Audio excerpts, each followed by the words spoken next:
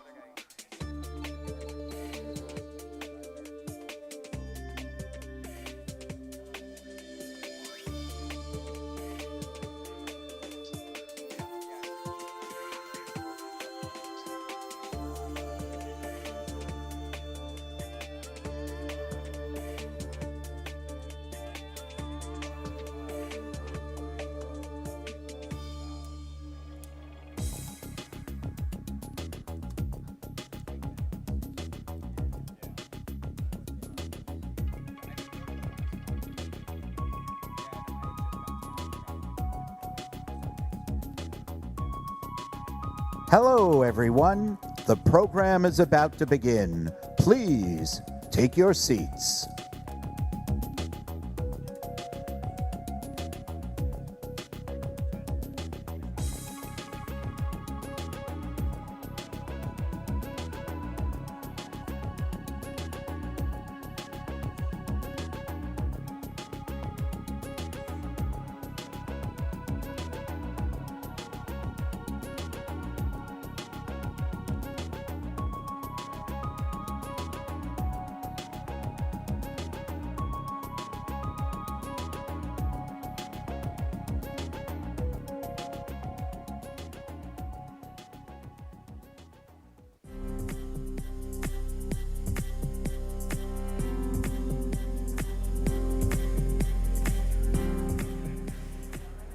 Welcome back, everyone, to day 2 of Crypto Bahamas. Appreciate you all being here early on day 2.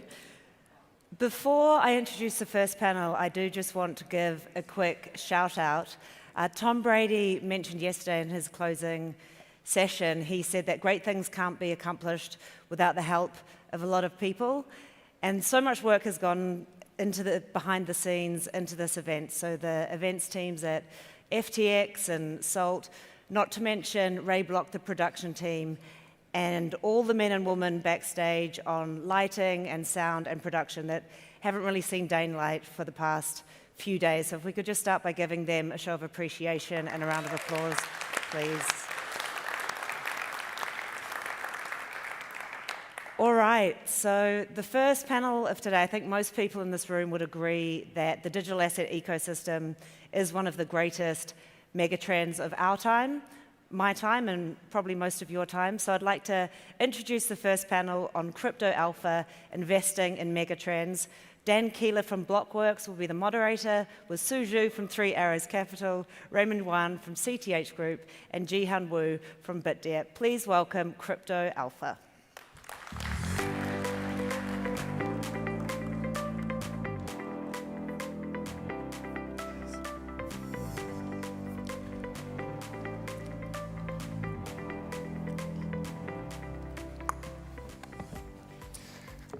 All right, good morning.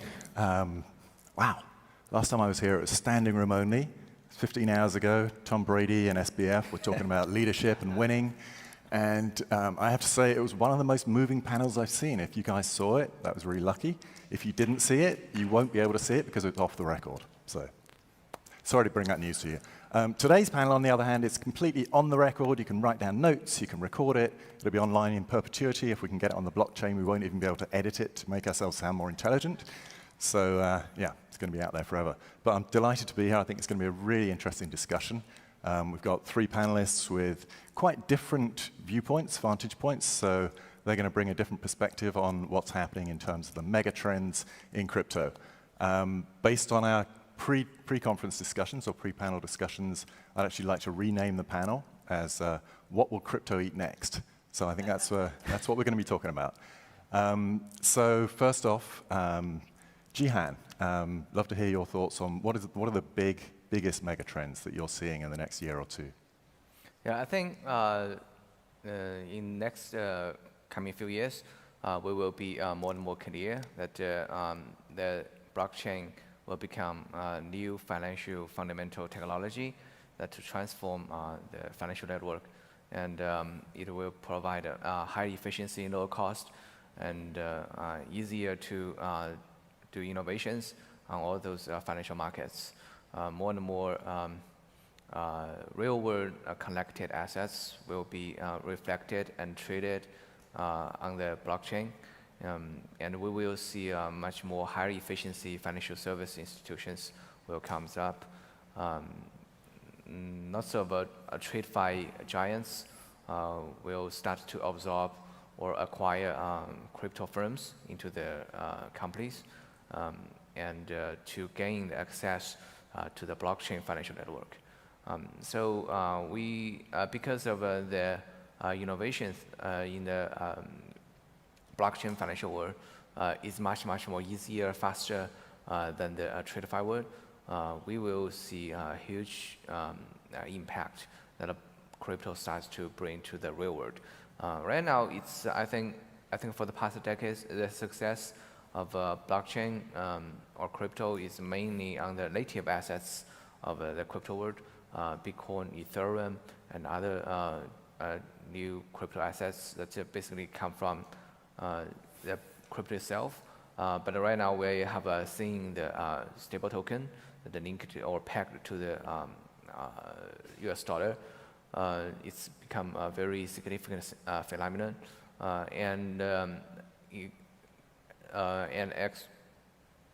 First we see USDT and USDC, and right now we are also starting to seeing other very this algorithm-based stable token like UST. This is just fiat currencies, and soon I think we will see other asset classes like real estate, commodity, stock, debt, or more innovative financial instruments started being created in the crypto world. So we're seeing the big financial institutions moving into the crypto space. I was saying it's going to be about what will crypto eat next. It sounds like it's actually the TradFi is going to be eating crypto. Is that a fair description? Because you said they're going to be taking over some of the crypto companies, absorbing their kind of IP and their kind of intelligence in a way into this kind of traditional financial structure. Like, is that seems kind of unhealthy from the crypto point of view? Not necessarily, because I think first there's still lots of crypto-related firms will become very big, and I think lots of TradFi old giants will become dinosaurs. They will goes away. Anyway, I think the technology or the framework people starting doing those things will be changed a lot. Yeah. But you just don't stop those old giants to innovate themselves. But there are still like Nokia-like firms that they will not fast enough following up the trend. Yeah, there's a lot of catching up going on. Raymond, what do you think is the big trend that we're going to see? Yeah, actually, I talked to Sue 30 days ago, because from my mind, I think the crypto, is eating the world, and the people always say when the crypto becomes the mainstream. For us, crypto is the mainstream, right? Crypto is the mainstream. But for the, I think the weirdest thing is a lot of people, because we talk to people in Silicon Valley, we talk to people in New York, which was the most smart people, in the traditional finance. They just told us, we like Web3, but we still have some doubt about the, cryptocurrency. How can it be? I mean, it sounds like you like internet, but you don't like smartphone. Because why? Because it's too smart, right? Because it's too convenient, and crypto is too convenient for them. So I guess that's the reason, sometimes. But we also see a clear trend. There's a migration from the traditional world to migrate to the crypto world. And I always told my team, if we believe the crypto is eating the world, so what we are betting on, we betting on the next byte. Who will be the next byte?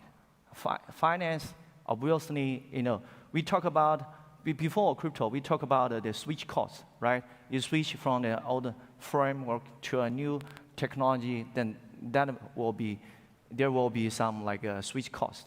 But in open finance, in crypto, we talk about switch benefit. Switch benefit. You need to move earlier.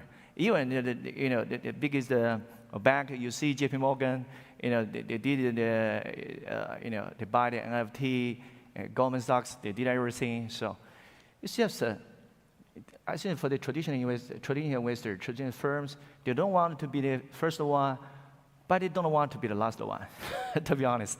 So that's why, we see the clear trend. For me, I think that the next big trend is all the people, we are in a process of migration. And actually, it started like 2 decades ago, several decades ago. When we, use the internet, we are doing this.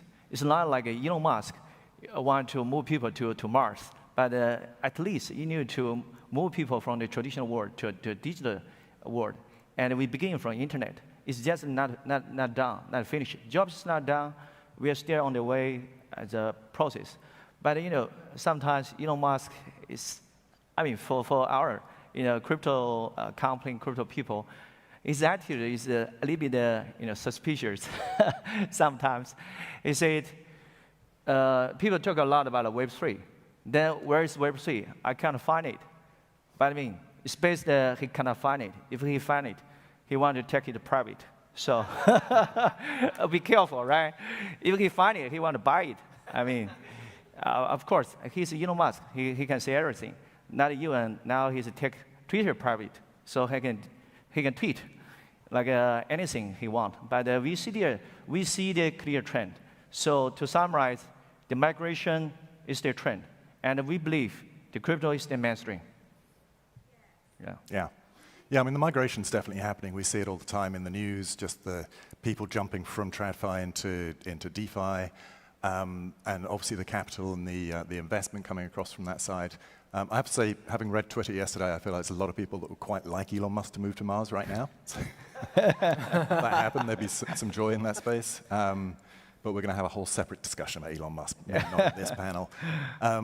So Sue, we've talked about institutions bringing money. We've talked about people flowing into crypto. What are you seeing as the biggest trend? What's the one that you get most excited about? Yeah, I think, my conception of crypto is really, we're entering the extreme phase of digitalization, but with very different properties than we used to think when we think of digitalization, right? And I think the seed was planted in the 90s with peer-to-peer encryption.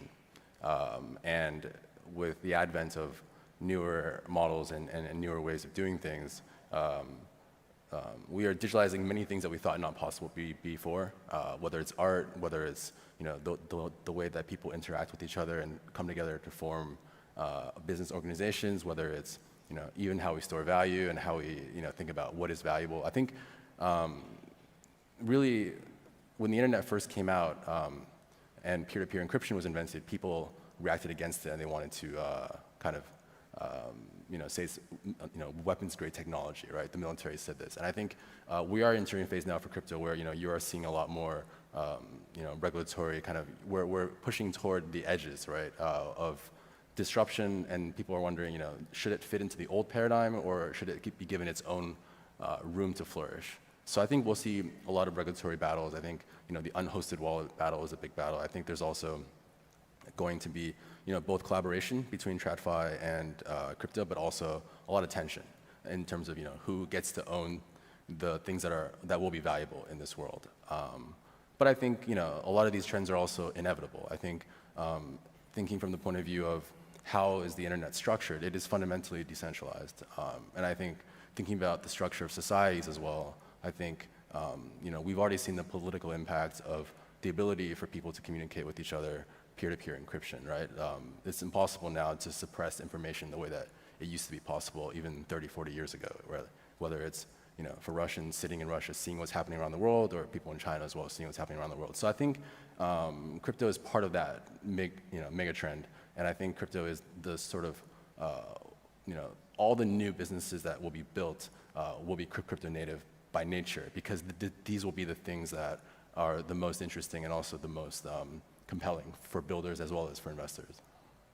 But what about that whole sort of decentralization theme?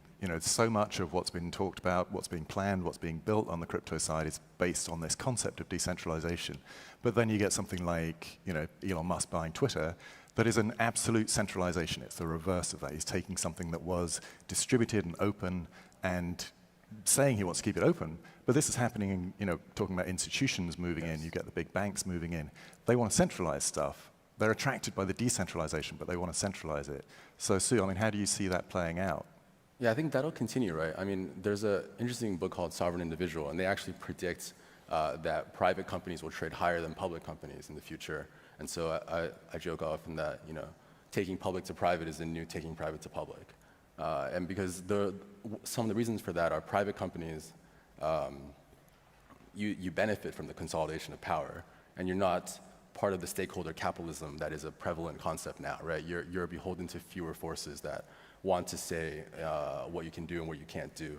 So interestingly, it's part of the same trend, which is a demand for more freedoms by whether it's business operators or whether it's users and organizations. So I think we'll see simultaneously, and it seems contradictory, but I think we'll see simultaneously both of these where business owners are often buying out minority shareholders these days, and partially because the markets are cheap as well, and then they'll exert more control over their businesses. Simultaneously, we will also see trends where the ways we do business will be more decentralized, and the ways that people interact will be more decentralized as well. So I think those aren't really contradictory in my view. I think they stem from the same thing, which is that the old systems or the older ways of doing things are sort of being challenged by people organically now. So.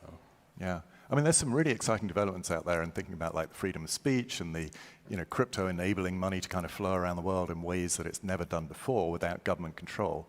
But at the same time, you've got governments saying, well, let's create a central bank digital currency that can then be used to track every single payment. So everything that you do with money in that country is then traceable. Jihan, you're nodding. Is that enthusiastic? Are you like, this is a great idea, or yikes? No, I think it's a really bad idea to have the central bank to create those digital currencies, and even like they use kind of enforcement to ask everyone they have to use such kind of currency in the network. So, as you say, to trace and to analyze everyone's daily consumption activities, I think that's really bad for the freedom and the privacy for each individuals.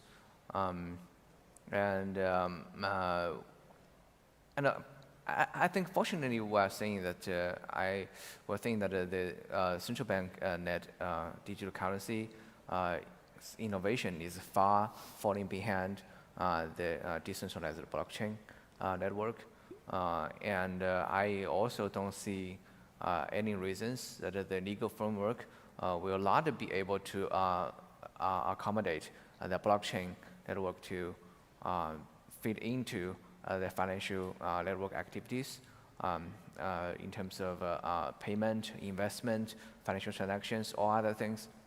So I think it's fine that a central bank, as a kind of very traditional and a very old institutions, and they adopt technology, but as long as that they don't use the enforcement, their impact to create kind of a monopoly over the financial network, I think that will be fine.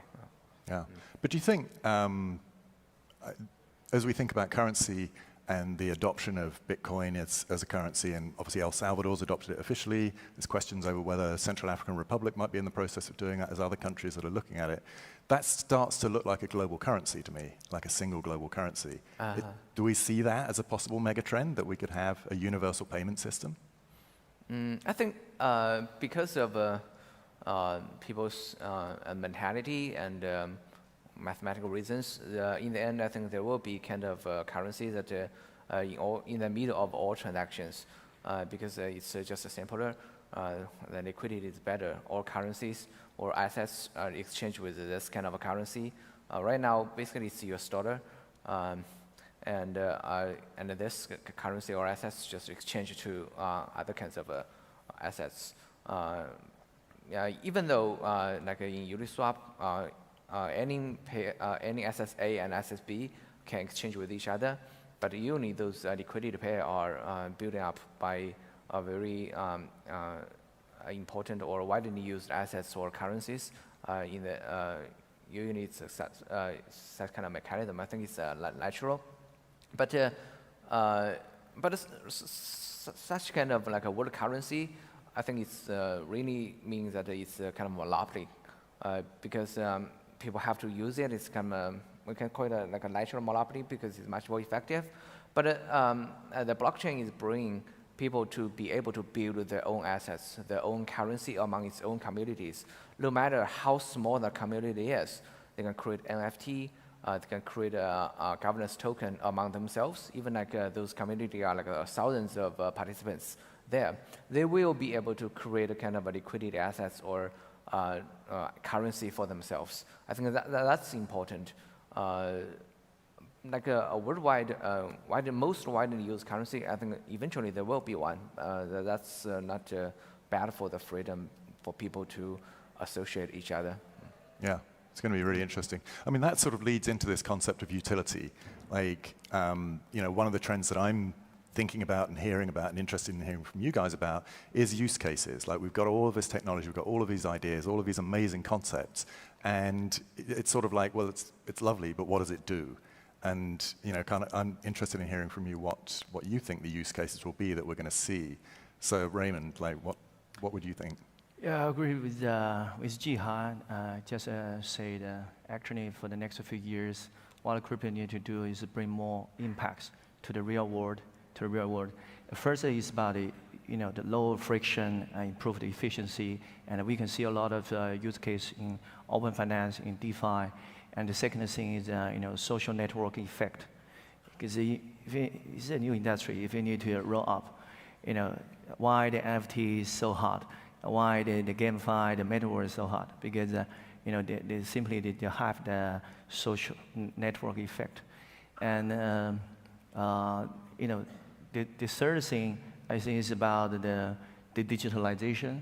The digitalization, for the stock market and bond market, and even the real estate, everything.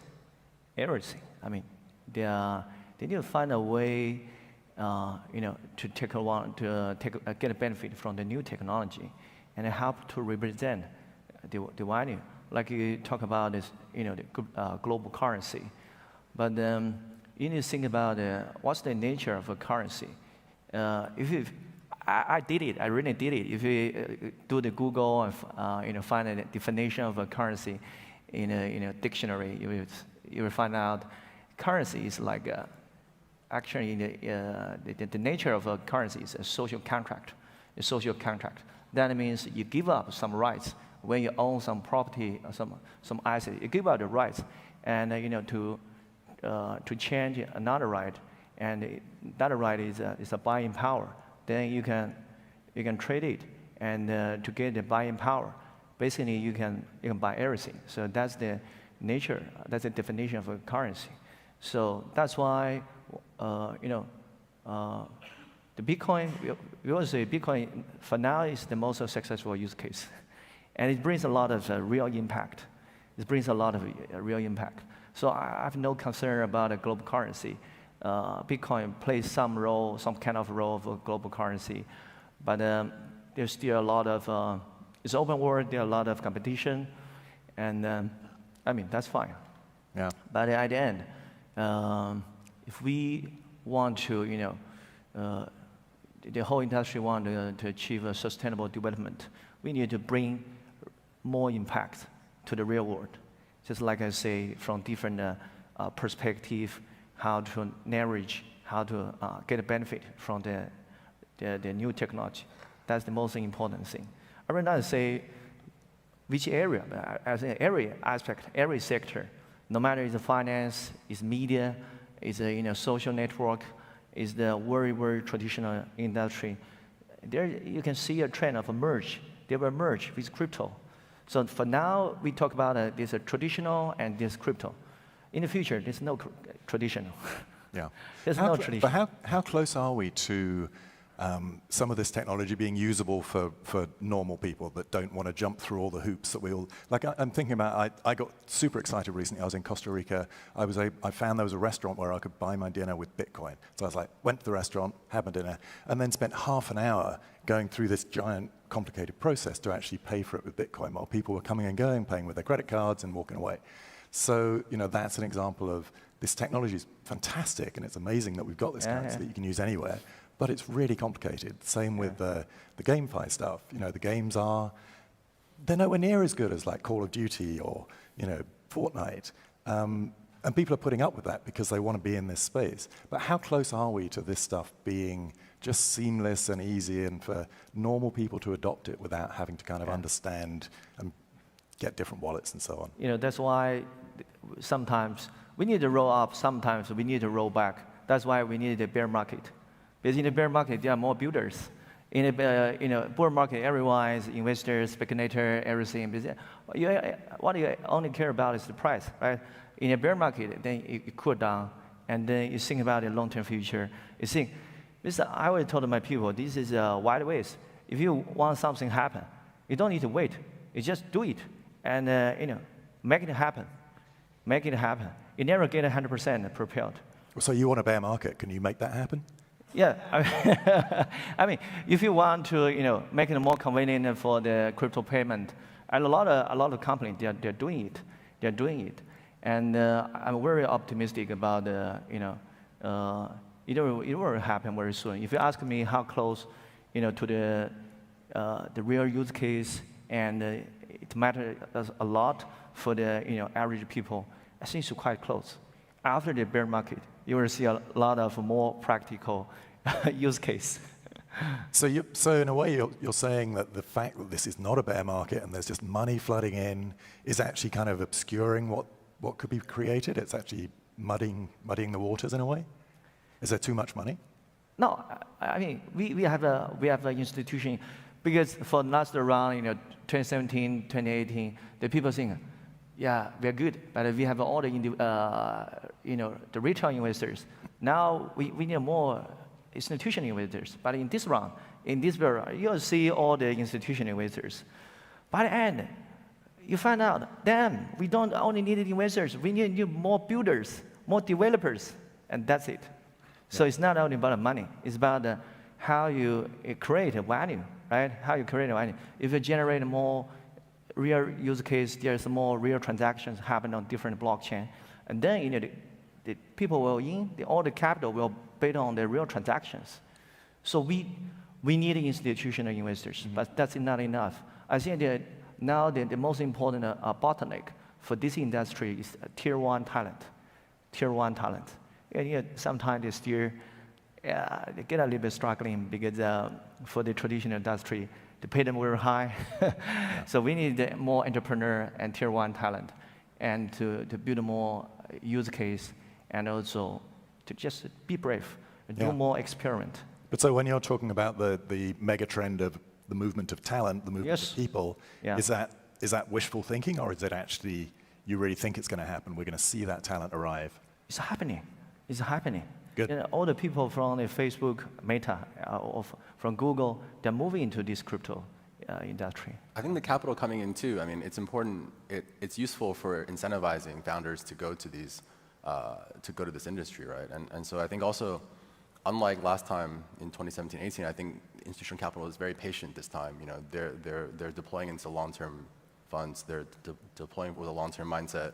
They're learning every week. They're not as phased with the markets as kind of people might expect. I think that there's a long-term commitment now to understanding what's going on and also to investing in the future. So I see, I mean, just on the grassroots side, from top graduates, founders, people dropping out of school to do businesses, I'm seeing incredible talent entering. I think that it's, in a way, it's getting harder to allocate just because all the teams are so strong and you see a lot of potential in all of them. I think valuations going higher on the seed side is shocking to a lot of people because we're now in the point now where human capital is demanding sort of 9-figure seed rounds or Series A's, and while this is scary to people, I actually think it's not overvalued because I think as we enter this kind of a world, I think human capital is extremely important. And I think there'll be extreme Pareto inequality of outcomes. I think we've already seen this in the past cycle as well, where there are multiple 1,000x's, right? So if you have 1,000, it's hard for people to reason about big numbers like that. If you have 1,000x, you can have 300 failures, right? So the human mind sees 300 failures, and then they don't understand that it's kind of, we are in this wave of extreme disruption, right? Yeah. I think on your question about global currency too, I think it's important to remember that crypto is voluntary, right? It's an opt-in system. So it's there for people to use and to see benefit as they see fit. So if you're in a situation where you don't need to use crypto, it doesn't benefit your life, you may not want to use it. But what we are seeing is that places where it is useful, and where people do, for instance, they're unbanked or hard for them to get banked, it's tremendously useful. I mean, I was just in Dubai and I'm seeing tremendous usage of USDT, of crypto for paying for things, paying for rent, buying houses, and this is because the banking system, they can't transfer the money from where they were to there. Revolut, and they froze Ukrainian people's money, right? Because they wanted to figure out what was going on. So I think that my view on crypto is that there will be no global currency. I think even the idea of a global currency comes from the old school way of thinking, which is that we have the dollar, and then we don't have the dollar, now we have something else. That's not how this works, right? There was the old debate among the libertarians, right? Rothbard and Mises. And Mises argued that we would have, in the presence of private monies, we will have many private monies, hundreds, thousands, tens of thousands, and people will voluntarily choose the ones they like based on the properties of those coins. And that's exactly what we're seeing today, right? So contrary to the Bitcoin maximalist thesis of the world, which is that we converge to Bitcoin only and everything else is a scam, we are seeing a proliferation of people naturally storing value in the things they like. Even something like Bored Apes, right? They genuinely store value in these things, and they value them not because anyone told them to, but because they do so voluntarily. So I think that's important to understand as these things continue, because there are those that say, well, in a crypto-dominated world, things are bad or things are this. At the end of the day, it's people's free expression, right? And I think what we are also seeing is that the modes of expression are changing, right? The mode of expression in the past was predominantly political, and the libertarians argued that the economic mode of expression is superior to the political mode of expression. And what we mean by that is that people can do the things they want to do. So if they don't like the way the banking system works, they build it in DeFi, right? If they don't like how something works, they do something else. And I think this is actually the structure of sort of all major mega political revolutions, right? Whether it's printing press, whether it's the sort of rise of different types of feudalism and farming. I think it's not something where we sit around in a room and we say, is this good or is this bad? I think it's peer-to-peer encryption has opened up this Pandora's box of the fact that we can now in fact do commerce, we can in fact cooperate and do things without needing the things that we used to need in the previous 500-year epoch. So I think from that point of view, I think the future will get very weird. I think a lot of people are looking at the things that today and saying this may be overvalued, that may be overvalued, this and maybe this may not work, this may not work. If I just step back to 2 years ago, when we did the Axie seed, no one thought pay to earn was a thing, right? No one thought that you would play games like this and do that. So I think people always massively overestimate their ability to predict the future, despite having no record of doing so, right? This kind of this like natural, like human linear thinking, right? Where we're entering an exponential age of things, right? Like someone can have an idea, and within 6 months it can be the most dominant idea in the world. I mean, apes came out a year ago, right? I mean, Stepin is an example. The move to earn. The team came together 6 months ago. So I think this acceleration is only going to continue. I think believing we can predict exact things of the future is going to get more. It's going to look more and more silly. While I think understanding these kind of mega trends and understanding the forces that are causing these mega trends as well is very powerful. And I think on that point also, I think globalization is obviously something where we are deglobalizing now in many ways, right? Whether it's supply chain, whether it's mass culture. But I do think crypto is kind of it is a powerful force for globalization.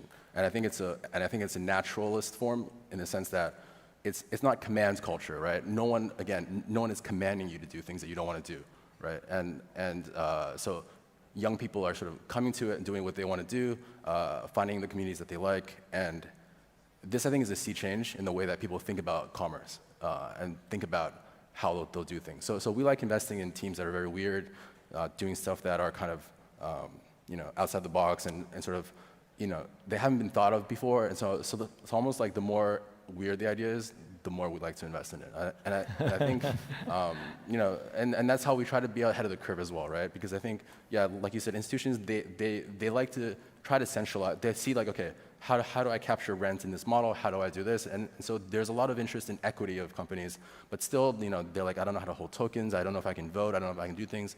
And my thought on that is that maybe they shouldn't be investing in these. Maybe they should keep letting the kids invest in these, and then the LPs have to suffer worse returns, but that's fine. There's no need for them to be the ones to be involved, right? At the end of the day, it's still an individual system. I don't believe governments will push crypto and make, if we needed government approval for crypto to be a thing, there would be no crypto today, right? In fact, it's a government accommodation system of the emergent trend of crypto itself. So as that continues, I think it's just quite important to see that it comes from the people itself. I think that's a really interesting point about it being an opt-in system as well. You know, you think about, you try and compel people to use a cryptocurrency, it's probably not going to work. But then you look at countries that are in turmoil. You know, and I used to report on emerging markets at the Wall Street Journal, and I'd look at, you know, Zimbabwe, Venezuela, Syria. That's where you're suddenly seeing massive use of cryptocurrency. People are using Bitcoin because the value of their government-issued currencies is just falling through the floor. Yeah. And the more that people adopt it voluntarily, the more it grows. And I think the same with the, you know, with GameFi, with the other kind of FIs that we're talking about. If it has utility and if it is better than the other system, then it's going to grow. We were going to talk about, we've got 1 minute, 45 seconds left. I still want to know what crypto is going to eat next. I'm not quite sure what it is. Raymond, what is that next bite? What is the next bite? Good question. So I always believe in two things. First, believe in the fundamental innovations. We will see a lot of mainnet 2.0. It's not only ETH 2.0. A lot of layer 1 protocols, they need to upgrade. When they have more intensive competition, the new challenger, they need to upgrade their mainnet. So the mainnet 2.0, and also the second thing I believe is believing in the process. Believe in the process. Now the whole industry, they are good, but the ecosystem sometimes looks a little bit more fragile, especially in the bear market. The other people, it's not very easy for them to earn money, so they just hack. Why they can easily hack is because the infrastructure is not good. So we always talk about the ISG, the infrastructure, the signing authority, the governance. It's a long story, but make a long story short is we need to focus on more on the infrastructure. I think that's also the next trend. Yeah, I mean, once that's in place, then crypto can eat everything, right? Yeah. So, I mean, it's been a fascinating discussion. I really appreciate your insights. Thank you guys for being here. And, yeah. Thank you.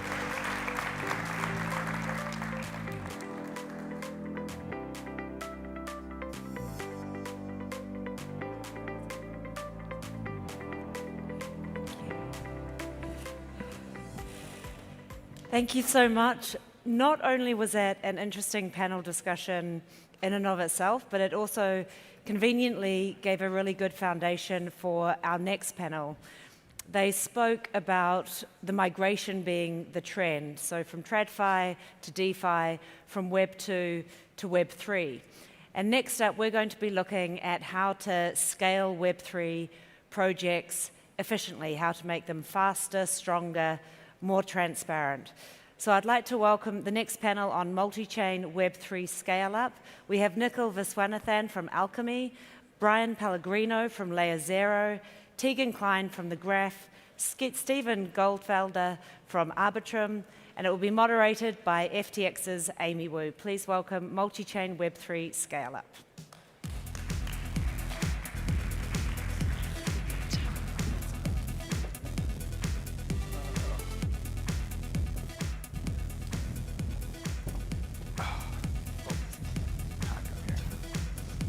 Very bright. Hey everyone, brave souls that came in this morning after last night. So good morning, and I'm excited to have here with us today, actually builders at the forefront of infrastructure and blockchain development. So the first question I have is actually for Nikhil. So you're the CEO of Alchemy, and it's the largest developer platform in the blockchain. So let's start with why is blockchain infrastructure important, and why is it important to bring Web3 to billions of users? Yeah, this is a great question. Actually, funny, in a past life, I used to make consumer social apps, so it's very easy to explain. Now people are like, you do what? Like blockchain infrastructure? What is that? So the way to think about infrastructure and developer tooling more broadly and why it's interesting is whenever you have a new industry, whether that's the computer, the internet, or Web3, you basically have the cycle. All right, my microphone's gone. Oh, no. Oh, I'm back. Okay. Technical difficulties.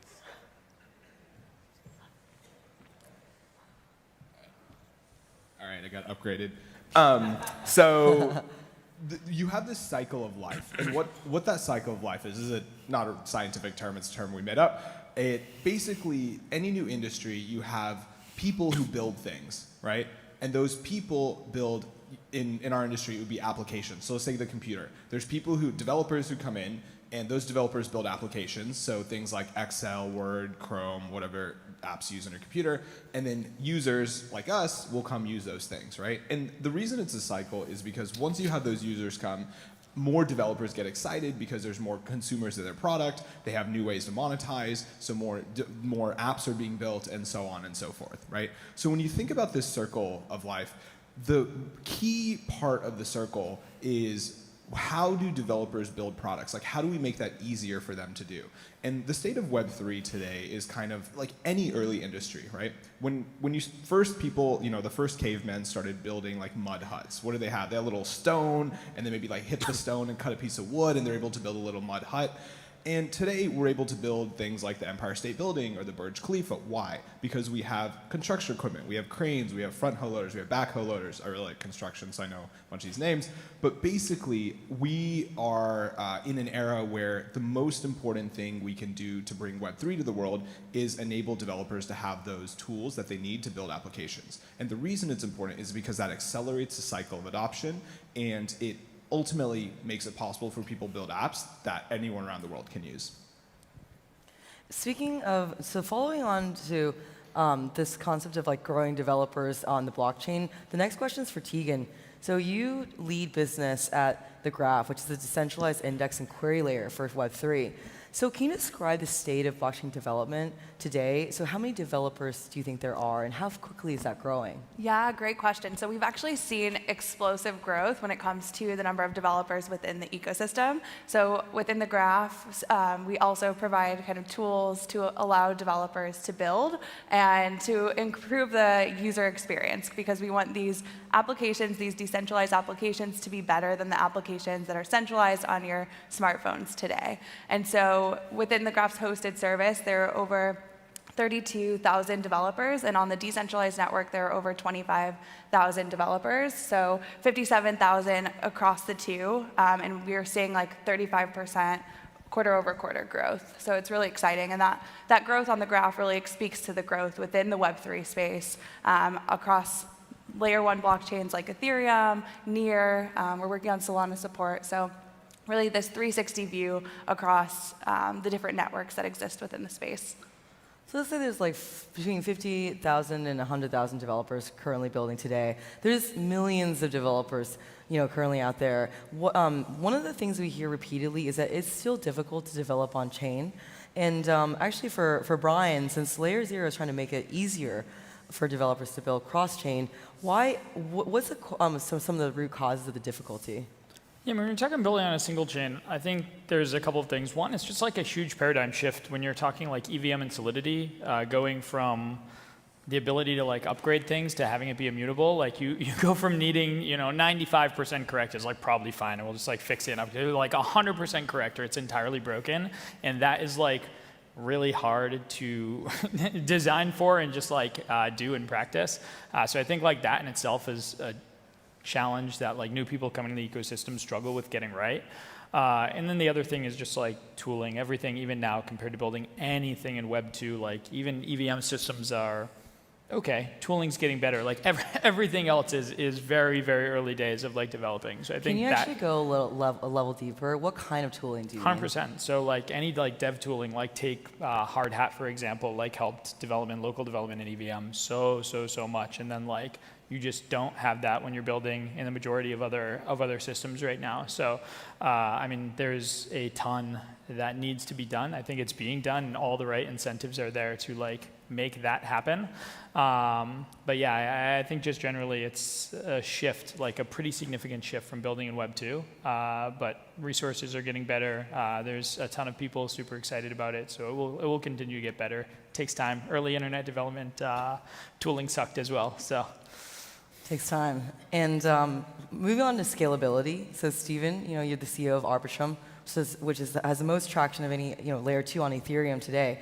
Can you describe a little bit about the limits of transaction speed on the blockchain? And what does that look like today, and where do you think it will be in 5 years' time? Yeah, absolutely. The limits of transaction speed, it's actually a common misconception. People think that if we have faster computers that do more transactions, that can process things more quickly, like that's the bottleneck. And it's actually not true at all. In Ethereum, for example, the parameters are set such that a vast majority of the computational power of a regular computer are way not used in Ethereum at all. What that means is in a 15-second block, about 200 milliseconds of computation is done. So why? Why are we not running at full capacity? What is the reason for this? And there are really two reasons. One is decentralization. We want to run at the speed of the slowest node in the network, and we want the network to be decentralized. So if we tune the parameters such that only data centers or really powerful computers can participate in the network, then what have we done? We've basically gone back to the Web 2 system de facto. Because anyone can participate in theory, but you really have to have a data center to participate, and most people are completely barred and locked out of the system. And that's exactly what we don't want to do here. We want to open up the decentralized web and allow people to participate, and the security comes from having many people be able to participate and run nodes. And it goes even a step further than that, because so even for the lowest computer on the network, we don't want to run at record speed, because the issue is syncing state. What that means is, if it takes me a week to run these blocks in Ethereum, if a new network comes on the node today, if a new node comes on the network today, how long should it take them to get up to speed? If it takes them a week to do a week's work of transactions, that's a big problem, because Ethereum has been running since 2015. And if you wanted to start a node today and it took you 7 years to get up to speed, it's a really big issue. So we prioritize actually being way under the compute power that we have today. And the key issue, and the one that is really I think a key research topic going forward, is solving this problem of state bloat, fast syncing, and also just growing the state in a more reasonable way. Because besides for the speed of syncing, it's also how much data is here. And now your little nodes are priced out again if the blockchain is growing too fast, and there are terabytes of data that you just need to be able to run a node and be able to access that relatively quickly. So at Arbitrum, we scale computation quite well, and we are about 95% cheaper than Ethereum today, and have about an order of magnitude of capacity plus that we'll bring on live soon in Arbitrum Nitro. But the big problem going forward, the problem is not the computation bottleneck. The big problem going forward is really the state growth, the state bloat, and the sync speed. And I think those are really important issues that we're working on, but they're really issues that are across every chain and really a community-wide issue to solve this problem. I think we'll make a lot of progress in the next 5 years. I'm optimistic about that. I have a couple follow-up questions here. Can you describe the relationship between ETH2, which is launching, and layer 2 blockchains? Absolutely. So people ask this all the time, like, are you guys, basically the question they ask me is a nice version of, are you just a Band-Aid? Like, are you here to get us until ETH2 and then you sort of go away? And obviously I say no, but I actually believe no, and we're not. Because ETH2 scales the storage. What happens in an Arbitrum transaction, or any layer 2 transaction, is the data of the transaction is actually posted on Ethereum, and that's how we get the security. That's a critical piece of how we get the security of Ethereum in a layer 2. Our security is derived, and step number 1 of that is putting all the transaction data on Ethereum. And that means when you have a transaction in Arbitrum and it costs you, say, $1, the majority of that cost is just a pass-through cost to post data on Ethereum. With ETH2, one of the big things that's coming with ETH2 is data sharding and scaling the data layer. So the vast majority of our cost is that piece of just putting the storage on chain. That's going to go down significantly. And that's really helpful for us. Now, if you imagine the world in which, like, the demand was stagnant, this might be a problem for us, because, hey, there's this data is much cheaper, we can do a lot more on Ethereum, do we need these scaling solutions anymore? But that's not the world which I think we're in, and I think the evidence is clear that the demand is only accelerating. And we're going to scale to the next billion, 2 billion, 3 billion users. We're going to need every piece of scale we can get. We need ETH2 to scale the data layer, and we need Arbitrum to scale the transaction layer, and we need solutions like state bloat and other fundamental research topics to solve other parts of the puzzle. So they really fit quite well together. And this is not my view. Last October, about a year and a half ago, Vitalik Buterin wrote a blog post that said, ETH2's mission is roll-up centric. Arbitrum is a part of a class of scaling solutions called roll-ups, and ETH2's vision is roll-up centric. Arbitrum is a critical part of that, again, because ETH2 provides one piece of the puzzle, but if we want to actually bring blockchain to the masses, we need the entire puzzle to be filled out. This is a question for any of you guys. what is sort of the transaction speed and volumes on chain today? And how does that compare with actually traditional financial services companies? Because I think one stat we hear a lot is NASDAQ processes something like 500,000 transactions per second. And social networks are processing millions per second. And so what's this gap today, and how fast do you think it'll take to get there? I mean, Stephen touched on this a little bit. So in the blockchain space, there's something called the trilemma. And so it's decentralization, scalability, and security. Yeah, so you have these three pillars, and you can't have all three. So different blockchains have different trade-offs. When it comes to like Bitcoin is extremely secure, Ethereum, and very decentralized, Ethereum as well. And then you have blockchains like some within the Cosmos ecosystem, Solana, that are working to get to like NASDAQ speeds. So you have different trade-offs across different chains, and this is why interoperability is so important, because we will live in this multi-chain future. That's why bridges like what Brian's doing is extremely important, other bridges like Nomad. We need those bridges because it allows you to take some of the funds that are on one chain or one layer 2 and move those to another chain. And you need security when it comes to those bridges. Yeah, So, go ahead. I think one important view to take here is looking at the history of technology. I think there's always this question of, will blockchain scale to X number of transactions or whatever? But when you look at the early days of the computer, right, there's actually a really great video. I highly recommend you guys Googling it. It's Bill Gates explaining to this reporter in, call it the late 70s, early 80s, about why people will use this thing called a computer, right? And the lady is basically saying, oh, but what can it really do? Like, why is it better? And he's like, oh, you can learn on it and do these things. And she basically says, oh, but how could it ever possibly be better than a book? And he's like, well, you can have this multimedia and images, and he's trying to convince her. And the point here is that at the advent of any new technology, it always looks like a toy, right? If you actually looked at what a computer could do versus, a handheld calculator or these other kind of existing technologies that were there, it wasn't that much better, right? And the difference here is that there are a few technologies, namely in the last 100 years, you look at the computer, the internet, and Web3 or the blockchain, that provide a new fundamental primitive. And if you have that primitive, what it does is it enables a new type of ecosystem to come. So concretely, what the primitives are for the computer, it allowed machines to follow human instructions, right? Like that was never possible before. The second thing that came along was the internet, and that allowed machines to exchange information. And that was completely new and novel, right? And when you look at blockchain, what it does is allow machines to exchange value. And that was something that was never possible before. And a lot of the technologies that we see in the current day are actually derivations of those kind of fundamental building blocks. So if you look at something like self-driving cars or artificial intelligence or biotechnology, all of these are just the computer and the internet combined together, right? Blockchain is the first new paradigm shift. And the reason it's important is if it actually introduces new capabilities that were never possible before, there will be a whole horde of people, including all of you guys in this room, who are bent on improving that technology and making it look better, right? So I think this kind of question of will blockchain scale to X number of transactions is really a question of, do we think there's value in this new primitive that's being created? If so, technology will advance and people will make it better, and there will be a time where it becomes feasible and usable, right? In mass scale, and eventually like far exceed the current systems. And if it's not fundamentally useful, that won't happen, right? And I think everyone in this room believes that it is. So I think for us, the way we think about it, it's a when question, not an if question.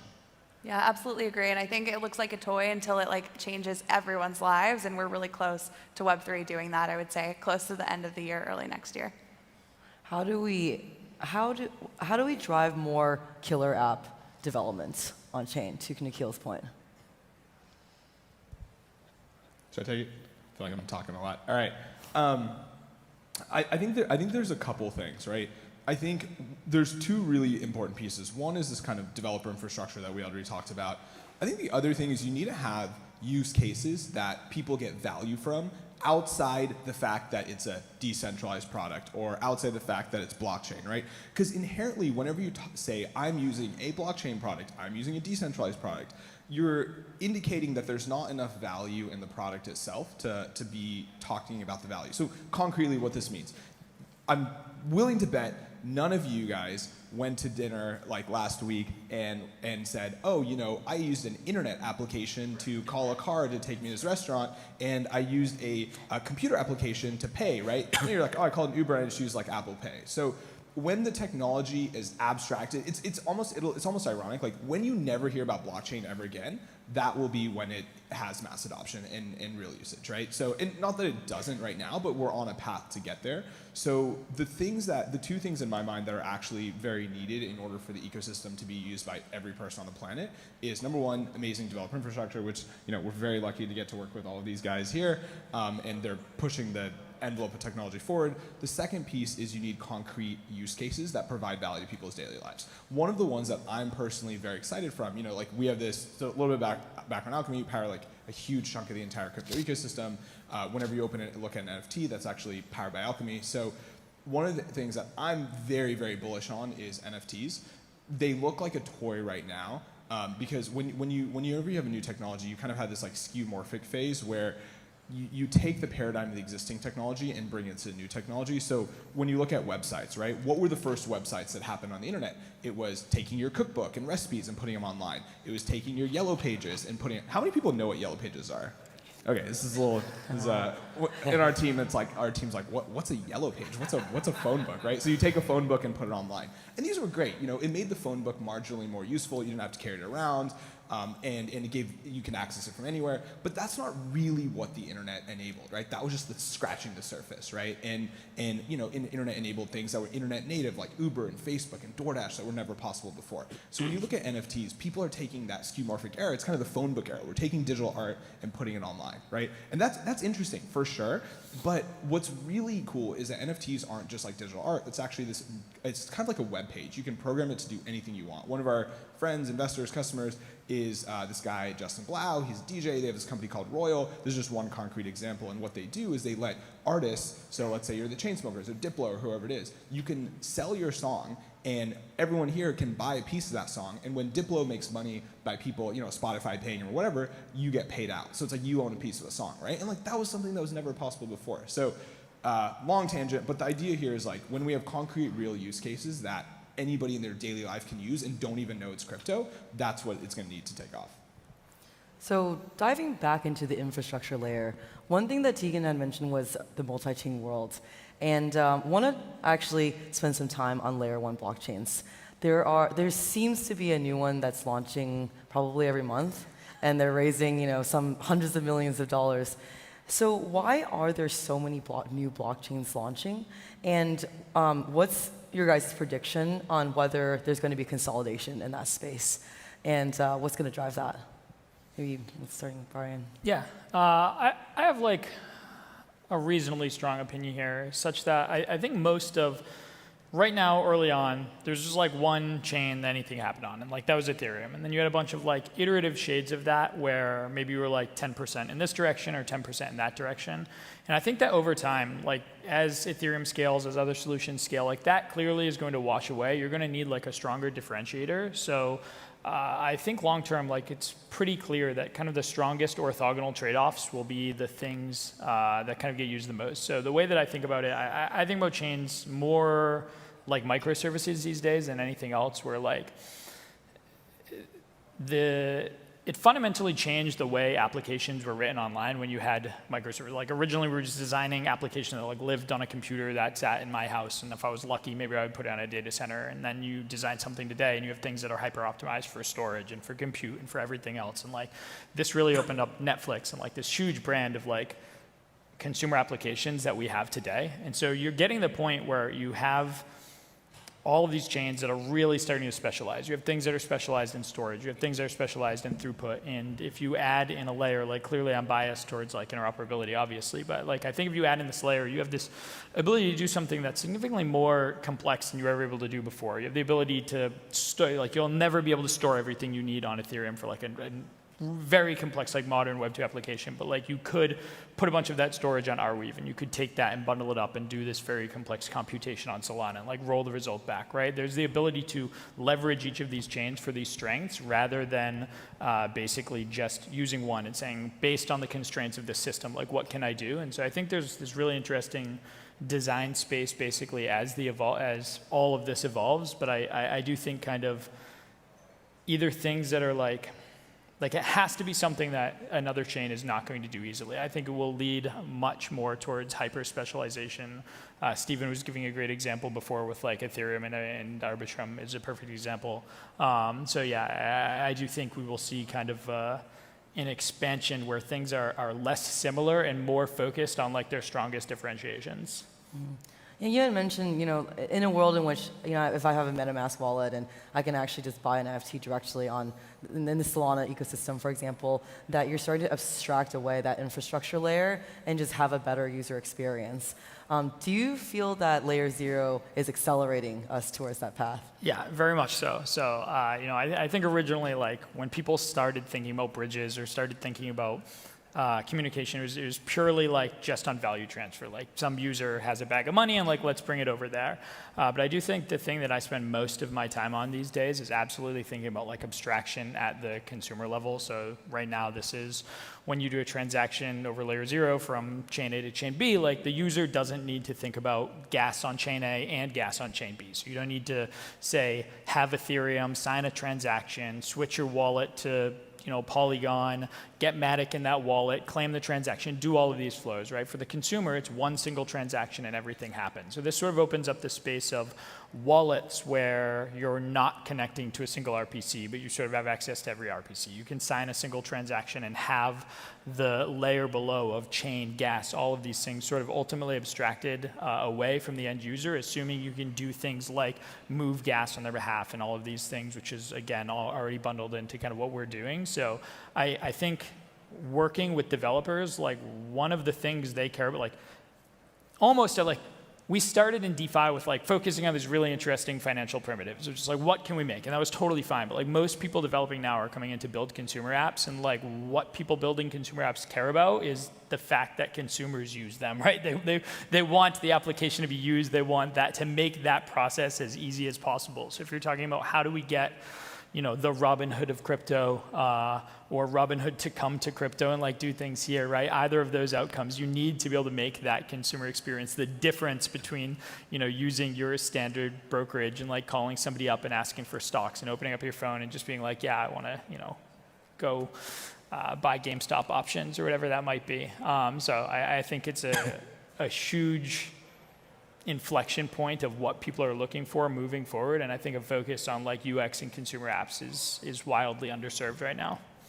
Let's talk a little bit about security. So in the multi-chain world, there's eye-opening hacks that happen, and they happen to happen more often on cross-chain bridges today. So I think over 600 million, stolen from the Ronin bridge, and then a couple hundred million from Wormhole. And in both these cases, the capital was actually returned to the users, which is terrific. But there's still a lot of trust that's, I think, broken from each time this happens. Why does this happen so often on cross-chain bridges? What is inherently about them that's difficult tech problem to solve, and what are some of the solutions out there? Gonna make me just keep talking, huh? I think it's a couple of things. I think primarily almost every cross-chain bridge prior to today had used this thing of wrapped assets. So you would lock up an asset here, and you would mint a synthetic asset over there. And I think there's like this fundamental problem such that on most other things, you're doing a transaction and you have like risk exposure for the duration of the transaction, primarily, right? When you have wrapped assets, you have $10 billion of outflow from chain A to chain B. You lock up 10 billion here, you mint 10 billion of synthetics over there. You have standing risks now in perpetuity, as long as those synthetics exist. This 10 billion sits in that contract forever. You have risk at the consensus layer, you have risk at the smart contract layer, and sort of most of these things have been that catching up. So the Ronin hack was, I believe, I only looked into it briefly, but I think they had this gasless RPC, and it allowed the signers to basically forge a message and release it. So that was more towards like the consensus layer and how that's happening. This is how Poly Network hack happens as well. Wormhole was like there was a bug in the smart contract, but you had all these assets sitting there and nobody found the bug for a very long time. And then when it was found, it wasn't just in the duration of, okay, X is being transferred now. It was everything's still sitting there, let's just take it, right? And so I think one is like the way that people have been designing this, and then the other is just this sort of approach everyone has taken is broadly, and this is changing, but originally it was two chains want to communicate, let's just like stick our own chain in the middle, and like this will just tell the truth, right? Like we'll sign a transaction over here, this will figure out if that's right or not, and then it will tell the people over here. And like clearly that thing in the middle needs to be like as secure as both things, or like the sum of both things, or else you're going to get yourself into trouble. And so this hub and spoke model that has been tried time and time and time again has just, you know, at the very least, the security is not scaled relative to like the growth of the external chains that it's connecting. And so I think that model as well has been like, you know, tried and proven to not work successfully. I won't take the extra time here and kind of show how we're solving this. We are, but I think Stephen has some thoughts on the topic as well. Yeah, I mean, in Arbitrum or layer 2s, exactly, you know, it's exactly this problem. You have two different chains of bridges, and basically a bridge is a way to say, hey, I locked assets here, and so unlock it on these chains. That's the way most of these bridges work. And the question is, you know, to your point, who is the messenger? And the messenger needs to be as secure as really each of those chains, because the problem is an equivocation problem, right? I lock it on one chain, and I tell the other chain, hey, it's locked on Ethereum, please unlock it on Solana. But then I tell Ethereum, hey, I locked it on Solana, please unlock it on Ethereum, and now I've doubled my assets because both of these free the assets. And the critical problem here is the messenger. Who is delivering the message? Who is trusted to tell chain A that chain B is locked? And what happens if that messenger fails? And you know, there are really good solutions being worked on, but I'll talk about how rollups solve this. The critical part in the cross-chain problem is that there needs to be this messenger, because chain A and chain B are not naturally in sync. If something happens on chain A, let's say Ethereum, Solana doesn't know about it. Someone needs to go and carry over that message. The really nice thing about rollups like Arbitrum is we're built on top of Ethereum. So there doesn't need to be a messenger. The two chains can talk directly. And the state of them is much more in sync. Now, of course, there's always software risks. There's always, you know, risks in bridges, but the risk surface is much smaller because you're able to cut out the messenger and have the two chains talk directly, and the equivocation risk therefore goes down significantly. And that's why one of the reasons I'm so excited about Arbitrum, and I think the cross-chain future that I'm excited about as a big Ethereum believer is many chains on Ethereum that all derive their security on Ethereum and are linked in a much closer way than, say, you know, many different separate chains that need messengers to pass through.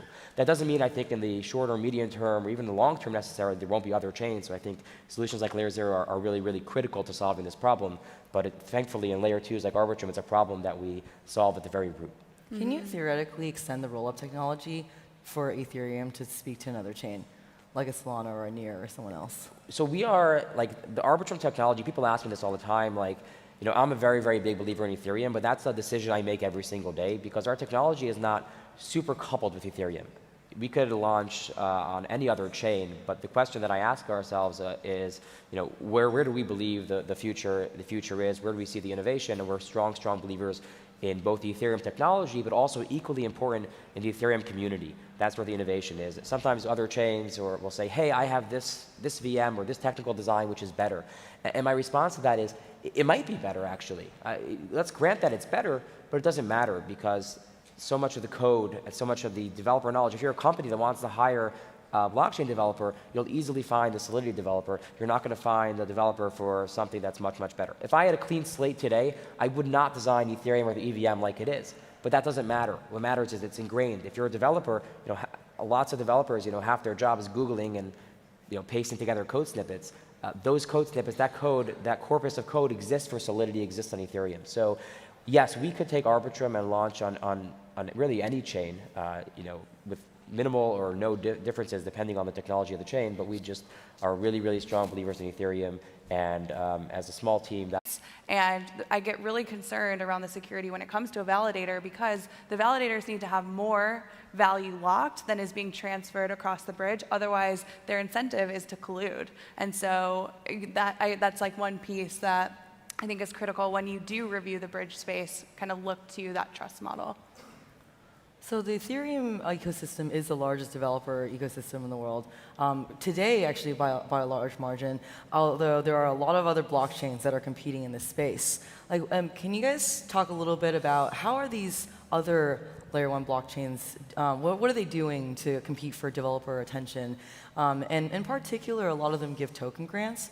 Is this sustainable? And what's to prevent developers from just jumping, blockchain to blockchain? So my thoughts are that token grants are often really, really nice, but it has to come as sort of the icing on top of the cake. It shouldn't be the driver of your decision, because you have to, for me, if I'm running a business, if someone gives me a grant, it's not going to be, I might want that grant, but I'm not going to fundamentally change the course of the decisions that I make for a grant generally, because it won't end well. You have to be principled and believe strongly in what you're doing and where you're building, and that's where you want to be. And then if you can get a grant to sort of help you, realize that vision that you have, that's really, really good. One thing we see, I'll take Arbitrum for example. We have hundreds of our apps on chain. We have about $4 billion of TVL on the chain today, and we've never given any project a grant. I can say I've never paid a project a penny to launch on Arbitrum. Now that doesn't mean that we never will. In fact, we are working on setting up a grant program. We're just early on. But the idea is the organic traction has to be there. We have developers, we have value coming because they believe in Ethereum, they believe in Arbitrum as the way to scale Ethereum, and when they want their apps as principle number one, they want their apps on the blockchain that they believe will be here and will survive and will continue to be here. Now, a lot of them would be very, very happy if we give them a grant, but the grant shouldn't be the driving process. You have to really fundamentally believe. To quote Vitalik, money can't, to paraphrase Vitalik, money can't buy a soul for a blockchain. So you have to basically believe in what you're building, believe in the soul, and then sure, a grant is nice, and at Arbitrum, we're actively figuring out our grant program now, and we will do that. But the fact that we have an organic foundation, I think, is very strong. Because what happens is, if you give grants and there are no users or no developers, it doesn't end very, very, very, very well, and the product basically doesn't have traction, and you basically want to be in the ecosystem where the users are and really where the other projects are, because so much of the ecosystem is cross application communication, and that you need to be sort of on the same ecosystem, on the same chain as these other players. Yeah, I have very strong thoughts on this as well, and they very similarly mirror Steven's in that.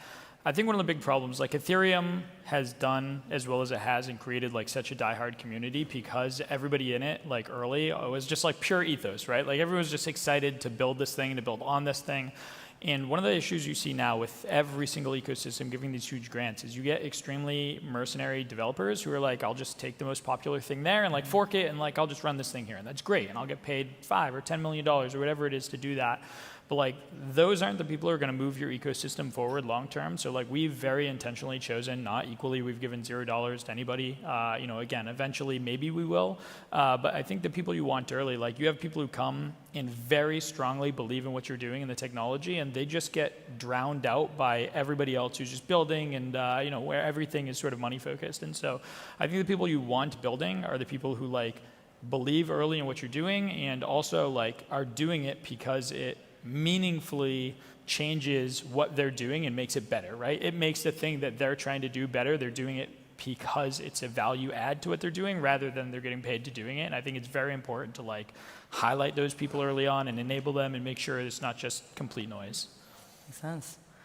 Thanks so much, guys, for the chat. And these are the people who are helping us scale users on the blockchain from the tens of millions to billions. So thanks for all the work. Thanks so much, Amy. Thank you.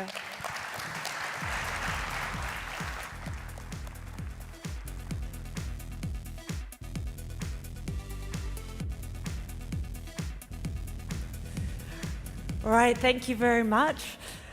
And unsurprisingly, a lot of the discussions over the last 24, 26 hours have been about how this new crypto financial system is being built and also how it has the flexibility to institute specific financial rules, be that via central bank digital currencies, stable coins, corporate-backed cryptos, or cryptocurrency natives. So next up, I'd like to introduce some of the people, the key players that are really leading the charge into this new financial system. I'd like to welcome Charles Cascarilla from Paxos, Diogo Monica from Anchorage, Michael Morrow from Genesis, Odetta Morden from Deltec Bank, and it will be moderated by Susan Lee from Fox Business. Please welcome the next panel.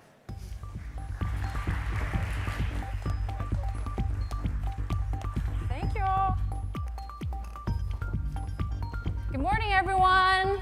Thank you for joining us today.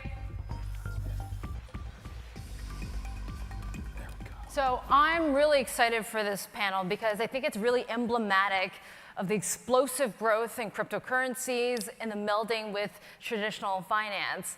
And so we have excellent panelists. As you can see, they're fantastic dinner partners as well. So thank you so much for joining us today.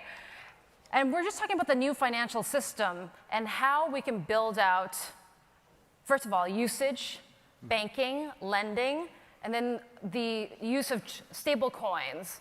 Obviously, regulation is a big topic as well. So I always get asked by people, our viewers always ask me, when I buy my Bitcoin, I buy my cryptocurrencies, what do I do with it now? So we have the guy that builds out the pipes there, and Charles Cascarella and Paxos. We have one of the best, in fact, the largest Bahamian private bank right here, Odetta Morden, a representative there. And then the guy that somehow got the first federally national banking charter, I believe, by any cryptocurrency bank at Anchorage Digital. So Diego Monica is very interesting, and then you'll tell us your secrets on how to get the regulators on side as well. And then this guy who's fantastic at dinner, Michael Morrow, Genesis Global Trading, $100 billion, right? In trading last year, $14 billion in loan portfolio. You had a fan there in the front row. Is that an employee or a staff member, friend? No, not at all. It's planned. Did you pay him? I will later. Okay. So why don't we just talk about the state of the industry and just do a broad overview to start off? Because obviously everyone's talking about the pricing, and we're in this uncertain world, whether it's the markets or global macroeconomic issues or war in Ukraine. So Charles, why don't I start with you and what you're seeing right now in the industry? Do you feel that clients are pulling back? I mean, I think it's a very uncertain time because we have a couple of things that are happening. One is we're going through an interest rate cycle like we maybe haven't seen in 30 or 40 years. 50, maybe 75 basis point hike. I don't think that's happened since 1994 or something. And clearly the crypto community wasn't around then. So that's affecting asset prices in general. It's certainly affecting the crypto community. And then you have obviously the war in Ukraine, which is creating a lot of uncertainty. And so there's just the general headwinds that are happening from a macro perspective. But on the other hand, I think if you look underneath the hood and said you really tried to understand what was happening from a fundamental perspective, which is probably really the only way you can really, I think, have a planning cycle or a conviction, it's really very, very positive. The fundamentals in terms of the number of mainstream institutions, the number of users, and the community growth is continuing to improve. And that's what I really look at the end of the day. The price can always be misleading. Things go up, they go down, they go through cycles. I've lived through so many Bitcoin winters and crypto winters that I know that you have to make sure that you think not about what's going to happen in the next 2 months or 3 months or even 1 or 2 years. What's the long-term trend? And I think the long-term trend has never been more positive. Odetta, what do you think? Long-term trend positive? Yeah, I totally agree. I mean, coming from a banking perspective, what I would say is, I think that long-term banks also need to understand their needs of their customers, right?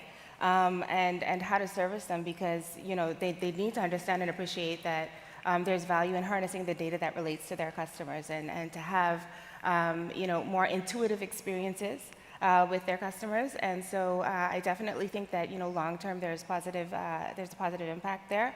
But also, in being able to harness the data, I also think that banks need to understand that technology is evolving and everything is moving at lightning speed today, right? Yeah, and thank you so much for hosting us, because I think Deltic Bank is the reason why we're all here, why FTX is based in the Bahamas. So thank you so much. No, at Deltek, we really, what we're trying to build is a 24/7, 365 platform for our customers, because we appreciate that, technology has evolved in the way it has. And obviously, we want to integrate crypto in that experience as well. Yeah. Diego, what are you seeing? I think overall it's very easy to be uneasy about macro, but I've never been more excited about micro. And I think this conference is a great example of that. The people that you have here, the quality of the things that are being built. The interesting thing is all of us here have been through several bear markets of crypto, and the same pattern has always been true, which is there is a lot of excitement built. There are developers, engineers, business people that come into this space, and then that never decreases. It actually ends up being a strictly increasing monotonic function of people coming into the space and ever leaving. And we're also seeing that. The institutions that weren't really here in 2017 are not pausing their integrations, their projects, the really cool things that they're building in the space. They're continuing with it, even if the macro outlook is not the greatest. And so that's what we're seeing at Anchorage. We're allowing these institutions to build products in a regulated way, and they're actually coming up with great ideas about what to build using crypto, and that's not stopping anytime soon. And what about $100 billion in trades last year? Are you still on pace for that this year, despite the pullback in pricing, Michael? So I do think that trading volumes, I think across the board, are going to be down, certainly in the first quarter of this year compared to what we saw last year. At the same time, what has happened, I think, kind of in crypto is, we get this massive bull market, whether that's in 2017 or the one we saw last year. And I think arguably you kind of get to a point where the pricing and kind of the market valuation of different coins runs ahead of like the fundamental value of the space. And then you get this period where things kind of trade sideways to down, but that's when like the book value, the fundamental value of crypto is catching up. Right? And you get to a point where that right size of the price versus the fundamentals within the space, and then you get kind of next bull market to come kind of following. So I think we're in that stage right now where kind of the builders and kind of the entrepreneurs in the space are continuing to build on what we've been working on to allow for kind of that next bull run. So personally, I've never been more bullish on Bitcoin.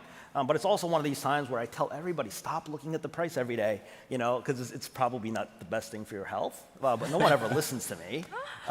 They kind of still do it because they find it, incredibly interesting. You realize this is an FTX event that is hosting this, so that's where most people look at their pricing every day, every hour. I'll interject and say, what we see publicly, of course, are the volumes, but what you don't see is, for example, we had our best quarter ever in terms of number of institutions onboarding onto our platforms. You don't get to see that because none of that is public. You get to see the effect of that. And of course, if the price is depressed, obviously you have to trade twice as much to actually have the same volume if the price is half. But you don't see the institutions coming, you don't see the implementations, you don't see the real use cases actually being built, because none of that is actually public for any of our companies. Yeah, well, Charles, you can talk to that, because you work with PayPal and Venmo. I mean, is demand, it's not necessarily going down, right? I imagine the buildup is actually accelerating. Yeah, I mean, for us, we have 650 million end users through partnerships that are powered off our infrastructure. That's a really big number. The penetration rate of those users is obviously smaller, but if I look at what happened this year, we might add 350 million more end users, maybe even more than that. We could have over 1 billion end users powered through partnerships. That's a really big number. That tells you how much accessibility is now starting to come into the mainstream.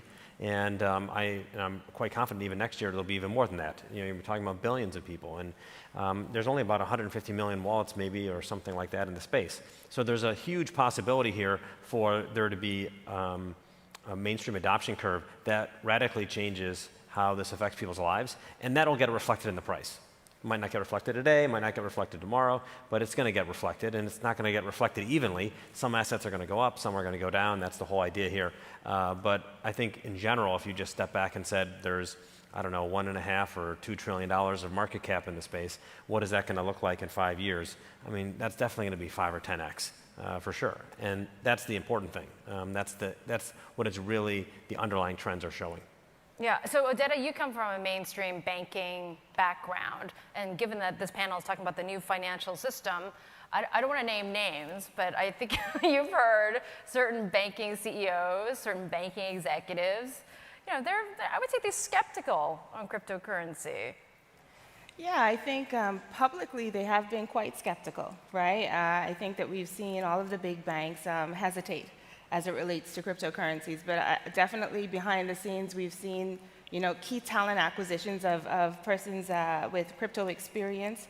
We've seen that, huge investments are being made. So I think that, while publicly there has been a lot of skepticism, behind the scenes there's been a ton of investments, and I think mass adoption is inevitable. But isn't that because the clients demand it? I mean, they can be outwardly and publicly skeptical, maybe even bearish on cryptocurrencies, but if your client wants it and driving the demand, you have to give the clients what they want. Yeah, I mean, it's a tough balance at times, especially as a regulated financial institution, right? You want to be able to give good service to your customers, but at the same time, you have to operate in a regulatory framework, right? And so I think that's one of the great things about doing business here in the Bahamas, right? We have regulators that are progressive, very forward-thinking, and have been able to position ourselves to be able to embrace this crypto community and everything that's evolving as a result of it. Yeah, so Diego, let me ask you, Diego. I made that mistake, pardon me. He gets very, very skittish when I call him Diego. Diego. I've made my personal mission in life to buy San Diego, rename it to San Diego, and see what they have, what I have to suffer. So Diego, tell me about the reaction when you got your actual traditional banking license. I mean, how did the traditional banks react? It was a validation for them that it was effectively an authorization for them to actually do business in crypto. But they didn't feel threatened? They didn't think, oh, well, you're no, absolutely not.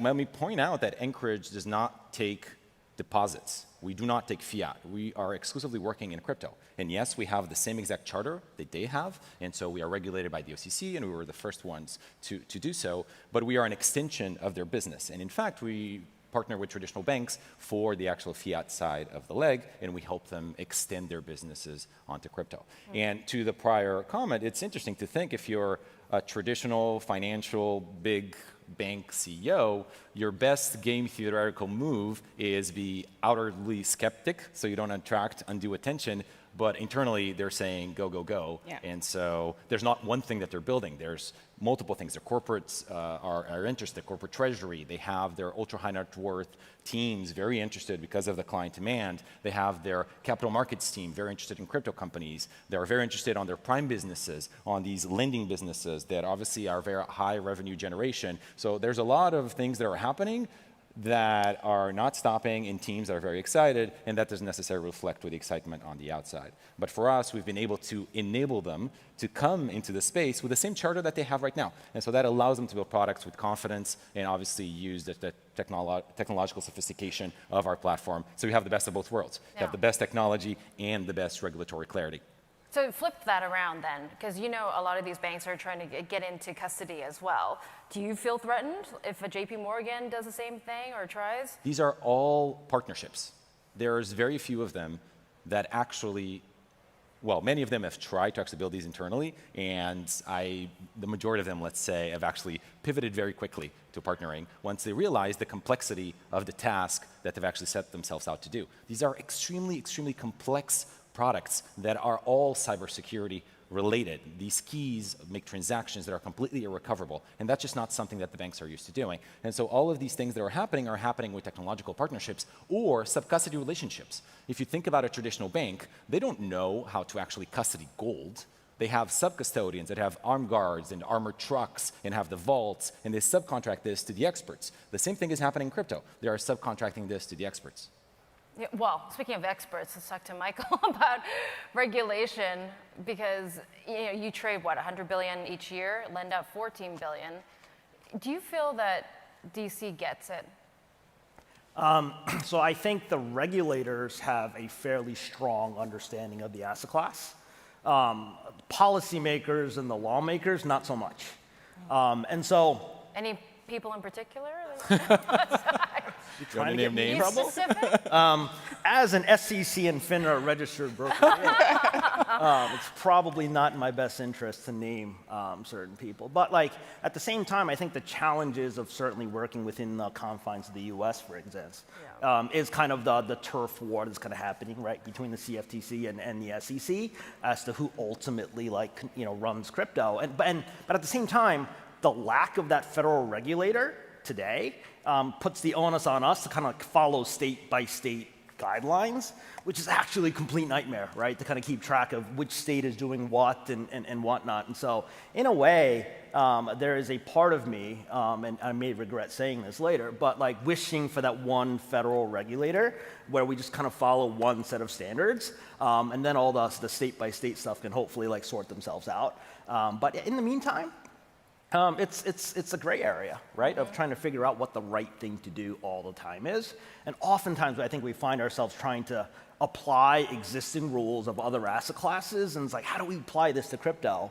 But it's a guessing game, right? It's our best efforts guess at interpreting rules that apply in other asset classes to crypto, and that's always hard. Like, it's not that easy to determine whether XYZ coin is a security. And so I think things like that, I think getting more simplification and guidelines around it will make our lives a whole lot easier. Yeah, because we were discussing this last night about whether or not an NFT is considered a security, right? Absolutely. You trade it, it has value, and especially financial gain. That sounds like a security to most people, don't you think? If there's like an interest or dividend paying component to an NFT, yes, it acts a lot more like a security. And sometimes it's like how many different people own it, right? Fractional ownership, I think, kind of throws the NFT certainly into the securities category. And so, but different jurisdictions and different governments have a different view on what a security actually constitutes. Some governments, I think, are putting kind of saying, hey, this acts like this, so let's regulate it like something we already do, versus, say here in the Bahamas is kind of regulating digital assets as a brand new asset class separately. Which I think is certainly kind of the right approach here as we think about what the right regulatory framework looks like. Yeah. So I asked Michael because you also lend against NFT ownership as well. So you give out a generous 8% yield, I believe, or something like that, which is pretty good in this environment, I have to say. Yeah. Look, the NFT lending, I think, is our attempt, I think, to kind of venture into the NFT space. Art financing exists in traditional markets. Yeah. People get loans against their kind of Picassos and Warhols and things like that. I think, and so we're trying to figure out what are the future, what are kind of the blue chip NFTs kind of going forward, and starting to lend at lower LTVs against it as we kind of experiment. Okay, what the market let's not get into acronyms. So you lose people if you do that. But so Charles, I wanted to talk to you about stablecoins because that's also part of the theme of this panel and this discussion. But regulators, you've heard Janet Yellen. I think you've even heard Jerome Powell talk about stablecoins and their concerns about what this means as a systemic risk to the financial system here in the U.S. Yeah, I mean it's a big topic. I think stablecoins are a name that are really misused in many cases. So do you think we need to explain what stablecoins are to the I think it's helpful to describe it. But yeah, I mean, I think the issue is, you can tokenize an asset and put it on a blockchain. And you can tokenize a piece of art, you can tokenize a bar of gold, you can tokenize a T-bill, you can tokenize a commercial loan, and you can put it on there. Though, obviously, if you tokenize all those things, they're different. They're not all stablecoins. And so if you're going to tokenize the US dollar, well, what is a US dollar that's like the dollar that's in your pocket? Well, the closest thing you get to that is a T-bill. It matures in 3 months. There's no risk. There's no interest rate risk. It doesn't fluctuate in value. You're going to get your money. Say it's in 1 month. So you have a 1 month T-bill. That's a US dollar like what's in your pocket. It's like an FDIC insured bank account. That is what a stablecoin is. Everything else is some kind of liability. You put a 30-year bond in there, it fluctuates in price. You don't know what you're going to, if you had to sell it, you don't know if you're going to be able to get back the dollar that you put in. And so, of course, there are all kinds of different ways of trying to represent a dollar, but that's not the same thing as it being a dollar itself that was tokenized. I think that's like maybe what gets lost in this. And so if you just had T-bills, 1 month, it's going to mature, I don't think there's a lot of risk to that in the financial system. There's operational risk. Can you run this thing correctly? But there's not real credit risk or interest rate risk. The government's not going to fail. It might have inflation, but that's a different thing. Right? And so that's a different issue. But nonetheless, I just think, you start to get into an issue where you might tokenize deposits.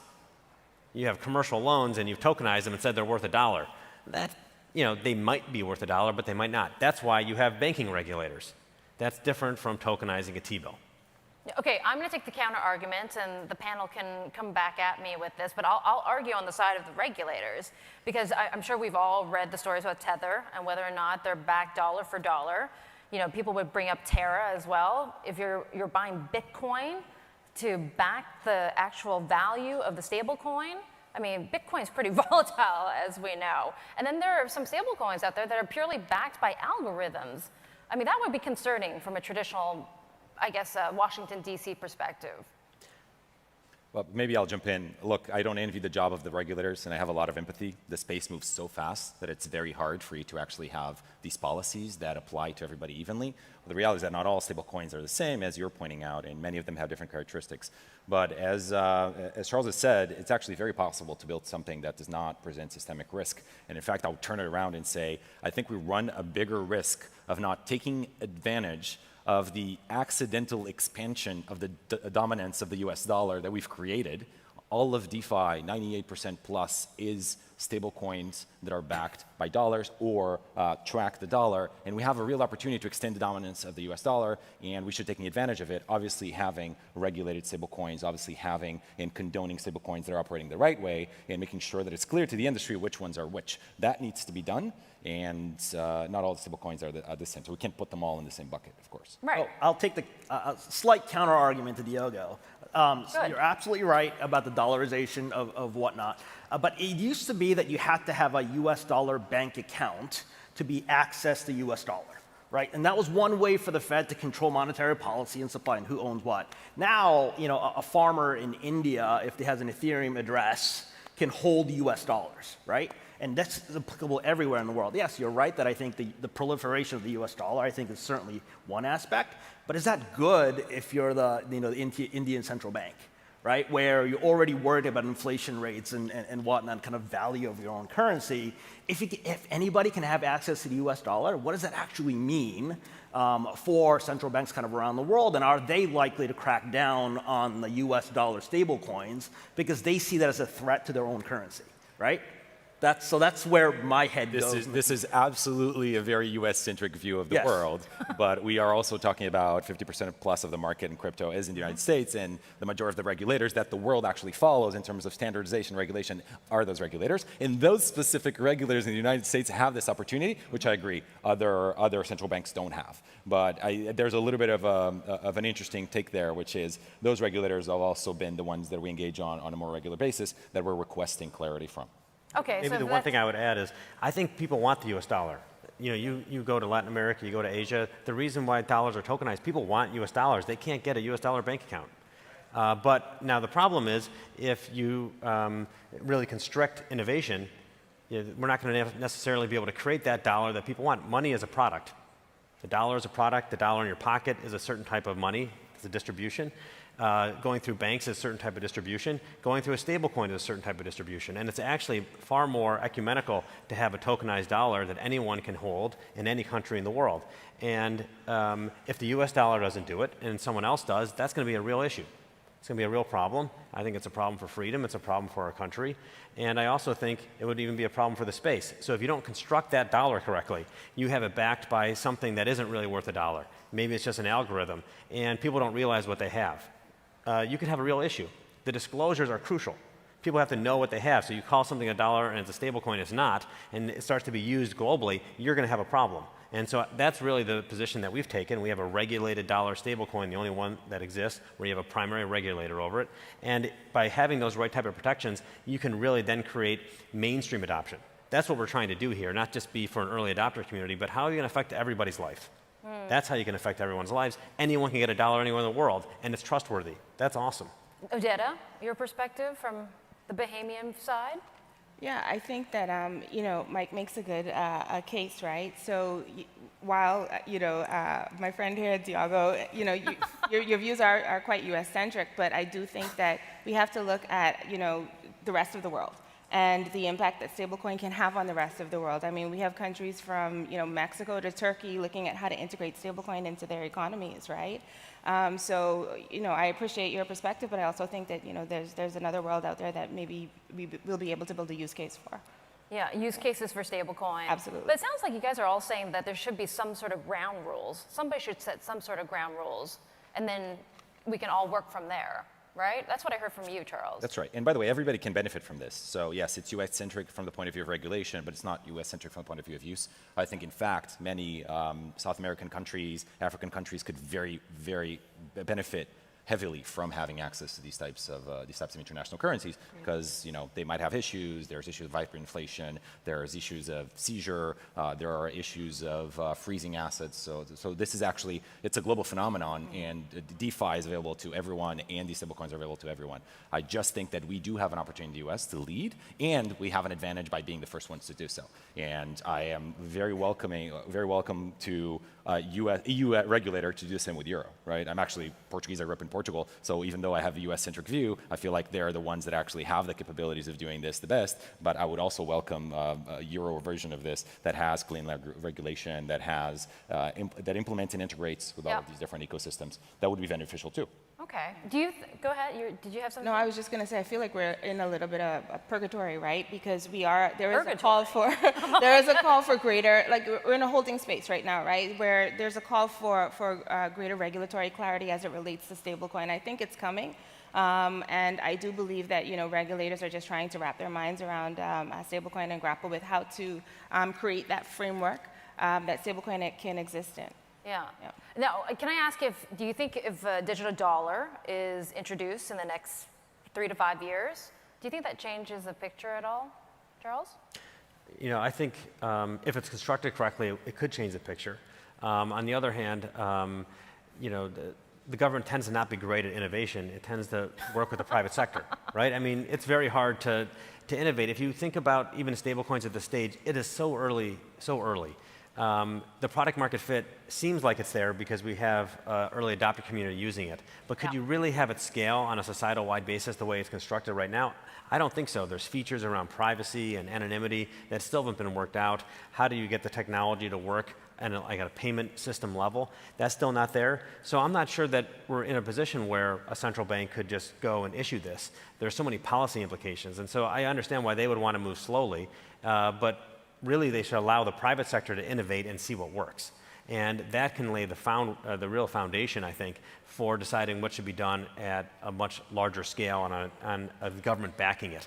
I think it's very hard to look at examples of government technology programs, in a recent period that have really shown themselves to be effective at this type of change. Mm-hmm. Okay. And I would say that there's maybe 3 characteristics that are extremely important, and some of them are just not natural for a government to actually allow. Obviously, we have the transparency, which we could have something that comes out that is transparent. We have the programmability. Let's assume for a minute that a government-backed solution has those aspects, but then you have the permissionlessness aspect of it, which is the one that candidly created the most innovation in crypto, is the fact that anybody can just program anything. And like Michael was saying, anybody in India can actually just download an application and now take $1. That's incredible. And the permissionlessness is something that it's just very hard to see historically, a government just allowing anybody to have access to their core portions of the financial system. It's like everybody now has access to Fedwire today, and that's something that might be uncomfortable. Now, Michael, I want to ask you, since we're down to our last few minutes here, but I just wanted to ask you, do you think the traditional banking system, Wall Street, is ready to let go? Because obviously they spend a lot of lobbying dollars to make sure maybe cryptocurrency is handcuffed. So I was looking at actually our settlement statistics the other day. We said, okay, we've been in crypto now for almost 10 years.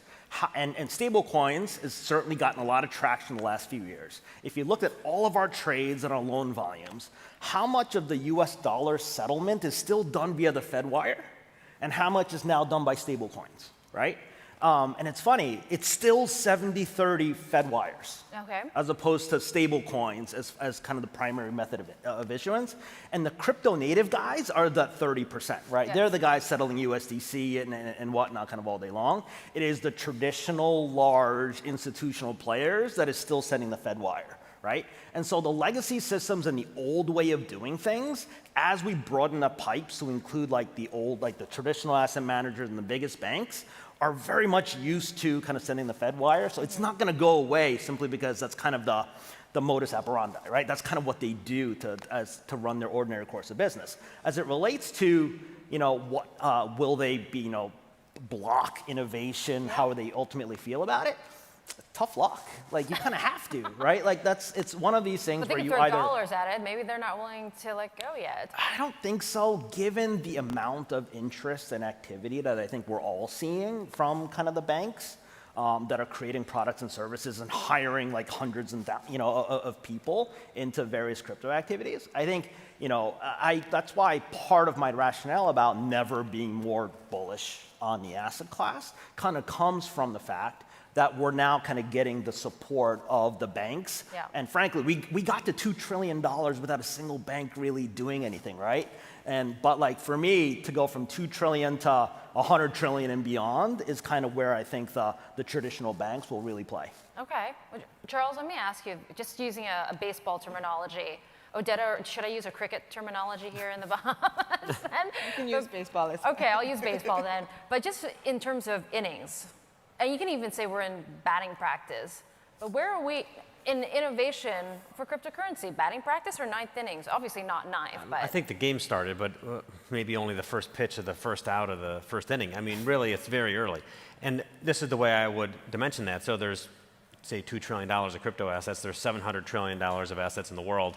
And of those 700 trillion of traditional assets, what percent have been tokenized? It's basically zero. It rounds to zero. It's maybe 150 billion. So really nothing. So you're, by definition, at the very beginning of this. And one of the things that, as an infrastructure provider, we talk to banks and brokers, traditional companies, as well as fintechs and others. And my pitch to them is always the same, which is you have all the customers.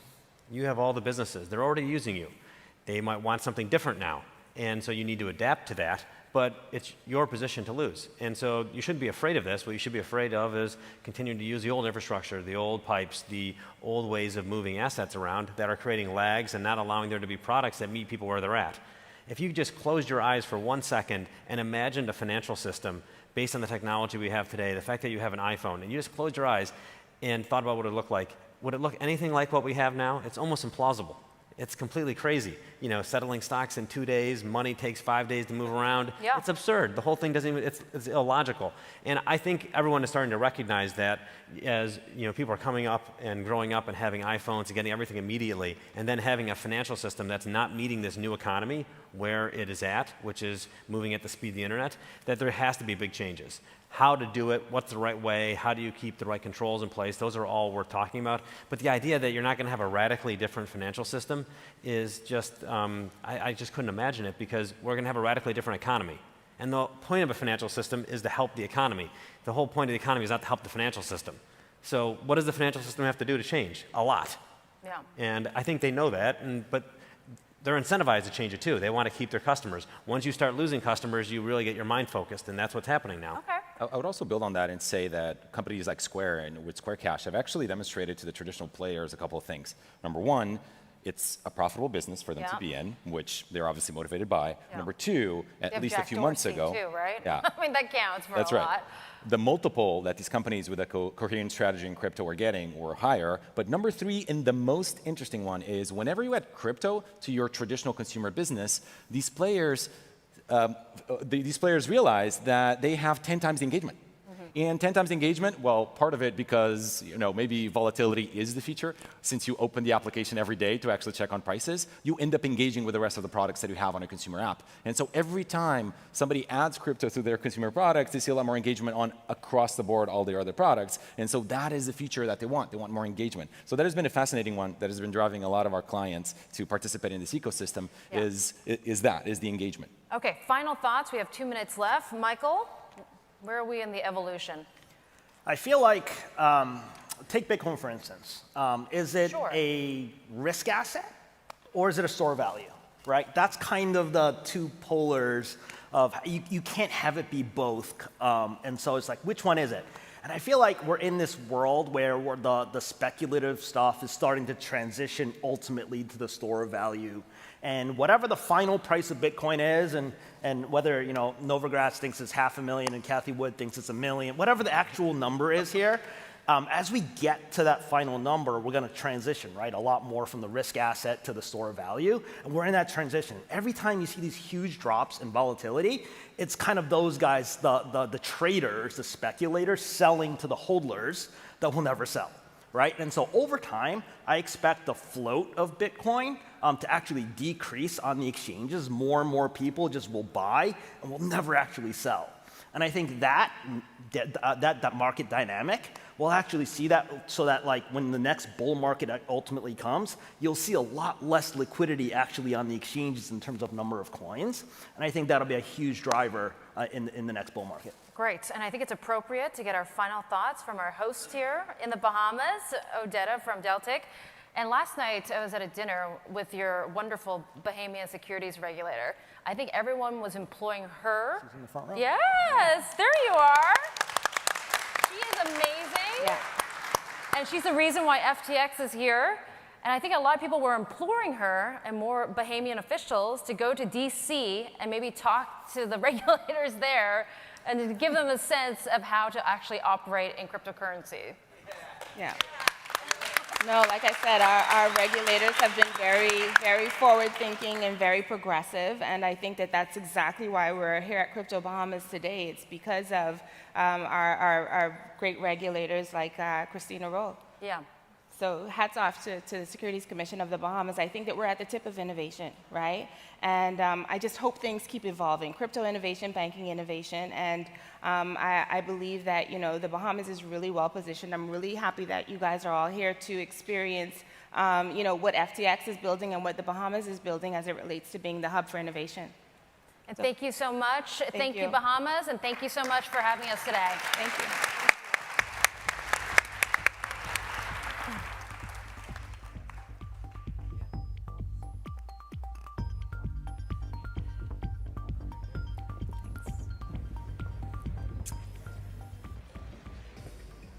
So, building on that closing note from Odetta about innovation, we're going to take this one step further on the creation of products and services, and we're going to have a keynote from FTX on the platform that they're building for derivatives and how this is going to completely change the landscape for exchanges globally. So I'd like to welcome to the stage Harvard computer scientist and president at FTX, Brett Harrison, to discuss disrupting traditional financial market structure. Please welcome Brett Harrison to the stage.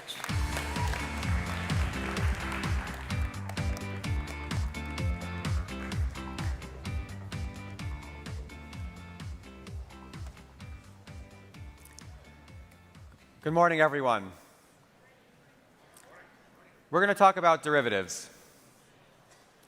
More than half of all cryptocurrency volume globally trades not in the spot markets, like converting Bitcoin to USD, but actually in derivative products, like futures that expire to some future price based on an index, or options that allow you to settle some future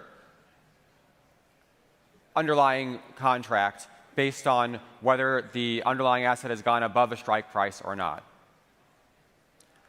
Derivatives are important for a number of reasons.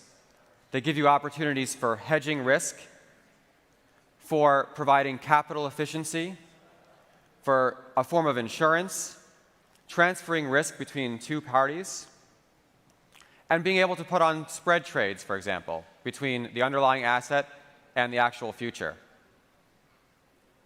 So derivatives are an important and vital fixture of any healthy market, for example, equities and bonds in the US. So last year, FTX US acquired a company called LedgerX, which is a CFTC-regulated derivatives exchange and clearinghouse. LedgerX has a few licenses that are key to us being able to offer these products to US customers. It has a designated contract market license, which is an exchange license offered by the CFTC. It also has a derivatives clearing organization license, which allows us to clear regulated derivatives trades. It is now a publicly known fact that FTX US intends to be the first ever crypto-native platform in the US to be able to offer futures on Bitcoin and Ether directly to US customers. And in fact, we have an application out there with the CFTC as we speak that's out for public comment to enable margin in our clearinghouse, so we can offer the first ever 24/7 real-time margining system directly to retail and institutional customers for crypto derivatives. But what's lost from the story here in the public narrative is the degree to which FTX US derivatives is going to forever disrupt the traditional financial market structure for derivatives. And this disruption cannot be overstated. But to talk about that fact, we have to go back a little bit and give the background of some traditional exchange market structure as we see it now. And to do that, I'm going to tell you a little bit about my background in the industry. Prior to coming to FTX US a year ago, I worked at several of the largest proprietary trading firms. These are firms where we built algorithmic trading systems and low-latency order gateways and market data handlers, and traded assets from a variety of different asset classes, securities, equities, ETFs, bonds, futures, commodities, on venues across the world. What's apparent to me now, having left that industry and coming to crypto, is just how enormous the barriers to entry were to being able to compete in those spaces, especially in the space of trading derivatives. Let's talk about the status quo right now on some traditional exchanges and CCPs, central clearing counterparties. For example, market data. In order to be able to actually see the full order book of an exchange, you have to pay tens of thousands of dollars per month. And that's just to get certain products. Some exchanges actually require you to pay additionally based on which kind of asset class of derivatives you're getting, whether it's crypto versus agricultural products, energies, bonds, equities. Order entry sessions. Just to be able to connect to the exchange to send orders will require thousands, sometimes tens of thousands of dollars per line to the exchange. And many of the most successful high-frequency trading firms, in order to be able to send the full amount of orders they need to send to the exchange, need to buy hundreds, sometimes thousands, of these order entry sessions. And to even get the best access to that exchange, so you can have the lowest latency connection to the exchange, you have to go directly to the physical building of the exchange where the matching engine is housed. You need to rent server rack space, buy lots of server boxes, and put them right next to the matching engine just to get that best access. That'll be an additional millions, sometimes tens of millions per year, just to get the appropriate space to get yourself the best access to the exchange. Another fact, for most traditional exchanges, you cannot connect directly to an exchange. You cannot open your phone, sign up for an account, and start trading.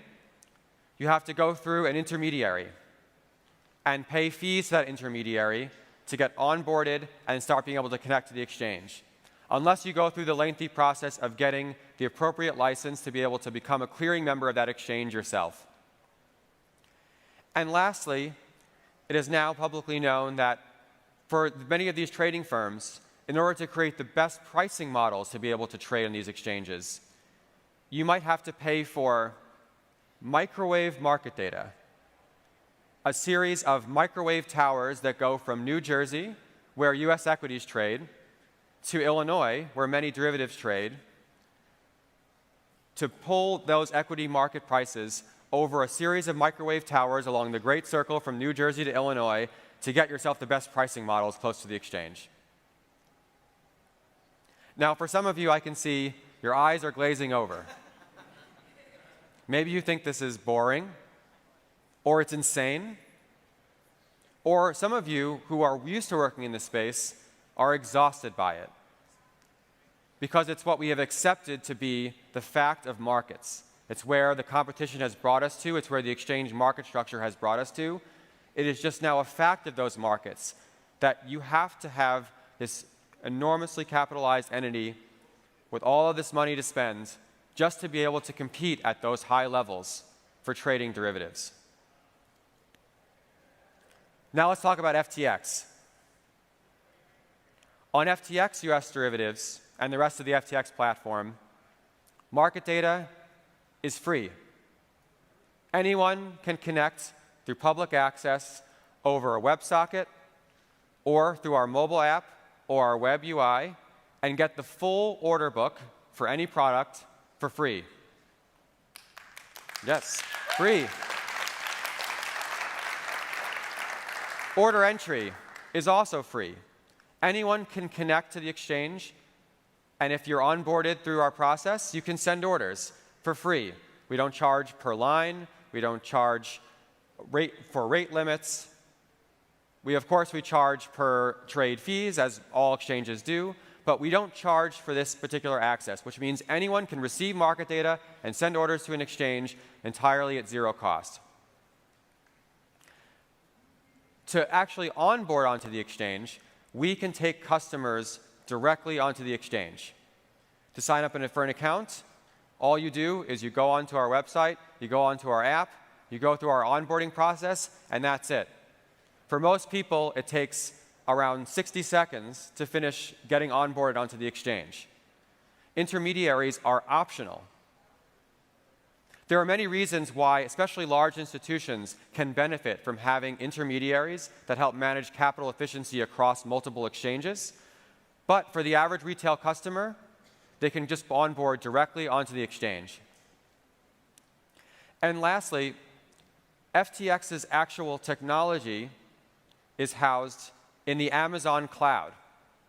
It's not in a physical data center in Aurora or Secaucus, New Jersey. It's in the Amazon cloud in Virginia for the US. What this means is that if you want to have another node yourself in the same cloud region as FTX, you can go directly to Amazon and purchase these cloud nodes yourself. They're extremely low cost. The same access is available to large institutions as to a person with a laptop in their garage looking to start algorithmic trading on FTX. Not to mention the resiliency of being able to move the exchange in a matter of hours from Virginia, let's say, to the Ohio data center for Amazon's cloud in the case of any sort of business continuity issues. And lastly, being in the cloud all but eliminates the advantage that one could have by being able to have access to low latency order connections and low latency market data. Again, for some of you, this sounds fairly boring, because this is exactly how all cryptocurrency exchanges work. Cryptocurrency exchanges, which were created, let's say, around 1 decade ago, they were created by people who were technologists who thought, if I'm going to create the exchanges from first principles, I want it to be as simple and easy as possible. I want it to match the spirit of crypto, which is to allow open access for all participants.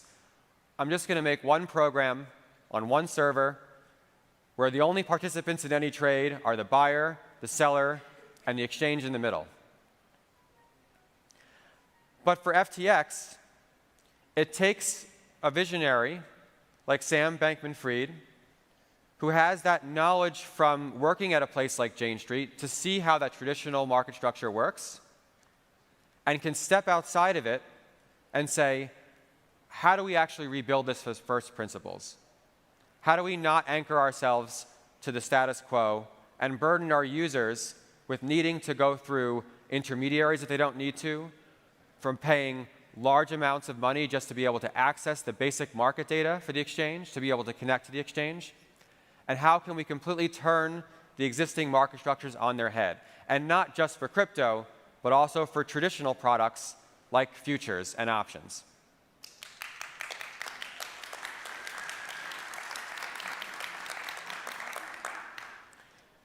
So let's say we get our application approved to the CFTC, and we're now able to offer these products in the US.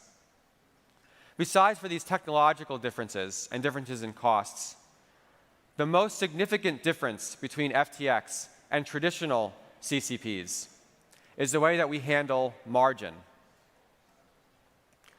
Margin on an exchange is when the exchange calculates the level of collateral you need to put in your account in order to be able to fund a position.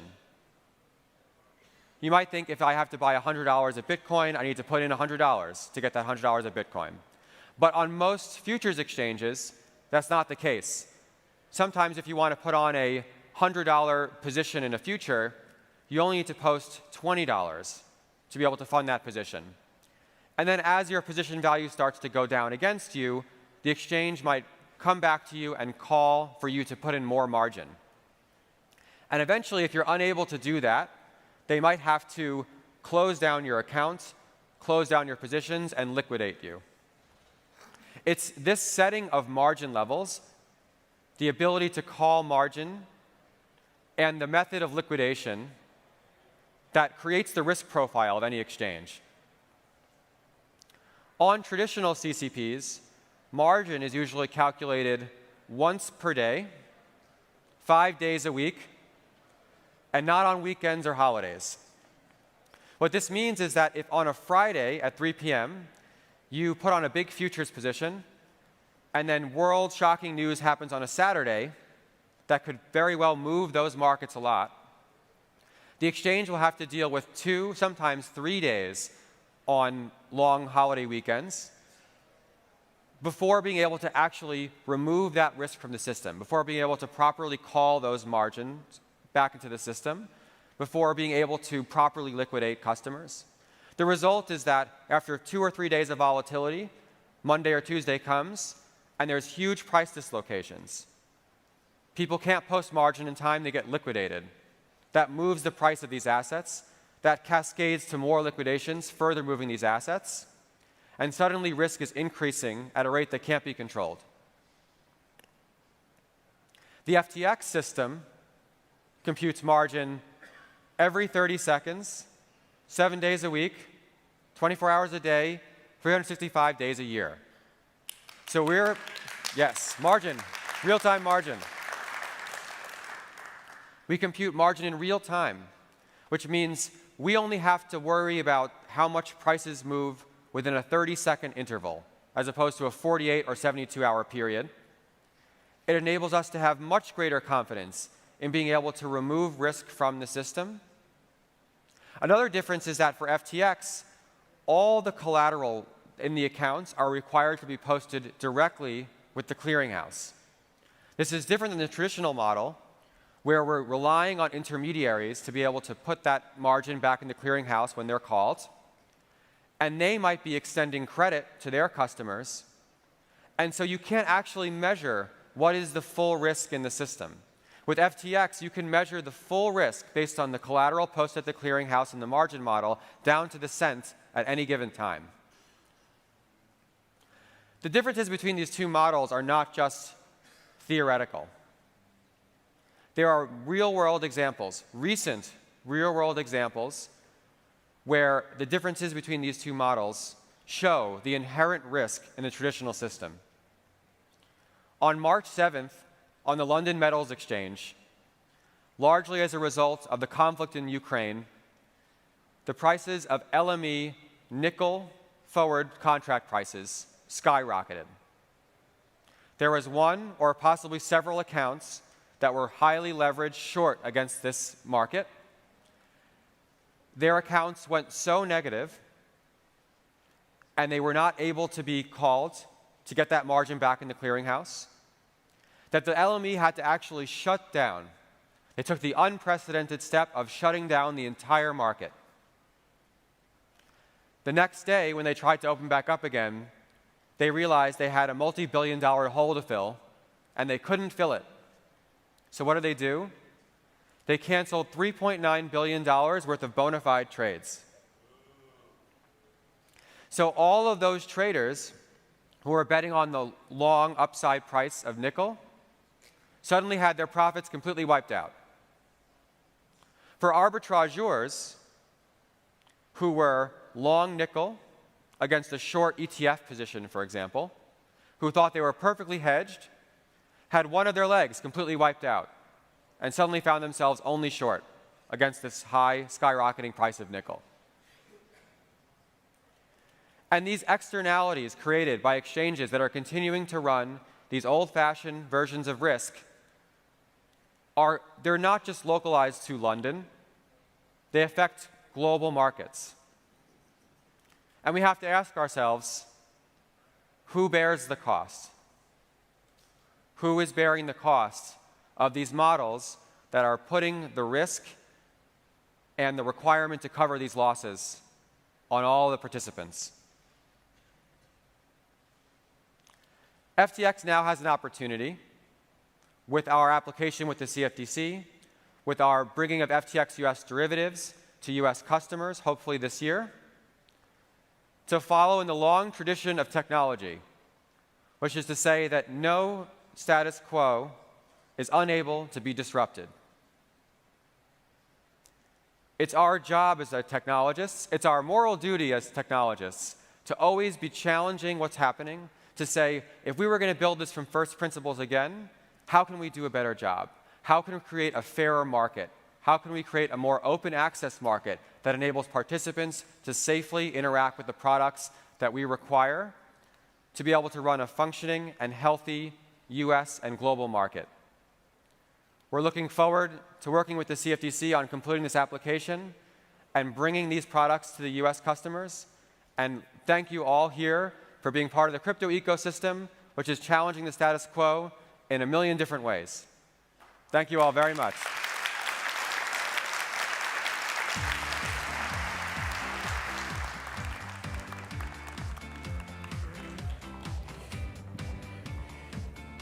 Thanks so much, Brett. And yes, what the guys are building at FTX is truly revolutionary. Now, we're down to the penultimate panel before lunch, and as many of you may know, Skybridge made its first investment in digital assets at the end of 2020. We had actually looked at investing in the space a few years before, but we couldn't get comfortable with the level of institutional custody options, as well as some other factors like uncertain regulation. So for institutions to get comfortable with this space, one thing that is definitely required is high-quality infrastructure. And we have some big players in the institutional scene up next. I'd like to welcome John D'Agostino from Coinbase, Boris Bilowitsky from Copper, Neil Chopra from Fireblocks, Christine Sandler, former Fidelity, and it will be moderated by Vicky Huang from Insider. Please welcome institutional quality digital asset infrastructure.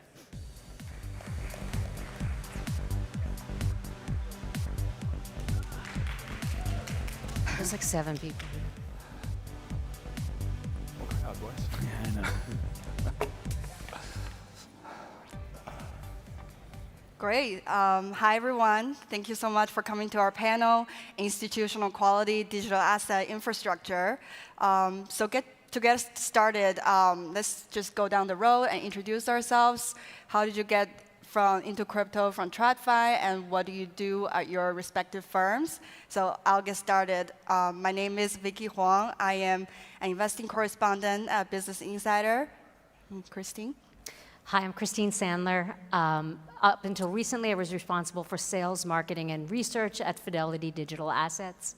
And what brought me to crypto was kind of the dysfunction of the markets back in 2017.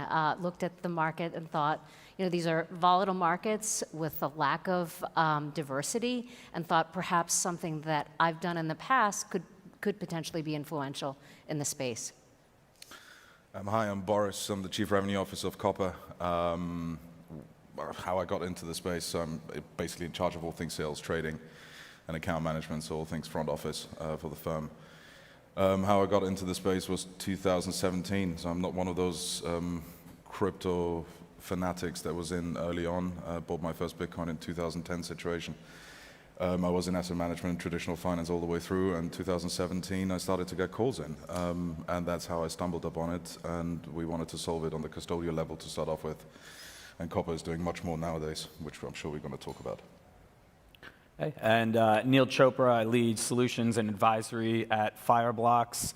I've been with the company about 1.5 years now. Started my career in corporate treasury, where innovation was migrating from downloading a payments file and uploading it to a bank website to enabling FTP connections. So saw a lot of the inefficiencies in the world of traditional finance. Started my crypto journey at Ripple, where I was working with obviously a lot of payments firms and enabling digital payment solutions. Started there in 2017, then moved over to Fireblocks, where saw the opportunity across just a whole breadth of use cases, different types of assets where we can then enable financial institutions to build on top of our wallet infrastructure. So really excited to be on the panel with everyone here and appreciate everyone joining for today. I'm John D'Agostino. I do strategy for Coinbase Institutional. I was the former head of strategy for the New York Mercantile Exchange, and we were there when we transitioned from that crazy wild floor you might have seen in the movie Trading Places to straight through processing. So I've always been kind of interested in exchange innovation. Got into crypto about 6 years ago. I teach a class at MIT, and I wrote a pretty dismissive paper of the DAO hack and the governance models that were being used to govern DAOs. That paper caught the attention of some really wonderful people, including Polychain. They asked me to be on their board of directors, and that sort of propelled me into the industry and joined Coinbase about a year ago. Great. So to get this panel started, I think it's important for us to maybe define what is an institution that's participating in the space. We have this drumbeat of news about just the tidal wave of institutions going to crypto, but at the same time, I think there are also narratives out there saying there's not really that much institutional adoption in crypto. So from your perspective, where are you seeing institutional adoption in crypto, and is there really institutional adoption at all? Maybe we can start with you, John. Sure. So obviously the first question is how do you define institutional, and everybody probably has their own way. I think about it fairly simply as fiduciary versus non-fiduciary. So non-fiduciary individuals managing their own assets, pools of capital where there's not any outside investors, particularly retail investors, are embracing it very aggressively. Their job is to source alpha. So if you're a hedge fund and you're trailing the S&P for the last 7 years, you got to figure out something. And you're looking at idiosyncratic asset classes. If you're a family office, if you're a high net worth investor, if you're in a pooled vehicle where you don't have fiduciary responsibilities, that is your job to look at these asset classes. So that wave that you hear spoken about, I think, refers to that pool. For the fiduciary pool, it's much slower. And I don't necessarily think it's slower because anything endemic to the asset class, that's how they are structured.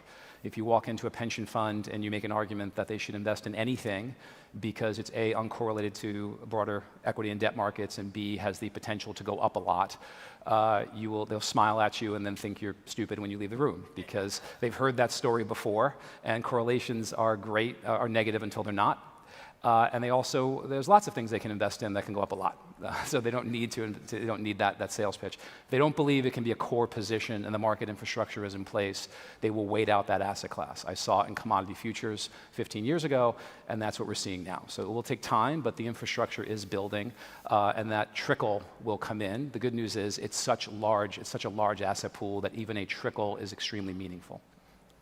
Yeah, and I think to maybe expand on that as well, looking at sort of the industry in general, I like to delineate the technology, which is blockchain, and then the asset class, which is crypto. And I think there's a lot of the traditional space that sees the value in digital asset wallets, blockchain infrastructure, and taking traditional assets and managing them on chain, but may not have the compliance, the regulatory, and risk appetite to be able to dive into Bitcoin, ETH, and others, but being able to take traditional assets, manage them on chain, be able to open up a whole new world of liquidity and access to markets which have traditionally been very difficult for majority of investors, I think is a really exciting opportunity. And that's where, in terms of Fireblocks, we're seeing a lot of appetite and interest is this concept of tokenization. And that's where we have these tens of thousands of tokens now, but what is the utility with them? What are they going to be used for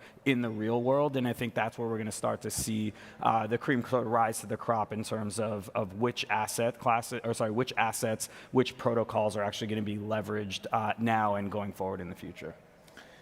Yes, and there is more to it because like the tidal wave of institutions that we're all craving to come in, apart from like what John said and also agreeing with what you're saying, is highly dependent on the pure infrastructure layer that is in place.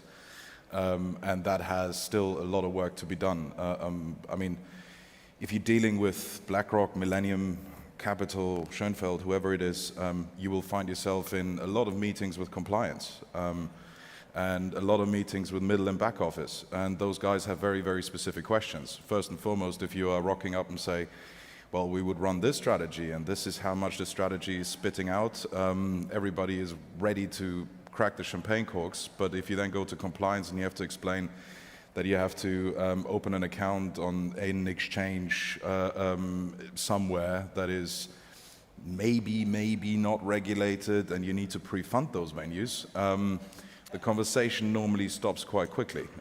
So apart from that, that you need to overcome first is that's your first challenge, and that's only what infrastructure can solve. Never mind DeFi and all that other beautiful stuff that you guys are surely interested in. But that is one of the core things that need to be fixed. And for example, at Copper, what we've done is quite well over the course of the last 5 years is build that bridge between the tech knowledge and the finance knowledge, which is not something that is necessarily given in this industry, because most of the industry is built by tech people, and tech people have a hard time understanding finance and vice versa. So bridging that gap is a major task. And solutions like Clearloop, where you don't have to pre-fund exchanges and you can hold it at third-party custody and just ping tradable balances to the venue without actually having to do anything on chain and just settle post-trade, is basically models that we take from the traditional world in terms of DTCC, Euroclear, and try to translate that into this new world that will ultimately dominate. But like I said, it needs to be an infrastructural play first. I don't disagree with all of my panelists, but I think there's also something that's missing as well as institutions are coming into the space. So there is a steady stream of interest, but there's also a lot of inconsistency in terms of the knowledge of the ecosystem. There are still people that are confusing, as Neil pointed out, crypto and blockchain, as well as the diversity of the assets, and then the weak, really weak regulatory construct. So the expectations are that they would like to trade or interact with digital assets in the same manner that they access other assets.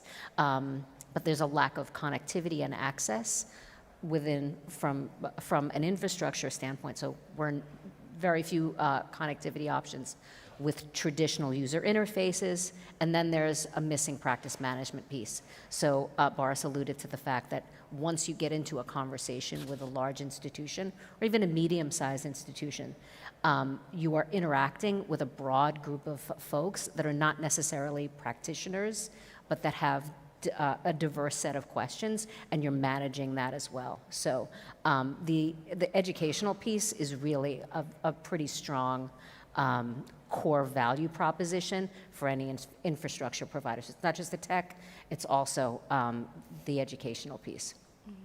So for the institutions who are able to, cross all these hurdles and actually have a crypto strategy or roadmap, where are you seeing the most sort of interest in terms of use cases? We have all these different business models represented on the panel, from Fidelity, Copper, Fireblocks, and Coinbase. Are they buying Bitcoin for the first time? Are they doing staking? Are they going to institutional DeFi? Where are you seeing the most interest today? Well, we need to define of who we're talking about, because it's like our client base. It's about 500 plus institute. We don't touch retail, and about 75% of them are hedge funds, trading firms, prop shops, market makers. But they are more crypto native than anything. So they've been in the game for like 3, 4, 5, 6 years, and they just need infrastructure in order to do their daily operation. Then you have exchanges, then you have platforms, neobanks that need proxy wallet solutions and treasury management. So when we talk about institutions as such, I suspect when you, for example, speak about Millennium or BlackRock, their use of BlackRock less so, but Millennium, Schoenfeld, and all the others, The interesting bit is to get the sign-off internally to actually buy digital assets to start off with, and then they are going to be very, very happy if they just simply stake it and get 6 to 8% per year, which potentially is outperforming their other portfolios quite straightforward if the market is a little bit shaky like it was last year. So stuff like this that's what I see the first use case being. I don't think that we will see the institutions coming into and coming back to those names and start doing scalping strategies and complex arbitrage strategies across various venues. It's going to be dipping toes and then taking it from there. That's the way that I see it.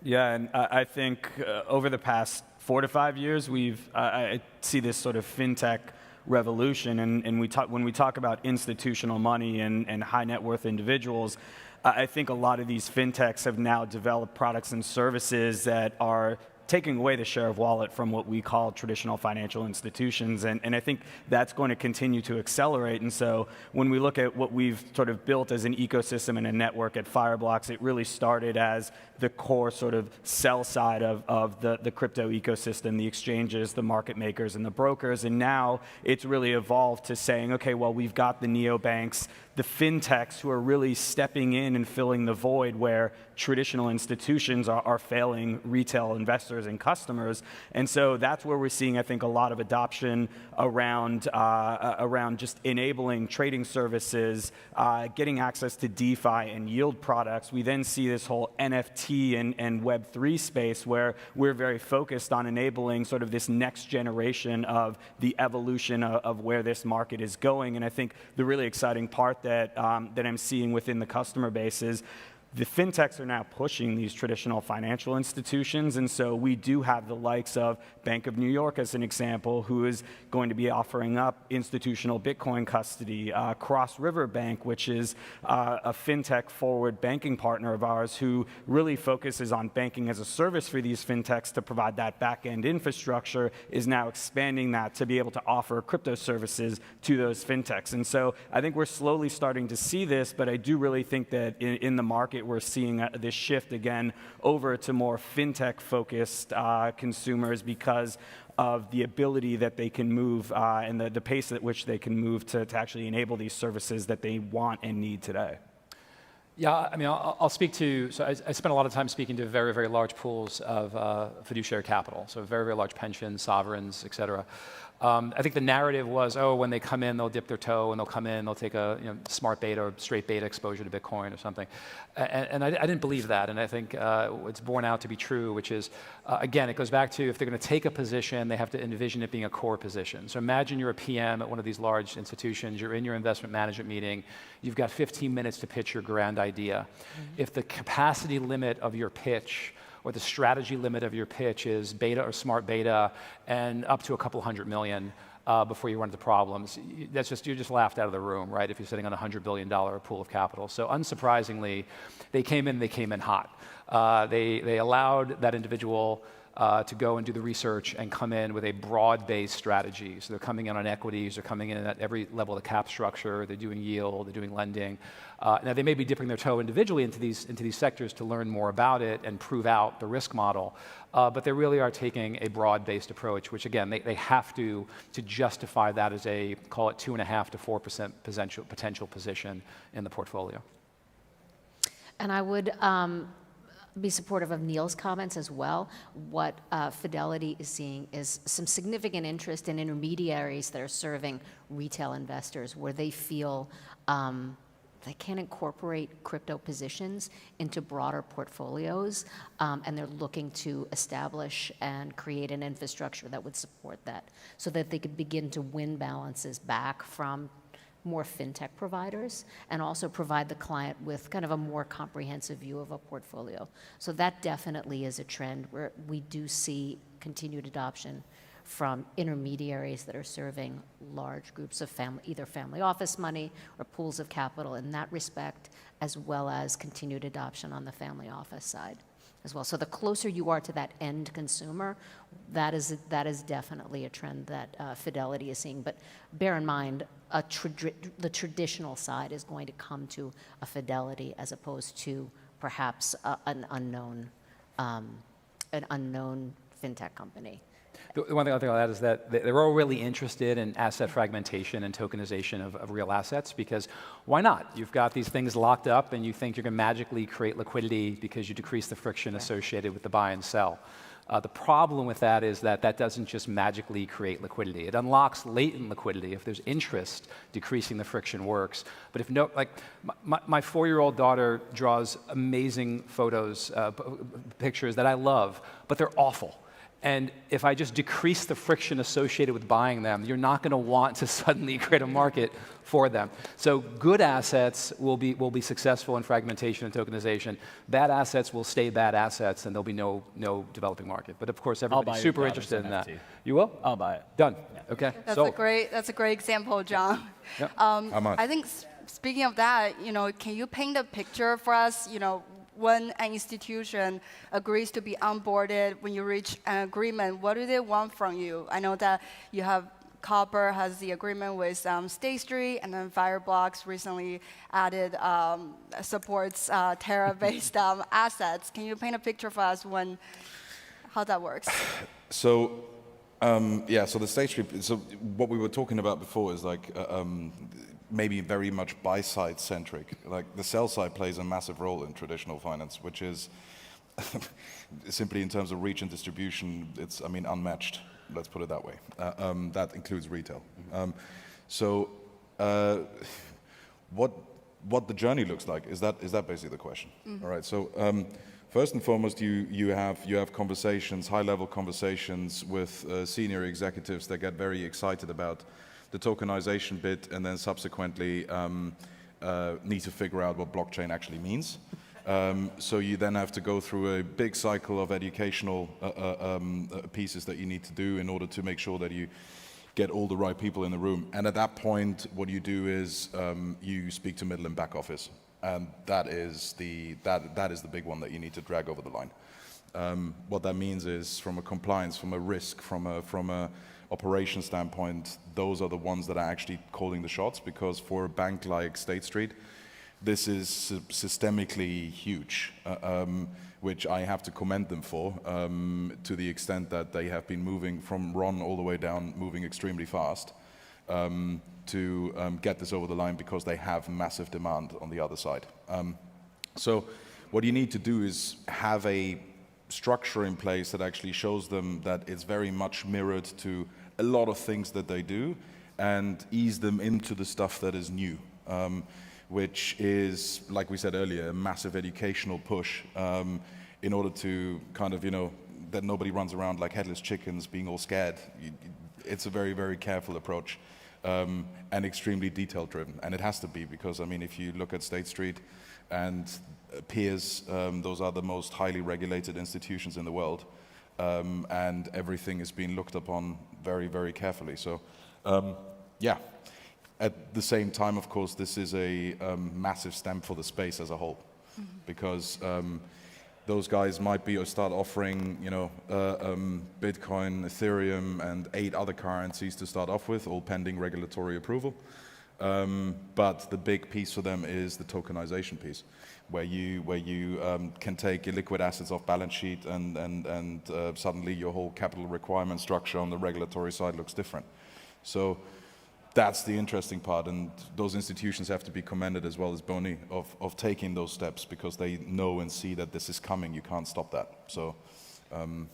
Yeah, and I live and breathe this every day. It's what my team's focused on, is this educational aspect, and it's really kind of taking a step back and saying there's this whole world of crypto and blockchain, but who are you as a financial institution? What are the core markets that you're focused on, and what are you looking to enable? So it's a very use case driven discussion to figure out what makes sense for that institution, and then beyond that, what are they looking to deliver to their customers? What are those products and services that are compelling to the bank to be able to deliver and provide to their end users? And when you start there and you can actually craft that business case, that ROI model that makes sense for the bank, then it's going in and engaging with the risk, the technology, the operations folks, so that they understand how this all comes together. And what we really focus on is looking at that end-to-end flow to say, how do you engage with your customer today? What is that online banking platform or app that you're using?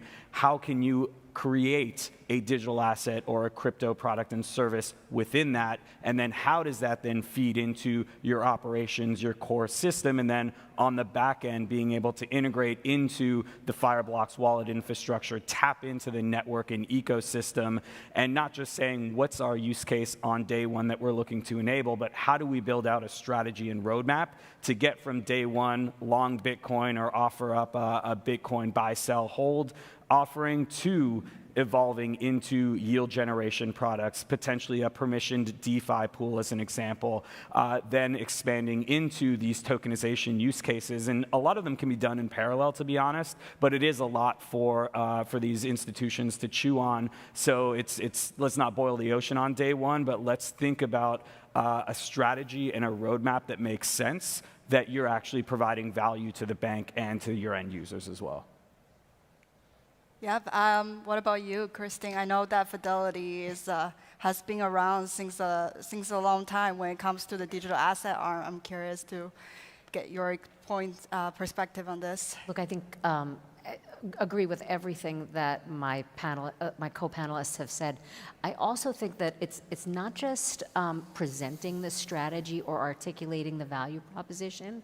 It's also about kind of the documentation of the operational rigor on your side. So the role of audit and documentation is really non-trivial. When you're selling into traditional providers, that's table stakes. And so, quite frankly, that ends up being a potential opportunity for someone that is very focused on process, project management, and that rigor to really differentiate in this space as well.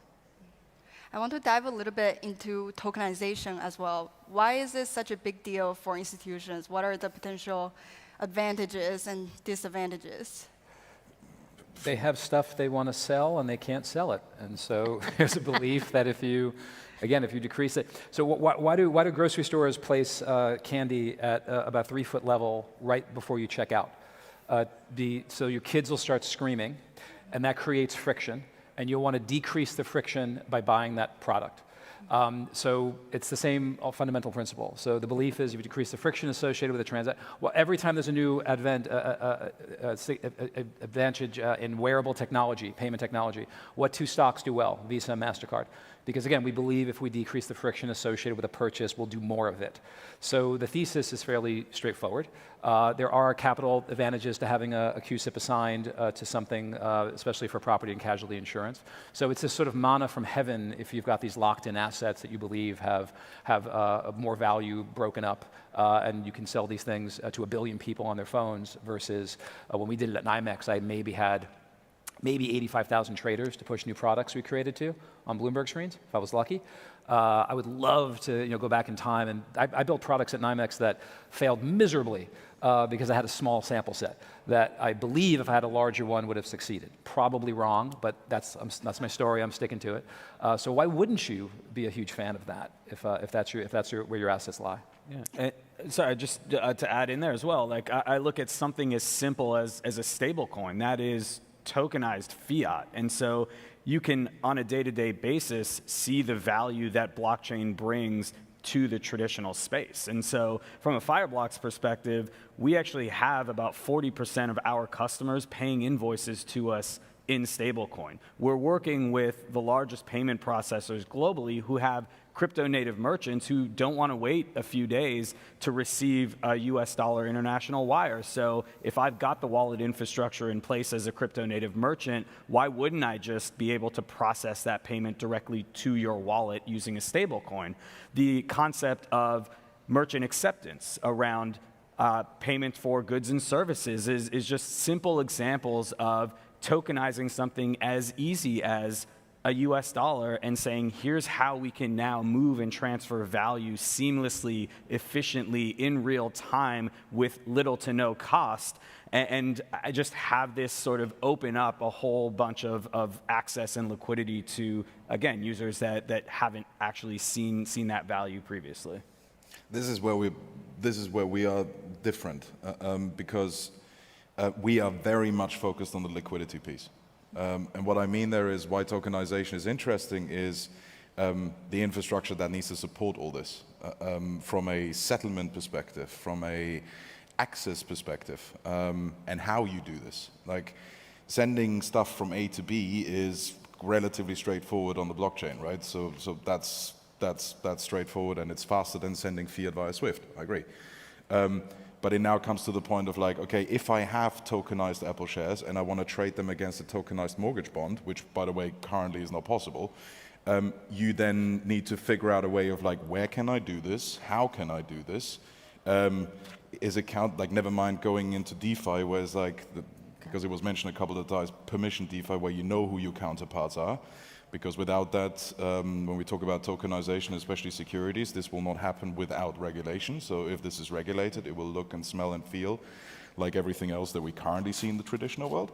And that part needs to be figured out infrastructurally. And this is where we focus on. So it's not so much the payment flow, it's more liquidity access and post-trades solutions. I would say it's hardening proof of concepts. So proof of concepts are being implemented now. It is really about creating a stronger infrastructure to support those proof of concepts on a more institutional basis. But yeah, it's going to take time. So I think maybe a good question to end this discussion with is the topic of decentralization. As we see, the institutionalization of crypto makes it so that a lot of the activities in crypto on the institutional level seem like TradFi. So I wanted to get your thoughts on this, John, maybe to start with you. You know, you are the subject of 2 books about your efforts in building out exchange infrastructure. You know, how do you balance this crypto ethos of decentralization with, you know, the institutional level of crypto increasingly looking like TradFi? I mean, I guess radical concept, you listen to what the customer wants. I understand the vision of this utopian decentralized future. I get it. I see it. We've had some problems with DAOs and the overly simplistic governance structures that have accompanied them, and that's created some issues. But I believe in that vision. I get it. But from an institutional perspective, the clients want structure. And liquidity hates monopolies. It enjoys oligopolies. You don't want, as a trader, you don't want all of your flow in one place. You want it split across multiple venues, but you also don't want it too fragmented. So I struggle to see a world in the short-term future where institutional traders embrace pure decentralization because there's tremendous value of centralization that needs to be replicated effectively, safely, and securely. If and when we solve that problem, then absolutely, we'll move to a decentralized world. But I don't like looking at more than 7 years because then you're a futurist and they annoy me. In the next 7 years, that's what I see. Yeah, and I mean, this concept of decentralization, I think we need to take a step back and say, what is it really? I feel like the people at this conference represent 1% of the entire population. If you go out into the real world. Represents 1% of the conference, actually. Yeah, exactly. But if you go out into the real world and you use the term decentralization, no one has any idea what the hell you're talking about. And so we can say and use this term as much as we want, but at the end of the day, it's going to be funneled through the players that we're working with today. It's going to be funneled through the banks, the fintechs, the asset managers, and funds. And so they just need a way to be able to provide better, faster, cheaper, higher yields and returns to their end users. And I think when we look at sort of the Americas, the Western world, that's really the focus today. I think decentralization plays a really important role in emerging markets where there is a lot of unbanked underbanked or non-banked folks who just don't have access to financial services. And I think that is really where the core of blockchain and decentralization really lies. I agree with everything that was said, and I'm sometimes known as the DeFi party pooper. It is like this is going to happen, but we need to be very, very clear of when and how. Like this is, without a question, the idea of like sitting in your underwear on a Sunday morning and drawing in your mortgage in via some DeFi pool sounds amazing, but that is attached with so many risks, and ultimately that is what the infrastructure layer needs to solve. So like this 3-5 year window of this is happening, because ultimately a change like this is across society, which means you can only move as fast as the slowest member. And that is ultimately where this is going. I completely agree with the fact that it will happen. It's just a matter of when and where. Yeah, I totally agree. And I think one of the things that we haven't mentioned is really a deep understanding of the technical protocols at that DeFi level, where, look, that's not something to kind of short. At the end of the day, that knowledge is really critical in terms of adopting any kind of strategy. So you're faced with a number of challenges, whether it's regulatory, whether it's a lack of infrastructure, but also a lack of technical knowledge. That if we look at the folks in this room, we take for granted that we're immersed in this ecosystem 24/7. Many others aren't, and it's really about bridging that gap as well. Great. And I think that's all the time we have for today. Thank you, everyone, for coming.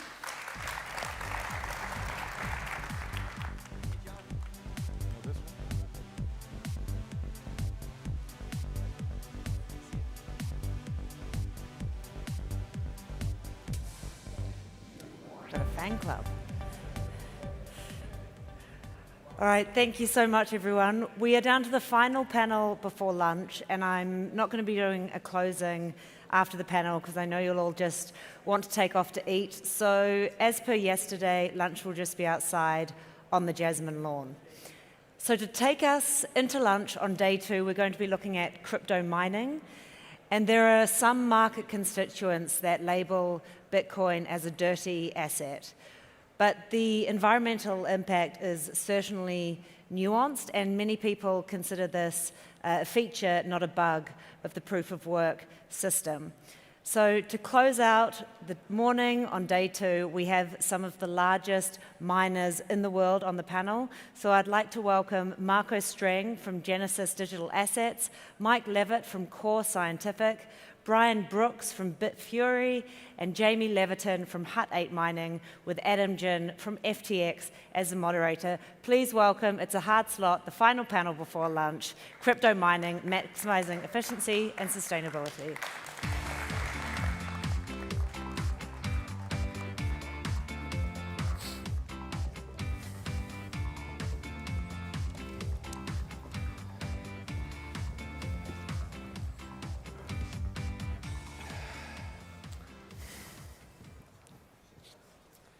Okay. All right, great. Thanks for coming to the crypto mining panel. So today we're so honored to have our 4 panelists. And yeah, so I'll just hit off the whole thing. And so time goes back to 2010 when everything started. One of my friends actually invited me to his apartment to see his BTC mining rig. It was a very old days. Everything was so simple. He's mining on the CPU.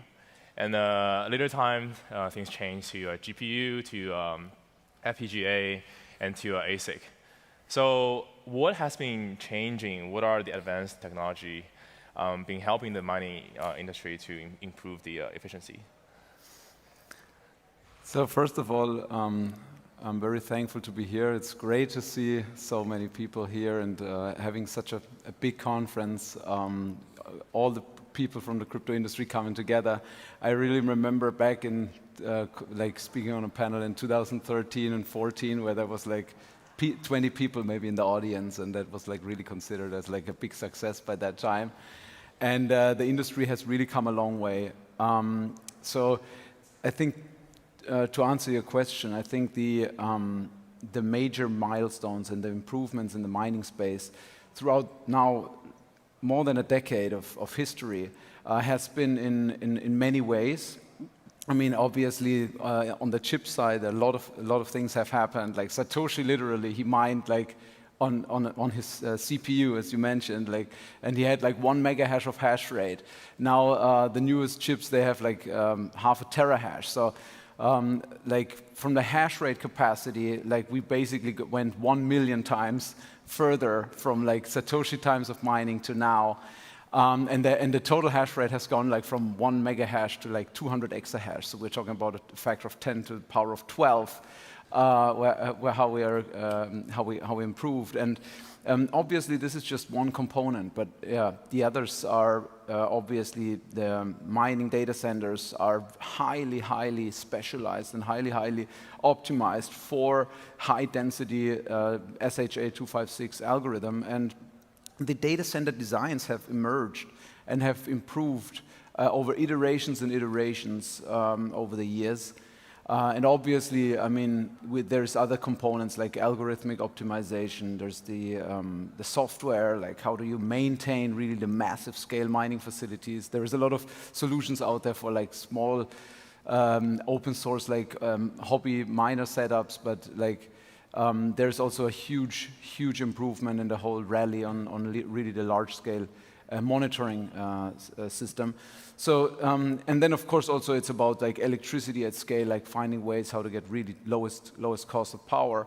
And all of the three, they determine a kind of the overall efficiency, and that's basically what really all of the components are getting optimized. And then of course, like also miners are also optimizing further then. Like for example, there's now efforts like what we are, for example, also doing in the north of Sweden is basically to use excess heat. So basically, miners convert energy to 100%, close to 100% heat energy, and that is considered as a waste.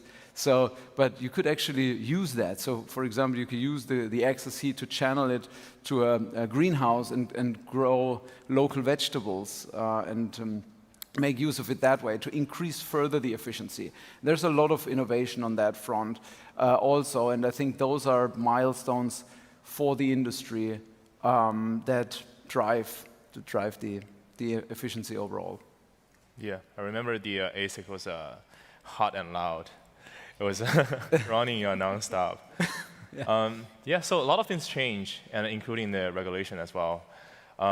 Some say regulation actually helping the massive adoptions for retails, protect them, but some say deregulation might help innovation to do a lot of things on the renewable energies, energy storage.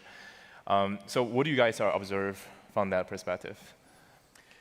Well, maybe I'm the one former regulator on the panel, so I guess I would just begin as the former regulator by saying, you should always remember Ronald Reagan's famous line about how the 9 scariest words in the English language are, I'm from the government and I'm here to help.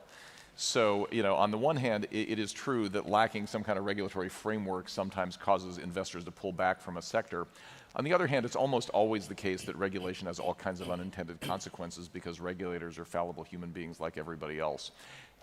To me, the way I think about it is allowing miners to follow their economic incentives has generally produced a couple of really, really good things for the space, and the worry is that intense regulation will skew those incentives. We've seen this in the last 2 days, by the way. Yep. So the way that incentives have really worked super well is twofold. One is that at scale, Bitcoin mining has finally achieved a place where we create more value per unit of energy than many, many other large industrial scale production activities that people do in the world.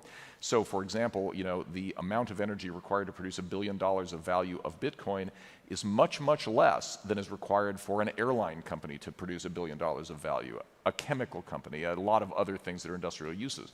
And so being able to achieve that value optimization is sort of an amazing thing, particularly in a world where proof of work provides this kind of security. The other thing that I think you'd talk about a little bit is the development of adjacent technologies that crypto mining and Bitcoin in particular has spun off, things like, in the Bitfury world, immersion cooling, which now has jumped the shark from Bitcoin mining to high performance and scaling computing centers in places like AWS and Microsoft Azure facilities. So these are innovations we would never have had but for Bitcoin mining, where energy intensity is so high. And I would argue those things are super positive developments. If you have regulatory intervention like we saw in New York this week, right? Yep. So God forbid that passes the state Senate in New York, suddenly what you'll see are a whole bunch of miners that are looking for hydropower, and they will now flee to find natural gas power somewhere else. Why is that a good thing? But that is what happens when you have regulatory intervention. It's the law of unintended consequences. It's just to pick up on maybe some things that my colleague said. Regulatory intervention is one thing, regulatory clarity is another. And I do think that one of the things that we all seek is regulatory clarity. Because when you have a clear path, right, it allows companies to operate in an efficient manner. It helps tremendously with capital formation. And one of the issues that I would say our industry is suffering from right now is that lack of regulatory clarity. And once we get that, we think that the pace of innovation should actually pick up because we know the rules of the game. And it is true, as Marco said, the efficiency of the hardware has improved tremendously, right? So there's probably less of that to gain. The efficiency of power provision, the free markets have all kind of directed us to be very cognizant of how we bring power to bear, the scale that we've created that was referenced in those free markets has, in fact, incented us to bring power the right way. And so generally speaking, you find that it's the larger scale operators are taking advantage of the efficiencies that have occurred and that the capital markets want. And if we can just get that clarity, sort of the last piece, so to speak, not intervention, because I agree with everything Brian says, but if we can get clarity, that's going to help a lot for us to drive further efficiencies, because we'll know the path we should be taking. And I think the other thing that clarity will bring is other participants to the table with a level of comfort to help us innovate. So if we think about bringing power companies into the conversation and Intel being comfortable now coming into the supply chain, I think that clarity brings more professionalization and participation, which can also drive further innovation into the adjacent spaces that are so critical to our ultimate success, but have been reticent to participate in innovative activities because it's lacked clarity. Yep, makes sense. And also, I want to follow up with the New York things. They just started thinking about more renewable energies. So, from a CEO perspective, how are we going to maximizing the sustainabilities versus shareholders' returns? Is it pretty hard to do the comparisons? I'll open that. I would say they're not mutually exclusive. Agreed. Right, at all. And again, all of us are very focused on the issue of power provision, right? And yes, it is a big cost of goods sold, so we want to bring our costs down. But the fact of the matter is that we are helping utilities and others bring more renewable power, but because the fact of that is that renewable power is actually less expensive power. Right. And that's something that crossed over. That was not true 10 or 15 years ago, but that is true now. And so we are incented, in fact, for both what I would call sort of the thoughtful capital markets reasons, which is to say that many of our shareholders are more attracted to our companies if, in fact, we're running a more environmentally friendly business, and we're incented from a pure capitalist or economic point of view to bring down our cost of goods sold, to bring that efficient energy to bear in our business, because frankly, what that does is bring down our cost of capital, right? So we are completely aligned as an industry, especially those of us that are operating at scale, to have those goals, right? They coincide. They're completely consistent. And it's interesting because a lot of people do think that they're, in fact, mutually exclusive. And it's the opposite that is true. Yeah, so I would just pick up on that, Mike, and say that the political weirdness of the moment, though, is that for whatever reason, Bitcoin mining, even renewable-based Bitcoin mining, is so politically controversial that many of the renewable energy producers aren't willing to associate their names with that. So just to give you an example, our US mining subsidiary, Cipher Mining, has two incredibly attractive zero carbon emission deals. One is a wind deal, the other is a solar deal. 250 total megawatts, so these are massive production facilities. And in both cases, our renewable partner insisted on contract terms for an NDA that we cannot identify the location of these facilities, the name of the partner, the specific source of which one is wind and which is solar. And why would that be, right? I think the reason it is, and this is a disturbing fact of the modern kind of political environment around Bitcoin in particular, is we live in a world where it's actually not about sustainability. It's actually about human beings just need to use less power. And I would argue that's a really pernicious political ideology that those of us in this community need to stand up and fight back against, which is human flourishing and growth is going to require more energy, not less, even though we want that energy to be less carbon intensive. If we can't say that sentence out loud, Bitcoin has a problem. And Bitcoin mining can be part of the solution. That's the thing that I really struggle with. If we actually work together in conjunction with the power companies, the local community, we act as a grid stabilizer because we don't need to use the power during peak load, but we monetize it when it would otherwise be sitting idle. So there's just, I would also, on the point of ESG, it's not just about the E, it's the S and the G. Right now, the conversation's all focused around one letter, but I think it's important that we recognize the ethos from which Bitcoin was born is really about the good of the many. And I think we need to refocus some of the narrative on why Bitcoin has value in the first place, why Bitcoin is worthy of any power at all. And I think in this room, we all believe that and we all understand it, but I think that's where we're losing the conversation. I think we have to bring it back to what is our core value? What are we solving for that is for the good of humanity? I agree. I mean, people are too focused on the environmental part. I mean, there's S and G.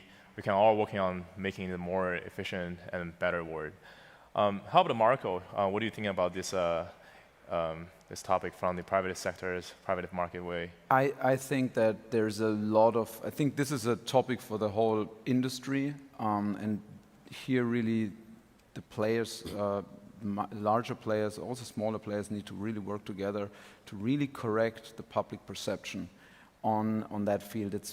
It's rarely happening that the real fact and like the narrative, the public narrative and public perception is so much divergent as it is with Bitcoin and ESG. I think the facts are very clear. A lot of the public perception is driven by like drama headlines, but really not fundamental. If you go really deeper and look in these arguments, there's not so much that you can really, that is really robust. I think it's clear by now that miners are converging towards renewable sources. Renewable sources are the cheapest around the world. Miners can contribute most using renewable sources because they are usually very seasonal, so you have these load management benefits and everything that miners can use to stabilize the grids in those. We see that in Texas a lot. Like this is a very big example of a market that has very high swings. And in the end, we have to see like U.S. alone has a 1,200 gigawatts of electrical capacity, and only 470 gigawatts are running. On average. So that means more than half of it is just there, but not being consumed. So, but they need to be there to catch the spikes. And like, there needs to be a lot more optimization, and miners can be the solution to that. So but we have to be part of the conversation, and right now we're not part of the conversation. Yeah, yes. Yeah, so. I agree. All the energy you don't use has to go to the ground. I just got to waste it. Yeah. So, yeah, I agree. So, more coming from their perspective when we're thinking about like the market cycles. So right now, I think like the cost of capital is pretty low, even like historically lower than the cost of debt. And what does that do with the crypto mining? Does that help with any like efficiency to increase your skills, or how does everything going as you observed? I think the mining cycles and the mining market, like looking back over the last 10 years, has been very brutal. And that is also what a lot of the miners that are now coming new to the market still have to realize, because the last year was, of course, and it is a very good time at the moment, and but we also have to see that there was like times where, for example, the crypto window was when Bitcoin price went down from 20,000 to 3,500, and lots of other corrections, also even 2013 when Bitcoin price first went from 100 to 1,000 towards end of 2013, but then came back from 1,000 to 200. Those were really stressful for the miners, but it was also a very good effect for clearing the market out. That means also that miners need to constantly innovate to be ahead of the curve. Efficiency is an extremely important factor. You need to be, if you want to be ahead of the curve in mine, you need to be the lowest cost producer. You have to have the highest efficiency. And if you're not at that level, then the next market cycle can really wipe you out, and we have seen that many times.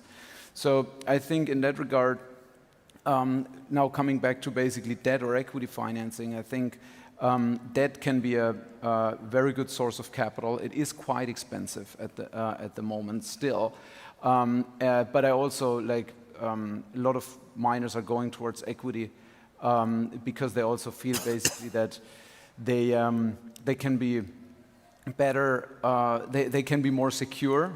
But if you can be certain that you are among the lowest cost producer and the most efficient miner, then you can easily take good amount of debt for good conditions, because you know that you are basically, even if the market corrects, you will still be able to mine, while the others, while less efficient miners potentially have to drop out. I'll jump in here on capital markets and cost of capital, having spent a little bit of time in my career in that business. And I would take a little bit of a nuanced approach to that. There's cost of debt capital. So for example, right now, if you have a miner that's installed and up and hashing, you can finance that at what I would call rates much less than the cost of equity right now, plus or minus 10%. So kind of classic asset-backed lending rates, which is one of the things, I guess, we all sitting up here, we control our infrastructure, we have the ability to deploy our machines as we want to, and so our access to that debt capital, I would actually argue, is pretty efficient. The cost of corporate debt capital is much less efficient, and the reason for that, of course, is because the markets right now view sort of unsecured corporate debt as equity risk, right? It's all about what's the risk you're taking? That's how things are priced.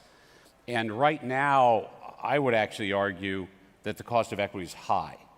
If you look at, a few of us up here are publicly traded, and there are a good dozen or so publicly traded companies broadly defined as miners. Some are just folks that own a couple of rigs. Others actually own infrastructure and control their fate. But if you look at that, I would argue that we as an industry are the cost of our equity capital, which is to say the return that the market wants, which knocks your price down, that desired return is massive, is massive. I don't know what the industry average would be, but we as a company, and we're a profitable company, right? We had net income last year. We had significant EBITDA last year. And we trade at low single digits multiples of EBITDA. My guess is that's comparable for the rest of the industry. I just don't look at their stats as much. And so I actually think right now the return on equity invested is immense. And I don't mean to talking our book, but I just on a historical level. So I think equity capital is actually very expensive. The only other thing I would say is that capital formation in this industry has gotten a lot tighter in the last few months. And as a result, we're probably going to see a good shakeout in this industry because there are a lot of the sort of smaller folks that are really long capital raise risk, right? Maybe they've put down 50% on their minor orders, or they have, ordered some transformers and electrical gear. Are they trying to catch up the market raise, or like? Well, there are a lot of folks that are trying to raise capital, and they're going to be hard pressed.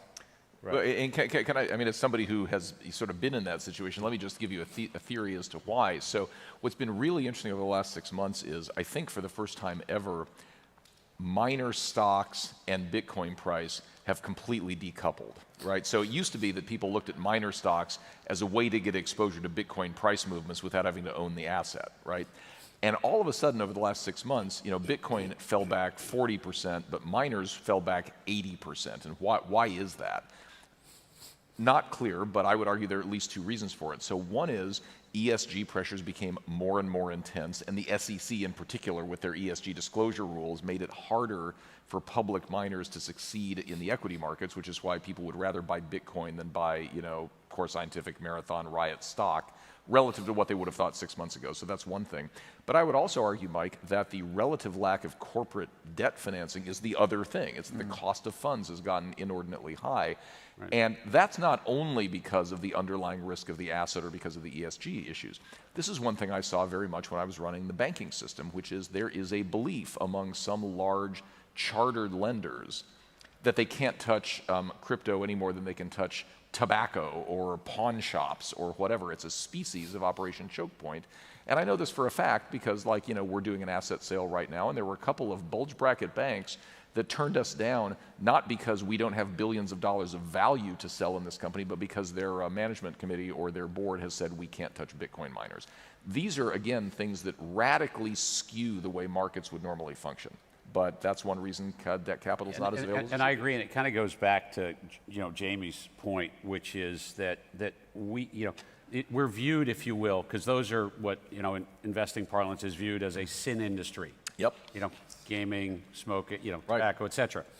And that gets back to Jamie's point, which is that look, we think that we are doing something that's delivering great value. And somebody yesterday referred to, this is an industry that's actually providing value to the billions rather than the billionaires, which I thought was an interesting sort of turn of phrase that I heard yesterday. So I can't take credit for it. But it gets back to that message because you're right. And by the way, if you try to go to the classic rating agencies, right, that in any other company I've ever been involved with in my career, if I walked in and I said, listen, we want a rating for a 2 times, debt to cash flow rated company, they'd be like, fine, no problem, here you go. And it'd be a good rating, and we'd go to market and we'd raise the capital. And you go to the rating agencies today and they say, well, we're not really sure what to call Bitcoin, how to classify it. Right. Is that in fact revenue? Yep. Which is crazy to me. Yep. I'm biased, but it's crazy. Right. But it gets back to the message that Jamie was putting out, which is we have to help the world, if you will, understand that what we're doing is real, that the value is real, that the benefits are real, that they should be appreciated. Not to hijack this, but I could just give you one other great example of this, actually, of the problems we have to solve as a community. So one of the really interesting things which prevents people from banking our industry is the fact that even though there's no definitive guidance on this, banks generally regard the accounting treatment of Bitcoin as the accounting treatment for an intangible asset versus a tangible asset. So let's just pause on that for 10 seconds. A tangible asset under the accounting standards, which gets very favorable capital treatment for lenders, is, among other things, currency. Doesn't matter what kind of currency. So dollars or Malaysian ringgits or Thai bahts or Russian rubles, they're all tangible assets and they get very favorable capital treatment. Bitcoin is treated worse than Malaysian ringgits or Russian rubles, right? And thus there's enormous capital required to be held against Bitcoin. These are crazy ideas, right? They're crazy ideas, but they are why you can't go to Bank of America and finance any of our companies. And I'll just pile in a little bit. as one of the oldest publicly traded miners. So we were born in a bull market and then hobbled our way through the bear market and learned all of the lessons along the way, which is why we take a balance sheet first approach to our business, not wanting to relive some of the challenges there. But one of the reasons that we were one of the first public companies to start keeping Bitcoin on balance sheet was so that we could have something to leverage to access the capital markets when they were otherwise closed. And ultimately, that is part of how we survived the bear market, was going to a lender in this space that was willing to give us capital against our Bitcoin, so without selling our Bitcoin stack down. And that's kind of how we were able to buy equipment and come out of the bear market and capitalize on the bull market. And one of the nice things I think we've seen over the last 18 months is now we have more and more sophisticated, lower cost ways to raise capital using our Bitcoin. And I think that's only going to continue to get more sophisticated and accessible to miners, which is a really good thing and does help in the compression that we're seeing right now from a capital markets perspective. Yep, agree. I mean, when we actually thinking about like credit rating systems for the debt, like they don't have the category for Bitcoin, for cryptocurrencies. This is something like we need to push the traditional financial systems to have something like that, so we can be more capital efficient and improve the whole industry progress. Yeah, well, Brian's right. I mean, if it was just treated as a tangible asset, it wouldn't be an issue. Yep. Right? Yep. Wouldn't be an issue. I mean, it's simple but difficult. Yep. Yep. 100%. And we don't have much time left, and I just have one last question. A lot of people are caring about like the ETH 2.0 merge. That's a proof of stake. And do you see anything like, maybe this is for Marco, is like, do you see anything like affecting the proof of work, the money industries, or this is actually not changing anything, but making them? I mean, this is obviously now a very important time for the crypto community to see on ETH now how, the proof of stake switch from Ethereum. The effort is going long back that they wanted to do the switch to proof of stake.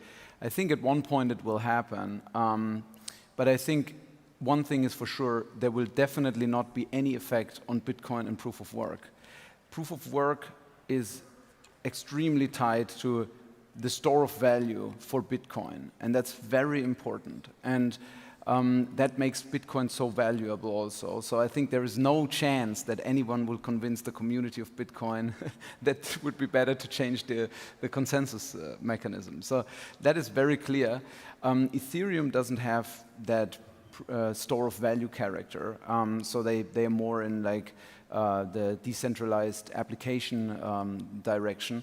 I wish that this will be, of course, a good switch and a soft and secure switch to proof of stake. I think it would be good. But proof of work is what matters for Bitcoin. Proof of work is what will matter in the future for Bitcoin, and it's absolutely essential. And yeah.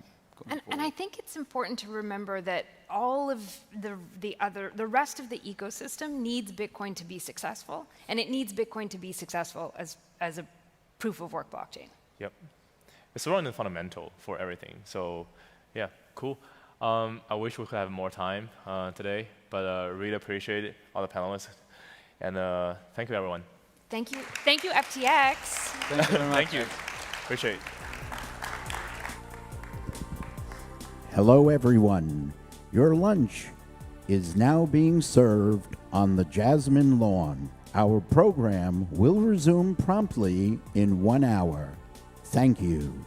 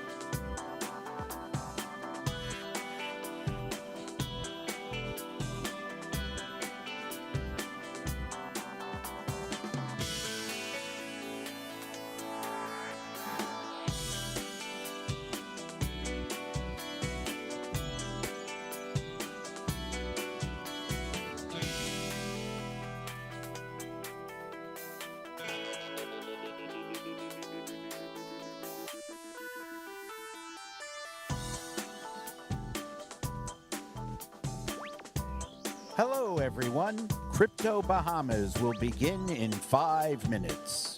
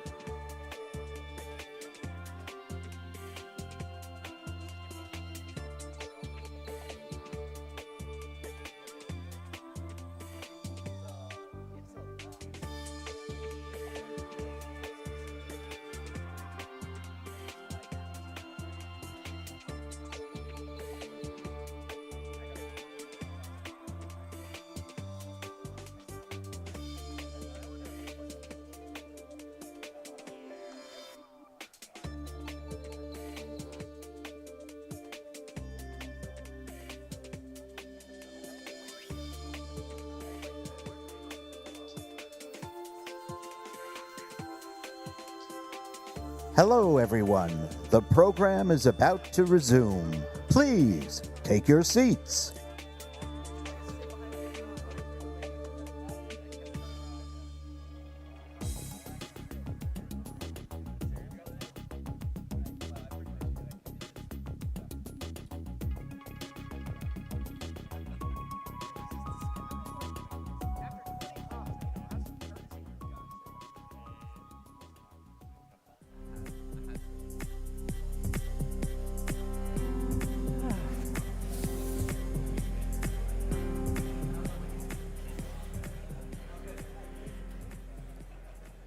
Welcome back, everyone, to the opening panel on the afternoon of day 2. We are running a few minutes behind schedule, so I'll just jump straight into it.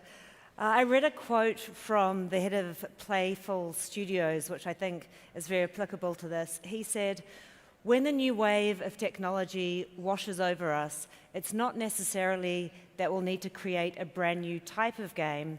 We'll just be able to reach a new audience and in a whole new way."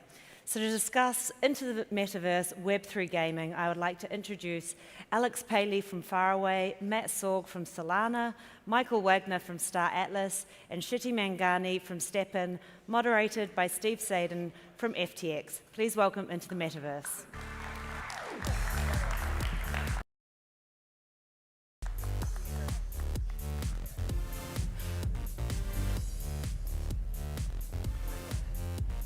Hey.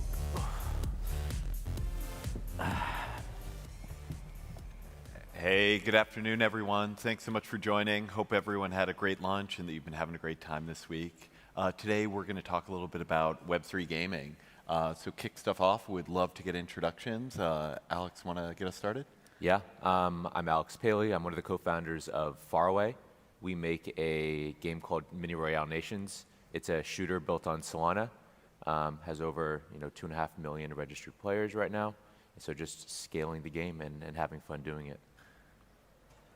Awesome. Thanks, Alex. I'm Michael Wagner, the co-founder and CEO of Automata, which is the studio behind the vision of Star Atlas. Have a background in capital markets, in gaming, and technology. I've spent the better part of a decade working in crypto, going back to 2013. A multi-time founder in the space, and in mid-2020, with 3 co-founders, conceptualized and launched Star Atlas. And Star Atlas is a grand strategy, space exploration, massively multiplayer online game. We're building in Unreal Engine 5, AAA quality standards, and have to say we were extremely early adopters of Solana. We were pioneers in gaming and NFTs on Solana, and I think we've inspired a lot of teams and studios to join us in that ecosystem. Yeah, I'm Matt Sorg. I lead product and tech for games at Solana. I have a background, worked at Riot, worked at Unity, and kind of notable to the NFT space. I started a game asset marketplace that released in 2018, so pretty early, hard to make a business, but was really discovered from the ground floor what NFTs were, how to integrate them with gaming, how do you tie in a live service with a blockchain, this immutable data store. Hi, everyone. My name is Shiti. I serve as Chief Revenue Officer at StepIn. What does that mean? So I look at marketing and growth, partnerships with brands and ecosystem, and content PR. StepIn is a Web3 lifestyle app, which makes you earn as you move. We've just crossed 2 billion in market cap and over 1.5 million in users. Prior to this, I was building my own startup using AI for posture correction, and I've spent over 14 years in tech, fitness, and communities, right from launching Wall Street Journal in India to PepsiCo in the US and Europe. And I'm super duper excited to tell you a lot more about StepIn. Great. Thanks so much, everyone. All right. So, Alex, I got a question for you. How do Web3 games make money? It's a good question. So, I mean, my background's been in free-to-play gaming. I've been in free-to-play for over 12 years now. I was at Glue, then I was at Scopely. And our big thesis is that crypto both deepens the economy of games and it makes the games more social by introducing a new type of player. So on the deepening of the economy side of things, right? I think in some ways, like free-to-play games and Web3 games are monetized similarly, but in a lot of ways they're monetized very differently. In I think Web3, there's like 3 main like monetization types. One is NFT sales, right? You do a primary sale of your NFTs, and then there are secondary peer-to-peer trades, and you take a rake on those peer-to-peer trades. The second way is if you have both NFTs and fungible tokens, right? You are denominating different actions in the game in terms of those fungible tokens. So if I want to level up a weapon, right, that's priced in your own fungible token. If I want to buy an item, that's priced in your own fungible token. In Web3, you have this concept of like a game DAO treasury. So whenever a person spends that fungible token in your game, assuming you don't burn it, it goes into this game DAO treasury, and then you can, of course, sell out that treasury to the open market as you wish. The third way, I think, that Web3 games are monetized, and this is very, very different from like Web2 free-to-play, is that there's this like financialization side of Web3, right, where your game could have its own decentralized exchange, and you could be taking trading fees on that, right? You have this concept of like protocol-owned liquidity, right, which I think Olympus DAO made pretty famous, right, where you are buying LP tokens from your players, and then you are issuing them tokens at a discount, but because you have those LP tokens, right, you are getting trading fees there. So there's this big financialization component, which exists in Web3, doesn't exist in free-to-play, and I think it makes things like very, very exciting, and there's a lot of ways you can monetize games differently in Web3 than you could do previously. Interesting. Yeah, you're bringing up a lot of these concepts around the depth and the breadth of economy that exists in these games, as well as these financialization element. Michael, really curious to hear some of your thoughts on what you think are the keys to driving sustainable Web3 game economies. Sure. Before getting into that, though, just to kind of complement what Alex was describing, which was well said, particularly with the open metaverse concept, right? So these immersive virtual worlds that people can persist within, clearly businesses and brands are going to want to have a presence there, right? So I believe personally that virtually every company and every brand is going to be disrupted in some way by this idea of the metaverse, and they will need to develop out and refine a strategy for themselves to have an existence there, very much like companies needed to develop a web presence in the 90s and 2000s, right? And so outside of those other revenue streams that Alex was describing, advertising revenue, branding revenue, to the extent that it is not doesn't feel like the pop-up windows of the 90s for anyone who was around at that time. You don't want the advertising to be invasive, but kind of participatory with the rest of the community that exists there. So, and the DAO concept to me is one of the most promising aspects of this. So you have your recurring revenue streams off of NFT asset sales or maybe off of digital currency sales, and this kind of segues actually into your next question. But the DAO can create a passive income stream of cash flows for the developer, for the studio. So we kind of believe in this idea of a persistent universe built on Web3 that anybody can contribute to and further refine and develop going into the future. So we as a developer, we as a studio, of course we're in it for the long haul, but we actually see exponential growth the potential for exponential growth in enabling third-party creators to actually contribute to this economy and to this ecosystem. So at some point, we can step back, right? But we retain ownership in something like the governance token, where we have some political influence over how things get built, but the owners of that token also have the ability to go in and employ a different studio. Maybe there's a specific experience or a specific environment or some social community formation that somebody wants to see take place. Well, the opportunity is there for anybody to build that. And it's shared monetization. And a lot of credit to Bored Apes, by the way, in their open IP policy, because what they're doing is empowering a community of innovators and entrepreneurs to build around their ecosystem. And it doesn't actually detract value from the core of Bored Apes. It actually contributes greater value and exponential value to that. So your question, though, was, how do you build a sustainable economy in these games? And I'll start by stating what is probably the obvious. There's no universal solution to economic design across these games. There's myriad gameplay styles, first-person shooters, MMOs, 20 other different styles of games, and economics is kind of this combination of art and science. And so you need very individualistic solutions to the environment that you're building within. And in our case, again, it's something that's intended to persist for a long time, and we have to think thoroughly through that. And it's one of the areas where we spend enormous resources in making sure we get it right. What I would like to do, though, is also distinguish between kind of the different development methodologies that exist in creating, say, a blockchain game or a blockchain environment. And so kind of starting with increasing complexity, starting simple and moving up in complexity. So the first thing you can do is build a game in a traditional engine.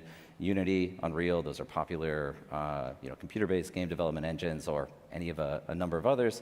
And you introduce NFTs as an asset class into that. While this is relatively easy conceptually, what it does deliver is enormous value to the users, right? We all, I'm sure, on this panel agree that individual ownership of an asset is significantly better than rental-based or rent extraction-based systems, right? So you can, the players get to own it, you create an open marketplace, and then they can recapture that value at some point in the future. Next evolution of this is to introduce crypto native assets, so cryptocurrencies into the ecosystem. This unlocks play to earn, right? So what's important, though, about play to earn, and what I would comment is universally true, is you cannot create a system wherein you have this perpetual inflation of a token with no additional utility on the backside of it, right? We actually saw this play out a lot of times in DeFi, which in many ways was the first gamification of crypto, actually. Things like farming of liquidity pools, picking up yield spreads, moving from one pool to another, right? Well, they introduced governance tokens so that people would move liquidity into one of the pools. There was these outsized yields of thousands of %, but as soon as the yield diminished, everybody hopped pools, right? And the governance token itself perpetually lost value. So we've seen that actually kind of materialize in some games as well, and that's one thing that you have to avoid. Right, that's the key concept of getting to sustainability. Correct. Right, if there isn't this ongoing value that's being created for players, for the community, they're going to leave, right? They have to feel like, oh, this is meaningful, this is great, I'm getting, it doesn't have to be financial gains, but I'm getting more out than I'm putting in, and this feels good. Yeah. Well, I'd even, one step on top of what he was saying earlier that I thought was great was talking about the players are now bought in more, so they're actually creating more value for your ecosystem with you. So it's not just what you can create as the developer, giving up that little bit of freedom and giving it to the players. They can then, whatever tooling you give them, whether it's community tools, whether it's directly user-generated content, whatever that is, that's just adding value to the ecosystem, and you can even extract a smaller percentage, but it's a much bigger pie. And just to kind of finalize that thought, the third evolution of this, and kind of to Matt's point, is abstracting game logic or economy logic from the game engine and putting that on chain as well. So, specifically for us, in a game feature that we have coming up in a couple of months, we're building out 15 different smart contracts that interact with one another, that actually drive gameplay mechanics and drive the economy. But what's very powerful about that is, and what's powerful about Web3 is this open architecture, permissionless systems, individual ownership. It means that anybody else has the free, permissionless value, potential to interact with that and build their own features, right? And so it's at that point that you actually emerge beyond a game and you become what's more comparable to like an independent nation state like economy, like a country would operate. Right. So a lot of these concepts, it's awesome, right? And it provides tremendous depth and engagement, and all of us, we're all in, right? We love this stuff. We're learning more. We're finding ways to engage.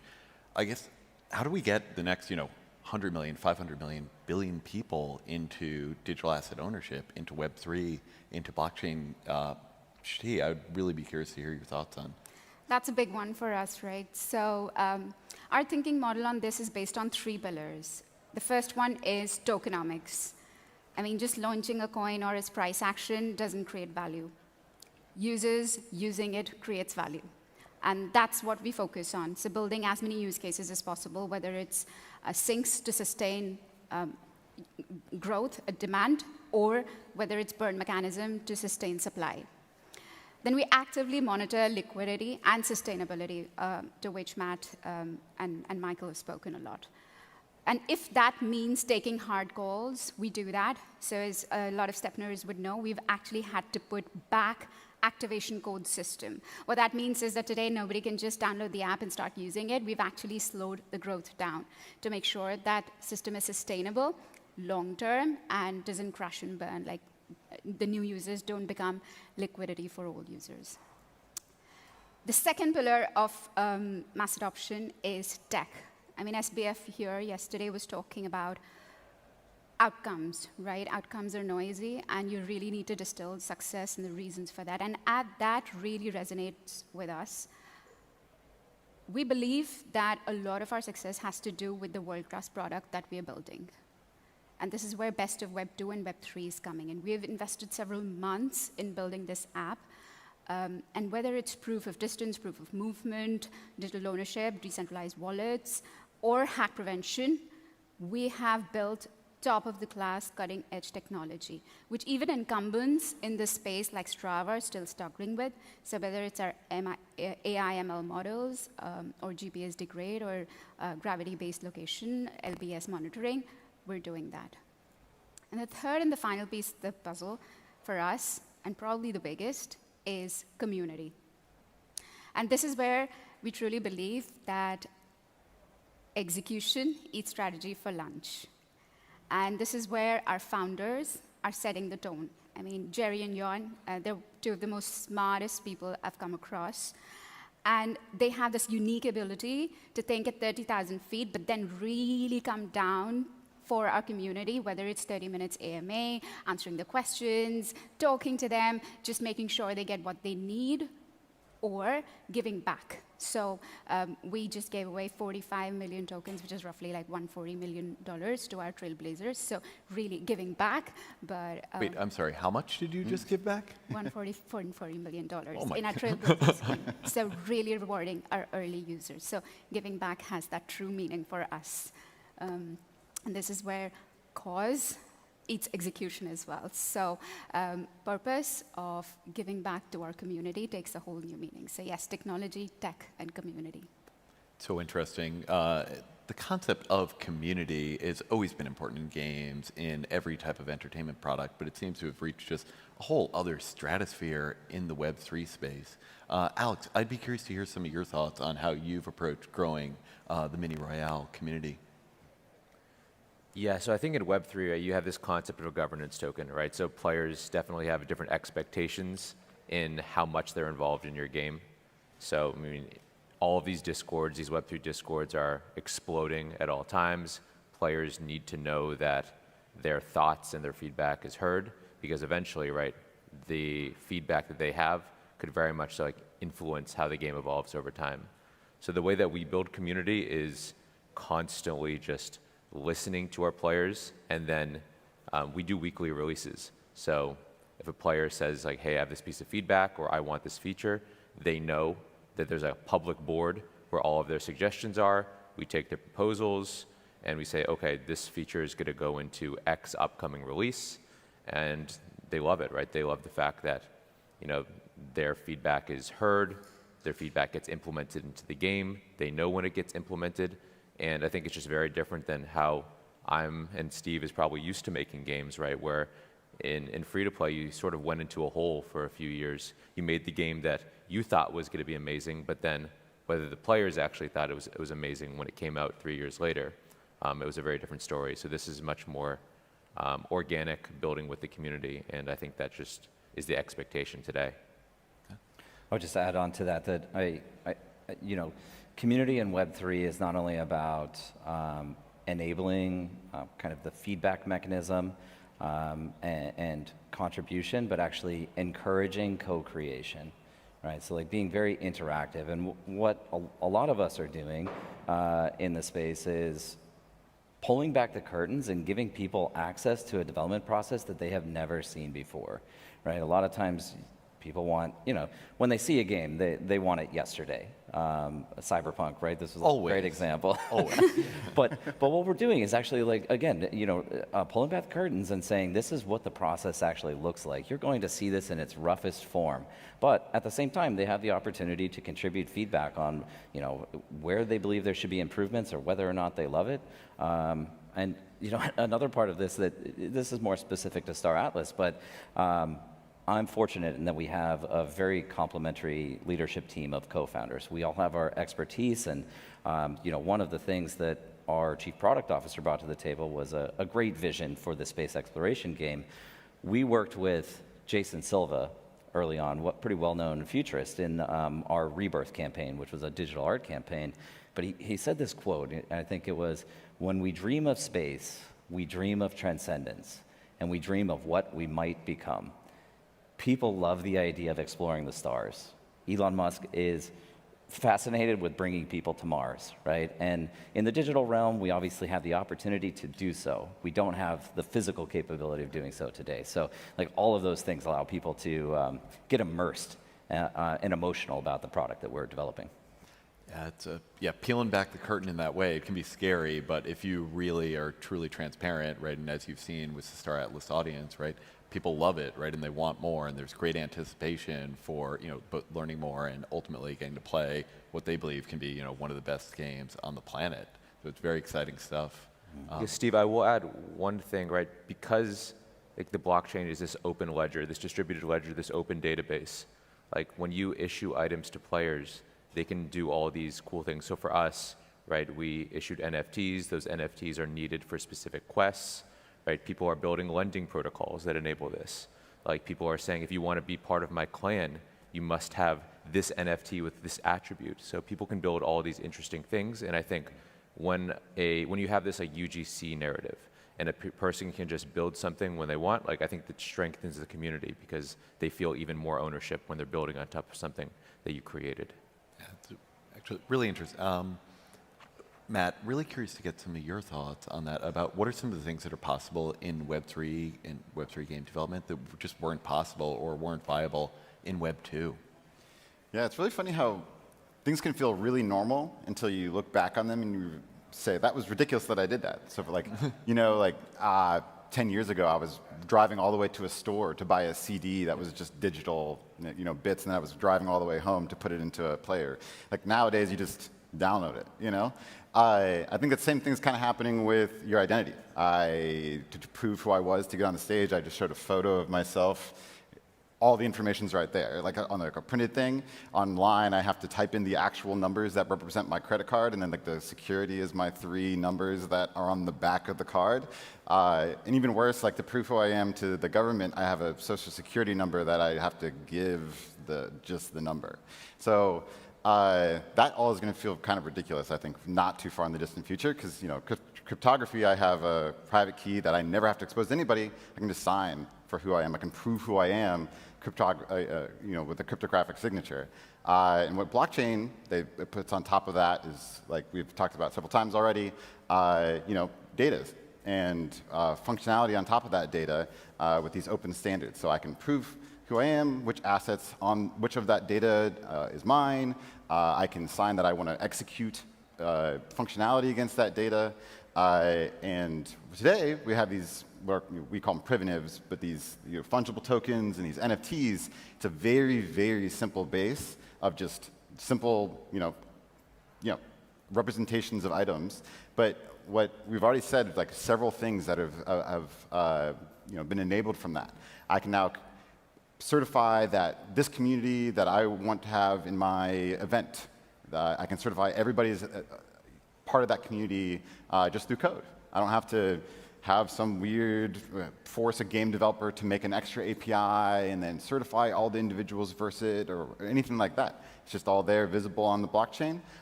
They sign up, they can sign that they own the thing, and we're good to go.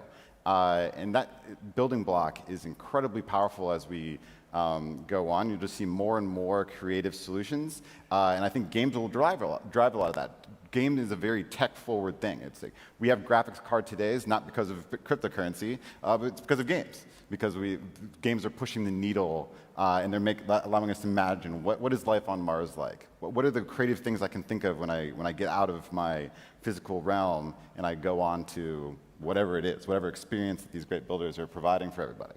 Yeah, so I think that's just an exciting future. I just want to add on to that incentivization and reward mechanics are just taken to a completely new level. So any POC that we have in Web 2, and then we're able to make users earn rewards for that in whatever way with Web 3 is just going to rock, right? So people are used to counting their steps in Strava and stuff, and now with Web 3, you actually give them digital ownership that they can transfer to the real world and buy food and clothing.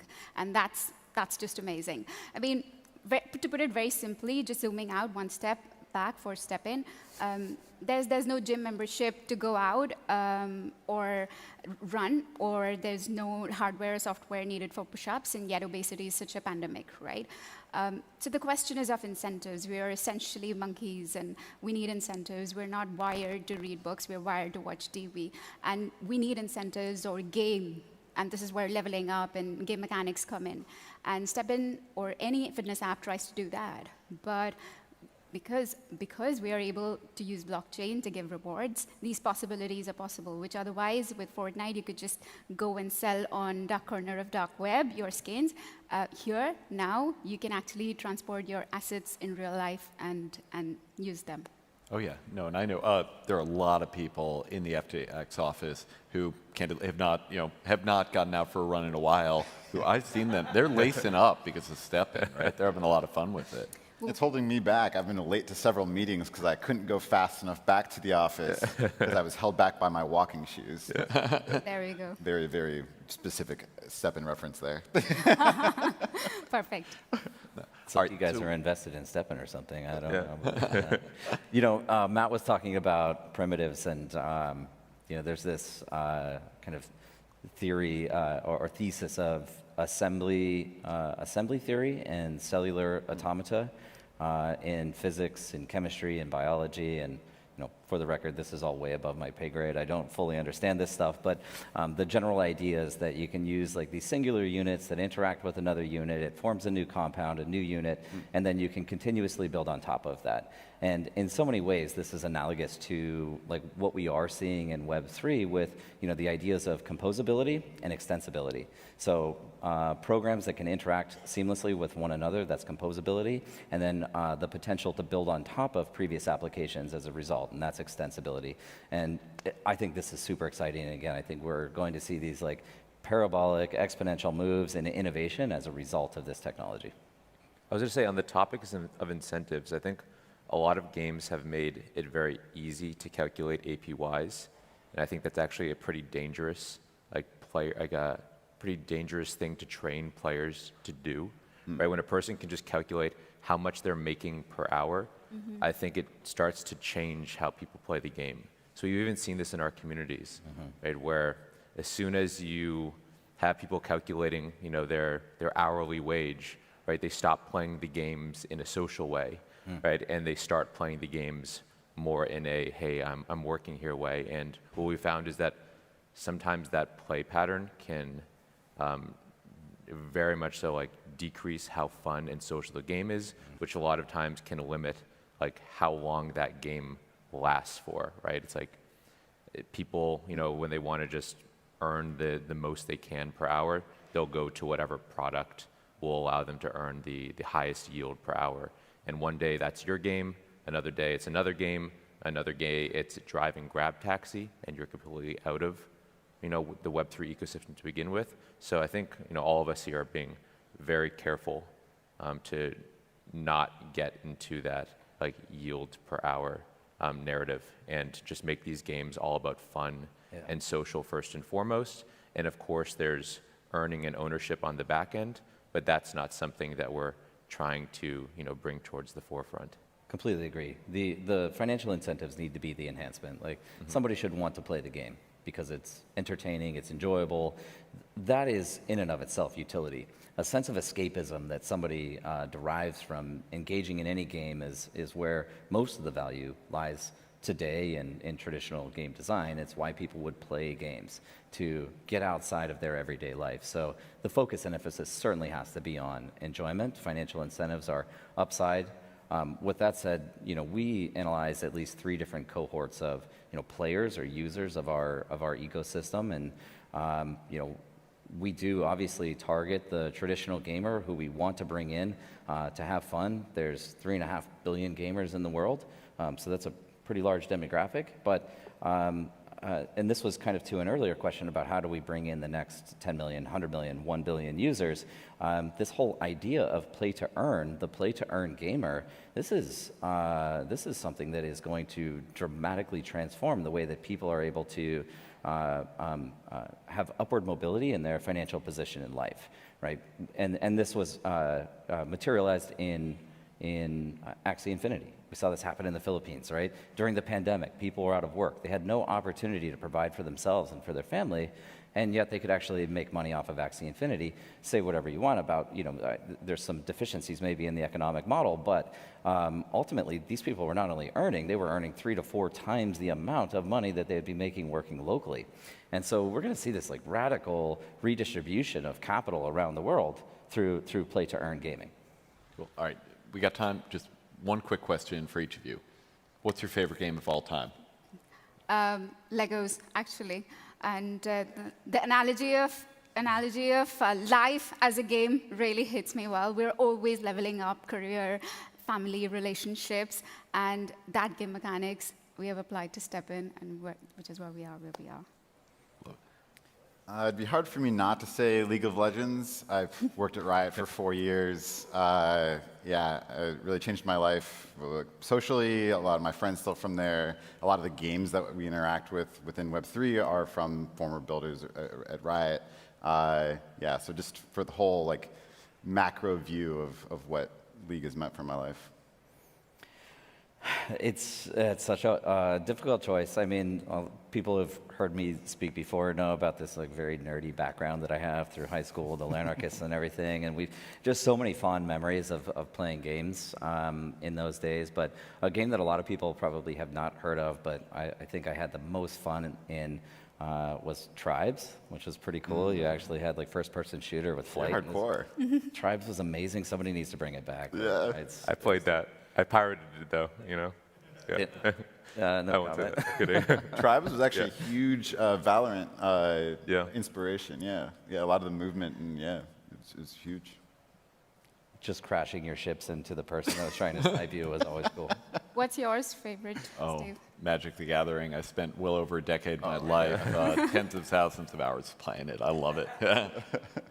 So now you're expert, 10,000 hours. Yeah, I wish I were an expert. It's hard. It's a hard game. I still play every other Sunday. Oh, that's amazing. I had no idea. Well, I live in Seattle, so it's... Oh, you have to, rite right? of passage. You're obligated, in Seattle, right? Wizards of the Coast is there. You got to play Magic still. Brilliant. Amazing. They would kick me out otherwise. Am I doing mine? Yeah, Alex, Oh we my got to hear God. it. What is it? Elder Scrolls 3 Morrowind. Ooh. I spent way too long playing that. Stealing spoons, selling spoons. Yeah. I would go into everybody's hut, steal their stuff, and then sell it. So that was more of my foray into min-maxing an economy. All right. Hey, well, thank you all so much for joining us. Thank you so much for spending time together. Thank you.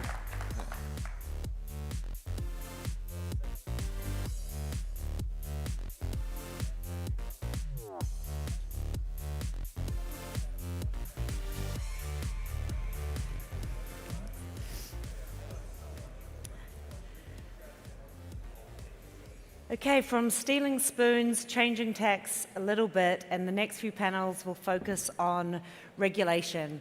And I'll just quickly reference Brian Brooks a couple of times here. In the earlier panel on crypto mining, he made reference to Ronald Reagan's famous quote, "The 9 most terrifying words in the English language are, I'm from the government and I'm here to help." And Brian Brooks also made the comment to Congress in the congressional hearing last year, "First, let us teach you how the technology works, and then you can regulate it." So to welcome the panel on the future of US crypto regulation, I'd like to invite to the stage Jonathan Levin from Chain Analysis, Mike Castiglione from Aventus, Sigal Mandelker from Ribbit Capital, and Michelle Bond from ADAM. Please welcome the future of US crypto regulation. Thanks so much. Thank you.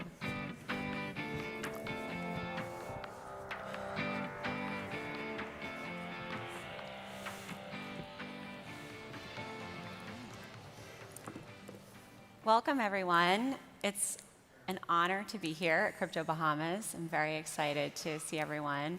Welcome to the future of US crypto regulation, an area that all of us are focused on these days. And honestly, I would say not just the US, but I think a lot of us are looking at regulation globally. But the topic today is US, and we're going to stay on that, hopefully. I am Michelle Bond. I'm the CEO of the Association for Digital Asset Markets, which is known as ADAM. We're a membership. We have a membership roster. A lot of our members are here today. Super excited to see everyone. And I am joined by a very esteemed panel. I'm very excited to introduce them. We have Jonathan Levin, who is the co-founder of Chainalysis. We have Mike Castiglione from Aventus. He's the head of regulatory affairs. And we have Sigal Mandelker, who is a general partner at Ribbit Capital. So just to get everyone started, I think it'd be awesome if you could talk a little bit about how you came to be in the Bahamas today, what your background is, and talk just a little bit about what your role is and what your previous roles have been. If we could just spend a couple minutes doing that. I guess I should introduce myself first. So I ran regulatory affairs for Bloomberg. I was counsel on the Senate Banking Committee. I spent my entire career working on policy, and I was a lawyer at the SEC after leaving private practice. So that's a little bit about me, but Sigal, I'm going to turn to you. Great. Well, thank you, and great to be here. Thanks for those of you who are here and not on the beach. So I am Sigal Mandelker. I'm at Ribbit Capital. Ribbit is a global investment firm focused on fintech and crypto. I came to Ribbit about 2 years ago after spending a significant amount of my time in senior roles in the government. So most recently, I was the Undersecretary of Treasury for Terrorism and Financial Intelligence, which meant that I oversaw the U.S. sanctions program, OFAC, the U.S. anti-money laundering program, FinCEN, a policy shop, and intelligence agency. And I was also acting deputy secretary for a good period of that time.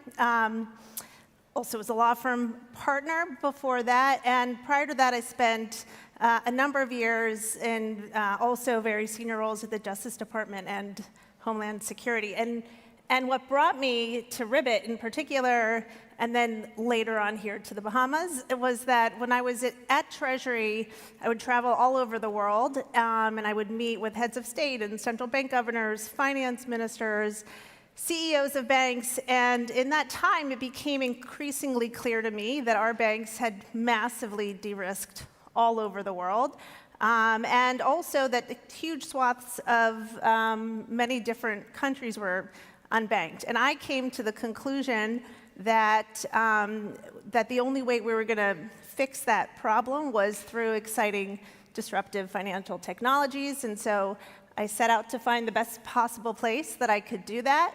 Ribbit's mission is to change the world of finance, and here I am. Mike? Well, first of all, it's an honor to be on a panel with Sigal and Jonathan, who've done so much during their careers to keep bad guys from exploiting crypto, and you, Michelle, who is a leader in wrangling the industry and setting high standards for everyone. I'm Mike Castiglione from Aventus. We are a compliance technology firm. Previously, I was in government for 15 years, focused on national security, including at the CIA. During the latter part of that time, I focused on emerging technologies and their geostrategic implications, the implications for country stability and global economy. And we informed the White House, Congress, Treasury, Defense Department on what we should do about it to mitigate the risks and grab the upside. And it was really there that in kind of analyzing emerging technology across the board, identified crypto as the potential. If we get regulation right, there's so much upside, especially for ownership and especially for the better alignment of incentives online. Why the Bahamas? So Aventus specializes in trade surveillance, and just this week we announced a deal with FTX that they globally will use our software to identify and prevent price manipulation on their platform. So it's been great to get to know the FTX team. They're really talented and have a super high capacity to execute. And thanks for having me. Thanks, Mike. I also have the pleasure of getting to work with FTX and FTX US as members of ADAM, and we get to work together on a lot of market integrity initiatives. Jonathan? Yeah, thanks so much for having me. Jonathan Levin, one of the co-founders of Chainalysis.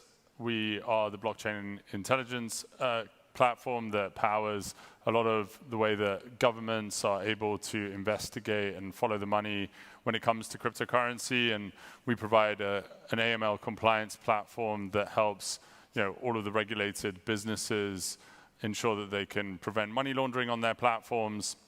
And I got into crypto 10 years ago. I guess the question was sort of what is the genesis story, and I was the sort of first serious economist looking at Bitcoin in 2012, publishing some of the early research into really the game theory behind the security behind Bitcoin, and very quickly realized that actually sort of the biggest opportunity that there is in the crypto space in 2012 was to build a company that really knows the most about how and why people use this technology. And by assembling that information and providing it to sort of the most important stakeholders, we could build systemically the most important company in this space. And today, Chainalysis, we operate in about 60 countries around the world, including the Bahamas, serving this market.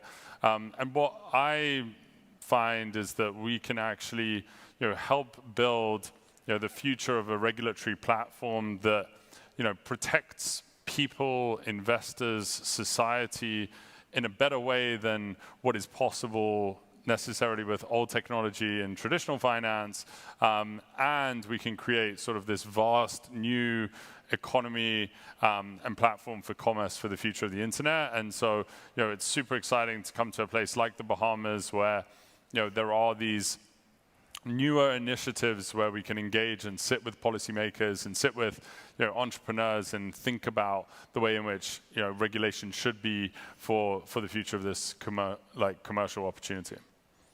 Thank you. Thanks, guys.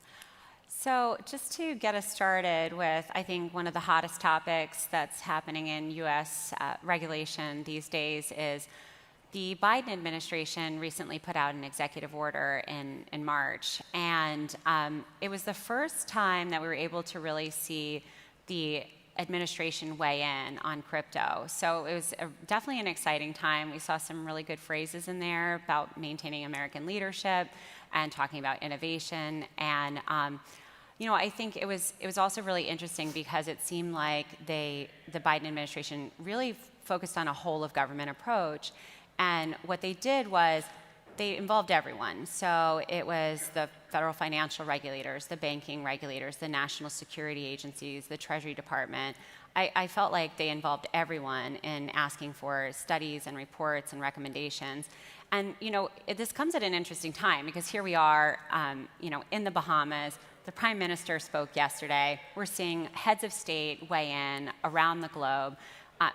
So prime ministers, we have an ex-president here with us today. What's your take on the Biden administration's executive order, and what do you think this means for the future of crypto? Sigal, I'm going to start with you. Sure. So look, I believe that as a matter of national security, which is a space that I've lived in for many years, it is extraordinarily important for the United States to incentivize financial innovation, to build, to grow out of the United States. And I've have many, many reasons why I think that's the case, but without a doubt, the country that captures, the countries, including Bahamas, that capture this market, I think are really going to enable the future of finance to be built out. And so we're at this kind of existential point for the United States, which is, are US regulators going to decide that they want to adopt and embrace the technology, or are they going to, sort of enforce it out of the country?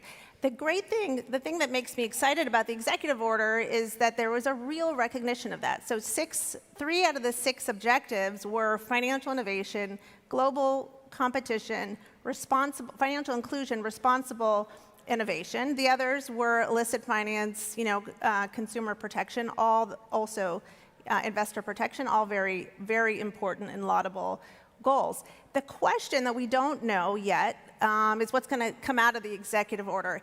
If all the different working groups that have been stood up in connection with the executive order, in fact, focus on this fundamental question, economic and national security question, which is, are we going to enable the technology to grow and build out of the United States?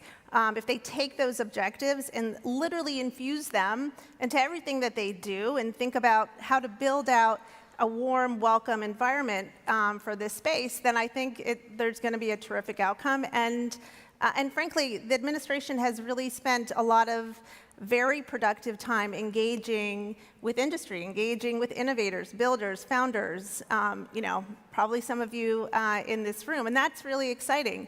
But it's too soon to tell because it's, as somebody who was a senior regulator, I know that the instinct of government is often to focus on risk and not to put in as much emphasis on opportunity. I like to say that I focused on both. But the challenge for the administration is, are they going to really see the opportunity and see the risk, the downside risk of shoving innovation out? Or alternatively, are they going to come up with frameworks that enable the industry to grow and thrive in the U.S.? Mike? Yeah, that's a great summary. On that point of government tending to focus on risks, in the whole executive order, the word risk appears 47 times. The word innovation appears 12. So that tends to be kind of like the government's emphasis on, rightly so in many ways, like protecting investors and the like, yet with the recognition that crypto is a transformative technology where we need to position ourselves for upside gain. Another thing that struck me in the executive order is the phrase, same business, same risks, same rules, and that applies to the mentality of there are ways to regulate financial markets, traditional finance, and it seems like the White House and regulators are thinking about how to apply those lessons going forward into the future of crypto. One more important thing about the executive order is issuing the executive order started a clock to have reports issued by the interagency, National Security Council, and the like. And those reports are being researched and written right now. And by September, you'll see the first tranche of those reports. So we're going to have very soon a proliferation of government putting words on paper about crypto, way more than we've seen before. The thing about those reports is that once government puts words on paper, they become sticky. They're hard to change. So this is the moment to really engage in policy outreach. This moment right now could be the crypto policy summer, where this is the moment to engage with regulators, share our expertise, and my sense from my time in government is if you find the right ones, they're open to learn about the technology. Yeah, and just to weigh in a little bit, I think that the first thing to say is that it's a tremendously positive thing for the industry. I think that the EO coming out and it, although the language was maybe not quite balanced, like the call to action was balanced and was about instructing, all of both the regulators and law enforcement, national security apparatus to actually take a balanced view and come up with some concrete suggestions. And to Mike's point, setting a clock on that is actually a very important thing because, as all of you working in government have experienced, that there's not necessarily the same sense of urgency as there is in the private sector. And so, to see that, I think is incredibly important. I would say the general sort of atmosphere in DC, just to give you a sense, is one of an understanding that crypto is definitely here to stay. That's been a hard 10-year battle, which I know is for some people is hard to believe, but it is definitely a battle that's been taking place over that sort of length of time. And we're now at the point where both Democrats and Republicans through this EO are understanding that actually there is a good path forward, there needs to be regulatory clarity, and there is an understanding of some of these issues. So I think in general, that's how I would say it, and I think the willingness of a lot of the regulators to engage at this moment is a lot higher than it actually has been in the past. Except when I was there. Except when Scott was there. Open season when Scott was there. So, yeah, we've noticed the same thing. I mean, we've been very engaged with policymakers across Washington and beyond, and there has been they've been warm, welcoming, with a real appetite to want to talk with Adam and the broader industry. So that's something that's very exciting to us. So I think we have to talk about the securities versus commodities debate. I think it's a big one that it really affects US regulation because of the jurisdictional split that we have between the SEC on the security side and commodities with the CFTC. So there's this never-ending question about what's a security, what's a commodity, why does it matter? And certainly we've seen a lot more calls in Washington for there to be more authority given to the CFTC so that the CFTC can regulate the crypto spot market. So we're definitely at I think a pivotal time, and I'm curious to get your thoughts on what you think it should look like, and just, do you have thoughts on just this, the jurisdictional line, or where the debate should be and where it should end up?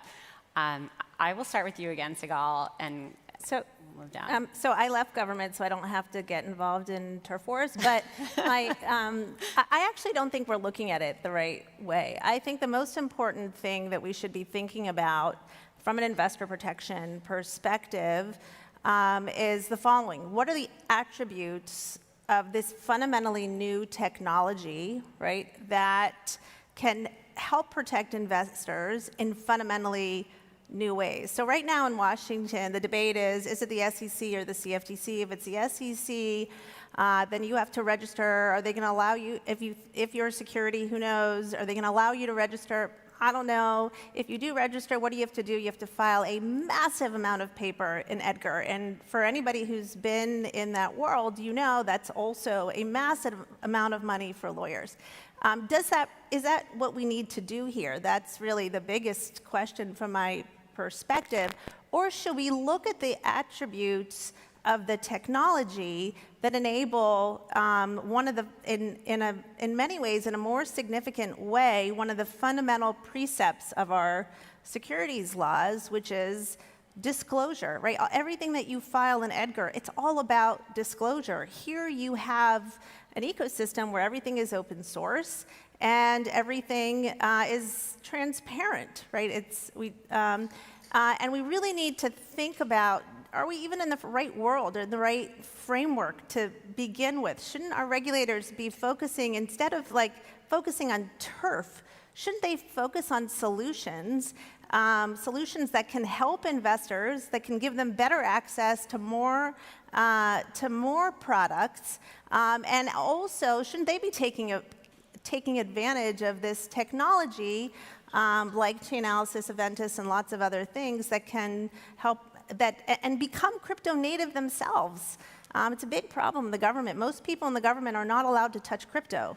So they don't even know, so they're making these rules and they don't even know what it is. And that's the fundamental piece that we need to change. My vote is for, the agency that's willing to engage, that's willing to do that, that's open-minded, that'll sit down, meet with industry, allow them to experiment with them. FTX has a application pending before the CFTC right now to do really interesting, exciting things that are going to, I think, enable greater access to better products. Be open. Regulators should be open to those solutions. And whoever is going to be most open and willing to engage and understand the technology, and really, as I said, further U.S. interests by enabling growth through acceptance and guidance, that's where my vote would ultimately go. Thanks, Sigal. We actually just filed a comment letter on the FTX proposal. Adam is very supportive, and we're seeing hundreds of comment letters roll in support, so that's very exciting. Mike, Jonathan, I don't know if you wanted to provide any additional commentary on this. Yeah, it's like one big picture thing is like the purpose of getting regulation right is so that entrepreneurs can take risks and engineers can build with more confidence that the rules aren't going to change kind of midstream, while also, of course, protecting investors and protecting national security and preventing bad actors from using the technology. So like one, I guess, optimistic theme and trend is that so many crypto projects and crypto companies are being proactive in building out their compliance stack, like even in this uncertain regulatory environment. So, practically speaking, however this all shakes out in the U.S., your business still needs a compliance strategy and has room to, kind of invest in your compliance technology to protect your users, to differentiate yourself from the competition, and to boost your reputation. Yeah, just to add a little bit, I would say that, to echo, Sigal's points, is that you've got sort of a regulatory environment where, even from the very early days of crypto, the CFTC did have jurisdiction over the market manipulation of the Bitcoin spot market because there were derivatives products already being built on top of that. And so manipulation of Bitcoin spot has always actually been sort of in the purview of the CFTC. And so, what we're talking about here is the framework of understanding, some of the newer use cases and newer products that are coming to the market. And I think the challenging thing for regulators is that, the space is moving very quickly, and it's not always totally clear exactly how these products are going to be used by investors and which ones are going to gain the most traction. I think the challenging thing that we have in the United States at the moment is that the builders themselves are nervous, and it's very hard for early stage founders with new, really exciting business models and profit sharing and different governance structures and different ways of raising capital. Like, that has to be the future engine of the U.S. economy. And so, getting that right under this joint split, and it is going to be somewhat split between, and it's not going to be one or the other, is something that I think is critical. And I think what it will take is a very constructive approach to engage and give guidance, rather than sort of some of the litigation and fear that it's currently existing. Yeah, and it's interesting because I think obviously the CFTC already does have jurisdiction, and I think the question is, should the CFTC have more jurisdiction? And then that also kind of feeds into which parts of Congress would oversee. So there's that jurisdictional split between the Banking Committee and House Financial Services Committee and the Ag Committees in Congress, because the Ag Committees tend, that's who oversees the CFTC. So so Congress is also involved in this debate, so it's super interesting. And I will say, I've been around for a while now, and having worked on Dodd-Frank, and the US has done this before with the swaps market. We had a split, and there was shared jurisdiction, and the swaps market is working. So I'm very hopeful for crypto. I think we're going to find the right solution. So I think that leads me to my next question, which is, do you think that existing regulatory frameworks work for crypto? I feel like we've seen some very prominent voices talk about how we don't need a new framework, that the existing framework does work. In fact, former SEC Chair Jay Clayton, he wrote a really thoughtful op-ed in the Wall Street Journal, and he said, you know what, like, we don't need a whole new framework. We can use the existing framework and have it evolve. So that has been one perspective. But then we've also seen other perspectives where people are saying, hey, you know what? This doesn't work at all. Like, this is impossible. Like, we need something new, and this is what it should look like. Sigal, what do you think? I mean, you were, until very recently, at TFI in the Treasury Department. Does it work? What do you think?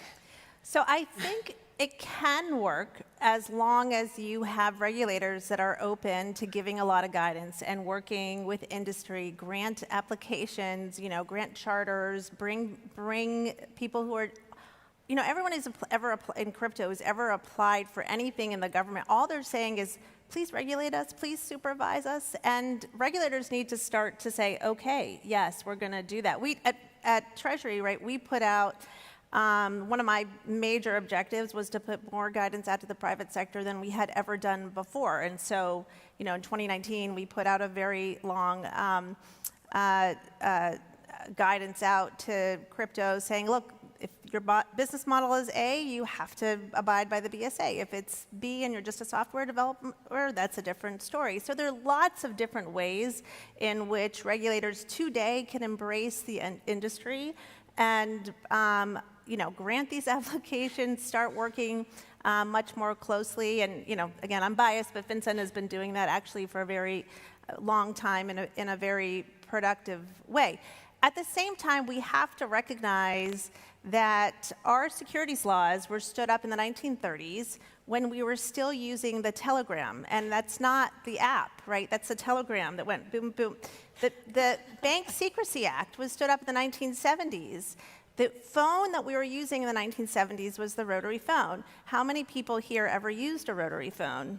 1, 2, 3. Okay, so let me just explain the rotary. Oh, good. Yeah. The rotary phone, for those who never used it, you literally had to dial numbers like this. And do you know how our area codes were determined? I recently learned by density of population. So New York City is 212 because it took less physical effort to get there.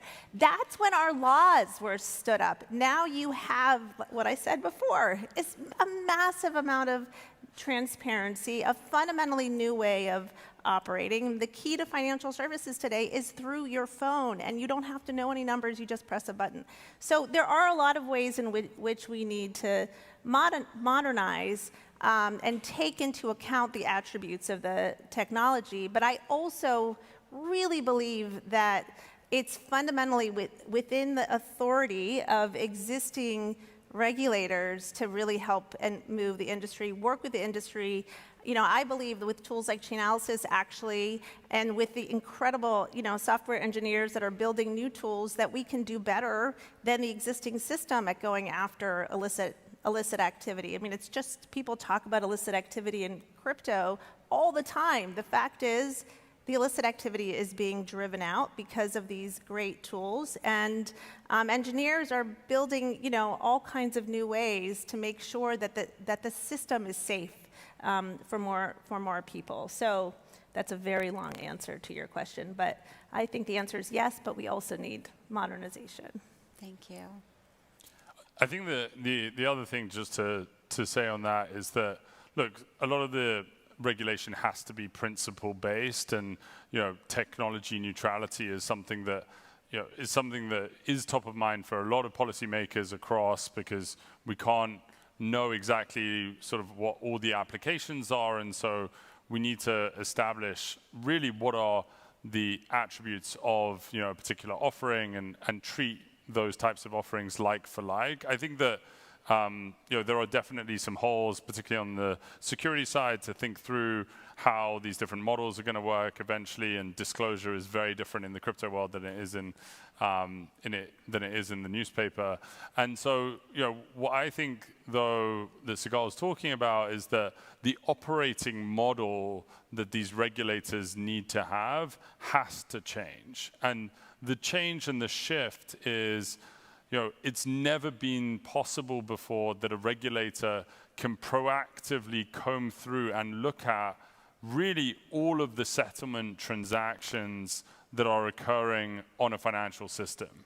It is now possible, from an anti-money laundering point of view, for the regulator to actually, without any reporting, go and proactively look for threats, look for ransomware campaigns or threats to national security, and develop cases to be able to bring that to law enforcement and to protect society. And that is a major shift culturally, technologically in these institutions that needs to happen as more and more activity flows on these networks, because the old days of receiving mailed in paper reports is not going to help us get to the level of understanding of this technology that we need in order to protect our society.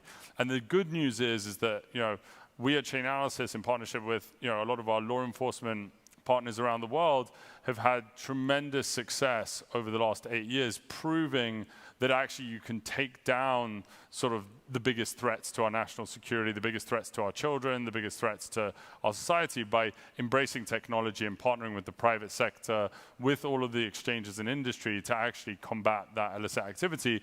And once that attitude is being embraced, then we can have this new regulatory paradigm. Thank you. So we have just under a minute left. Jonathan, I'm going to keep you in the hot seat here. And it's only because you just left a hot seat, which was the Senate. So Jonathan just recently testified in the Senate at a national security hearing.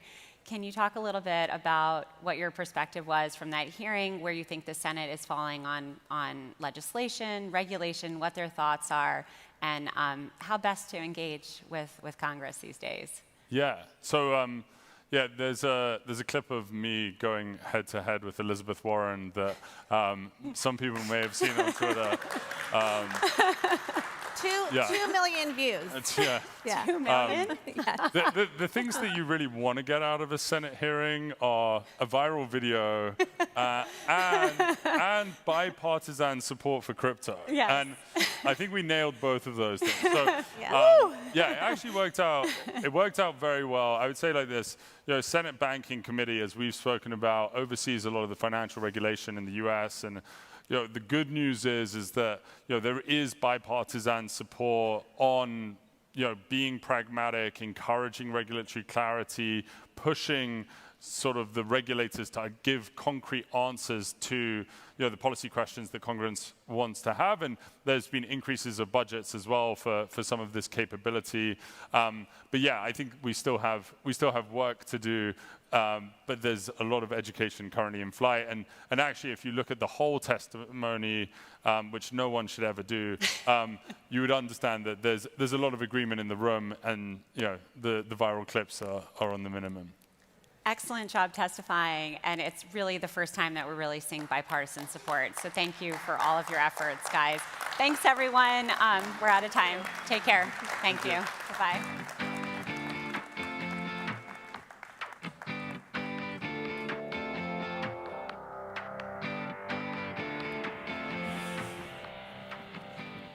Thank you so much, speakers. That was an excellent and very informative panel. We are now diving deeper into regulation, this time focusing specifically on derivatives. And as with traditional securities, the derivatives market is a much larger market, many more opportunities, but with that comes more risk as well. So now we'll be looking specifically at crypto derivatives, opportunities, and regulation. It's a large panel, so bear with me while I introduce them. We have Zach Dexter from FTX US Derivatives, Jen Miao from MCDEX, Darius Sitt from QCP, Antonio Giuliano from DYDX, and Dan Gunsberg from Hero, moderated by Ryan Miller from FTX. Please welcome the next panel.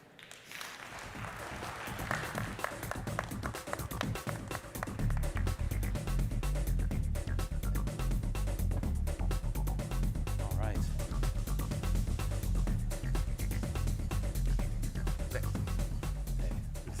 We all find our seats?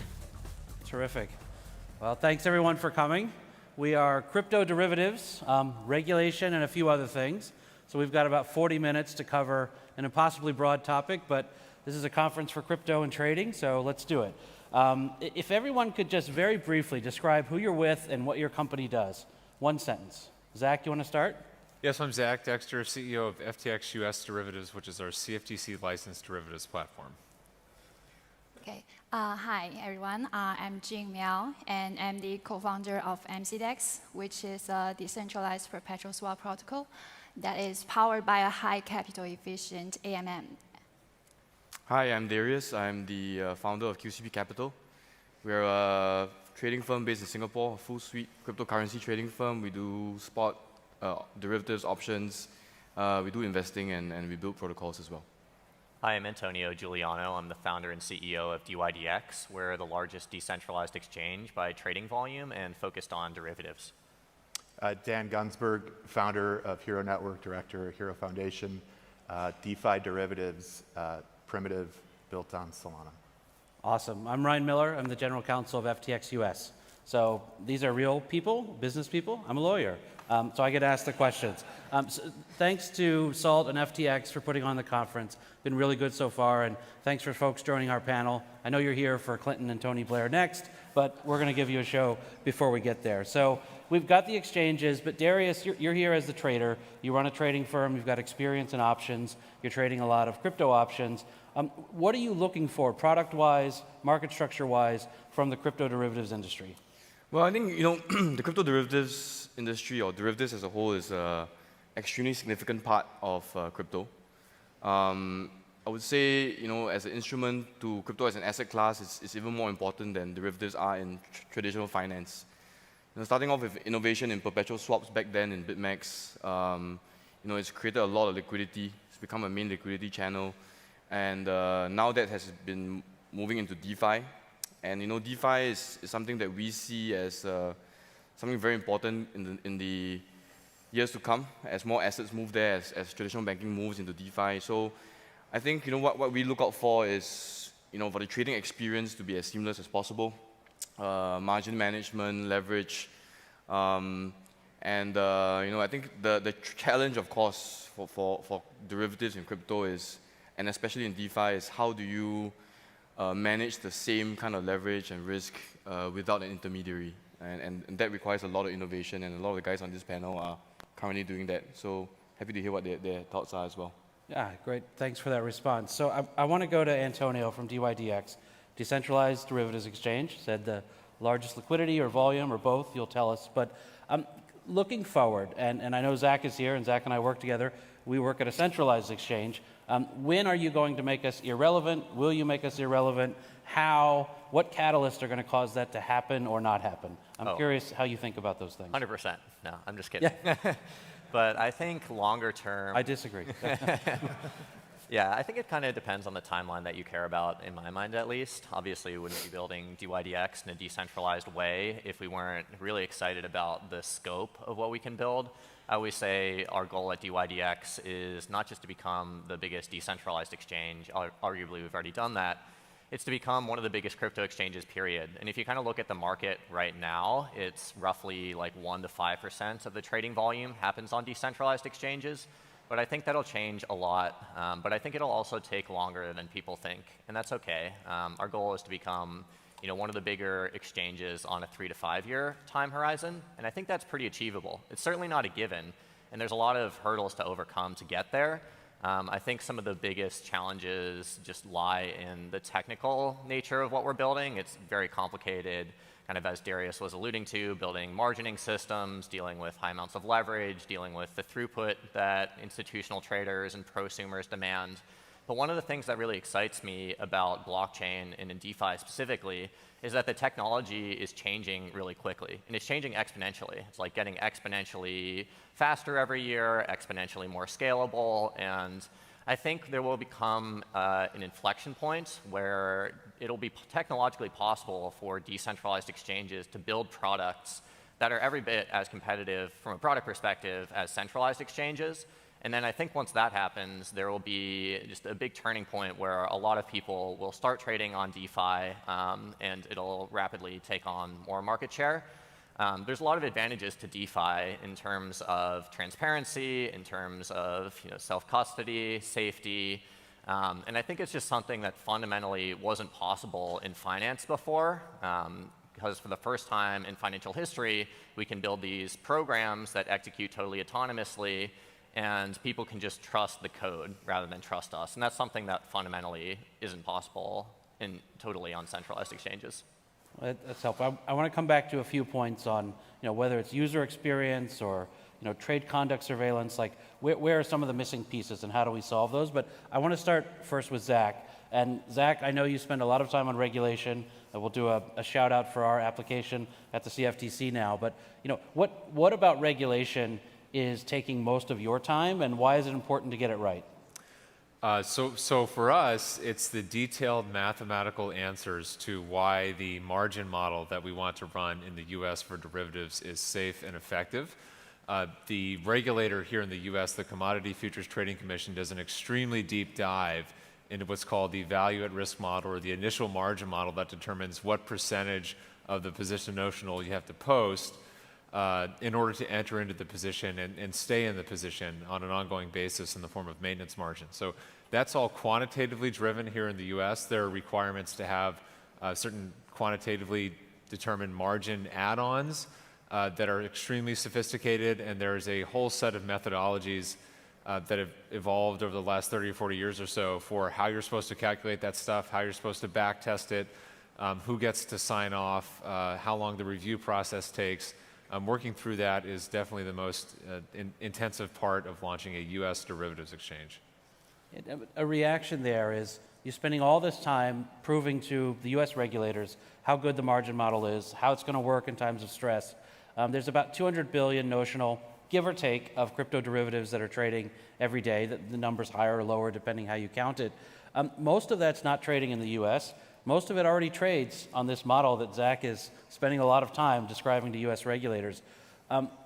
How do we know that what's already out there, if it's not gone through this CFTC deep dive, understood it's not being used by US traders, how do we know that it works, that it's good, that it's robust? Maybe to anyone that's working in this space.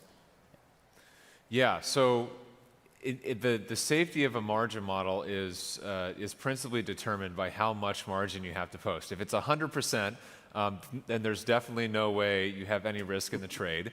If it's 0%, then the entire value of the trade is at risk. So the higher that number, the more safe the model is. And one of the interesting things is that in the US, you generally have to have much higher initial margin. But internationally, to Ryan's point, some of the margins on initial margin on crypto derivatives products are like 3 to 5%.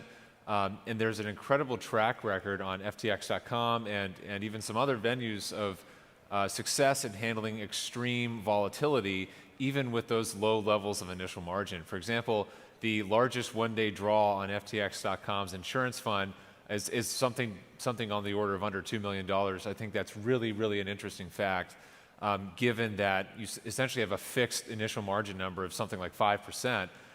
Here in the US, it's much higher than that, yet we've posted a $250 million insurance fund. So we've really gone above and beyond the call of duty to over-collateralize all of the risk in the system, but the experience internationally with much lower initial margin numbers where it's still safe and extremely so has been really, really interesting.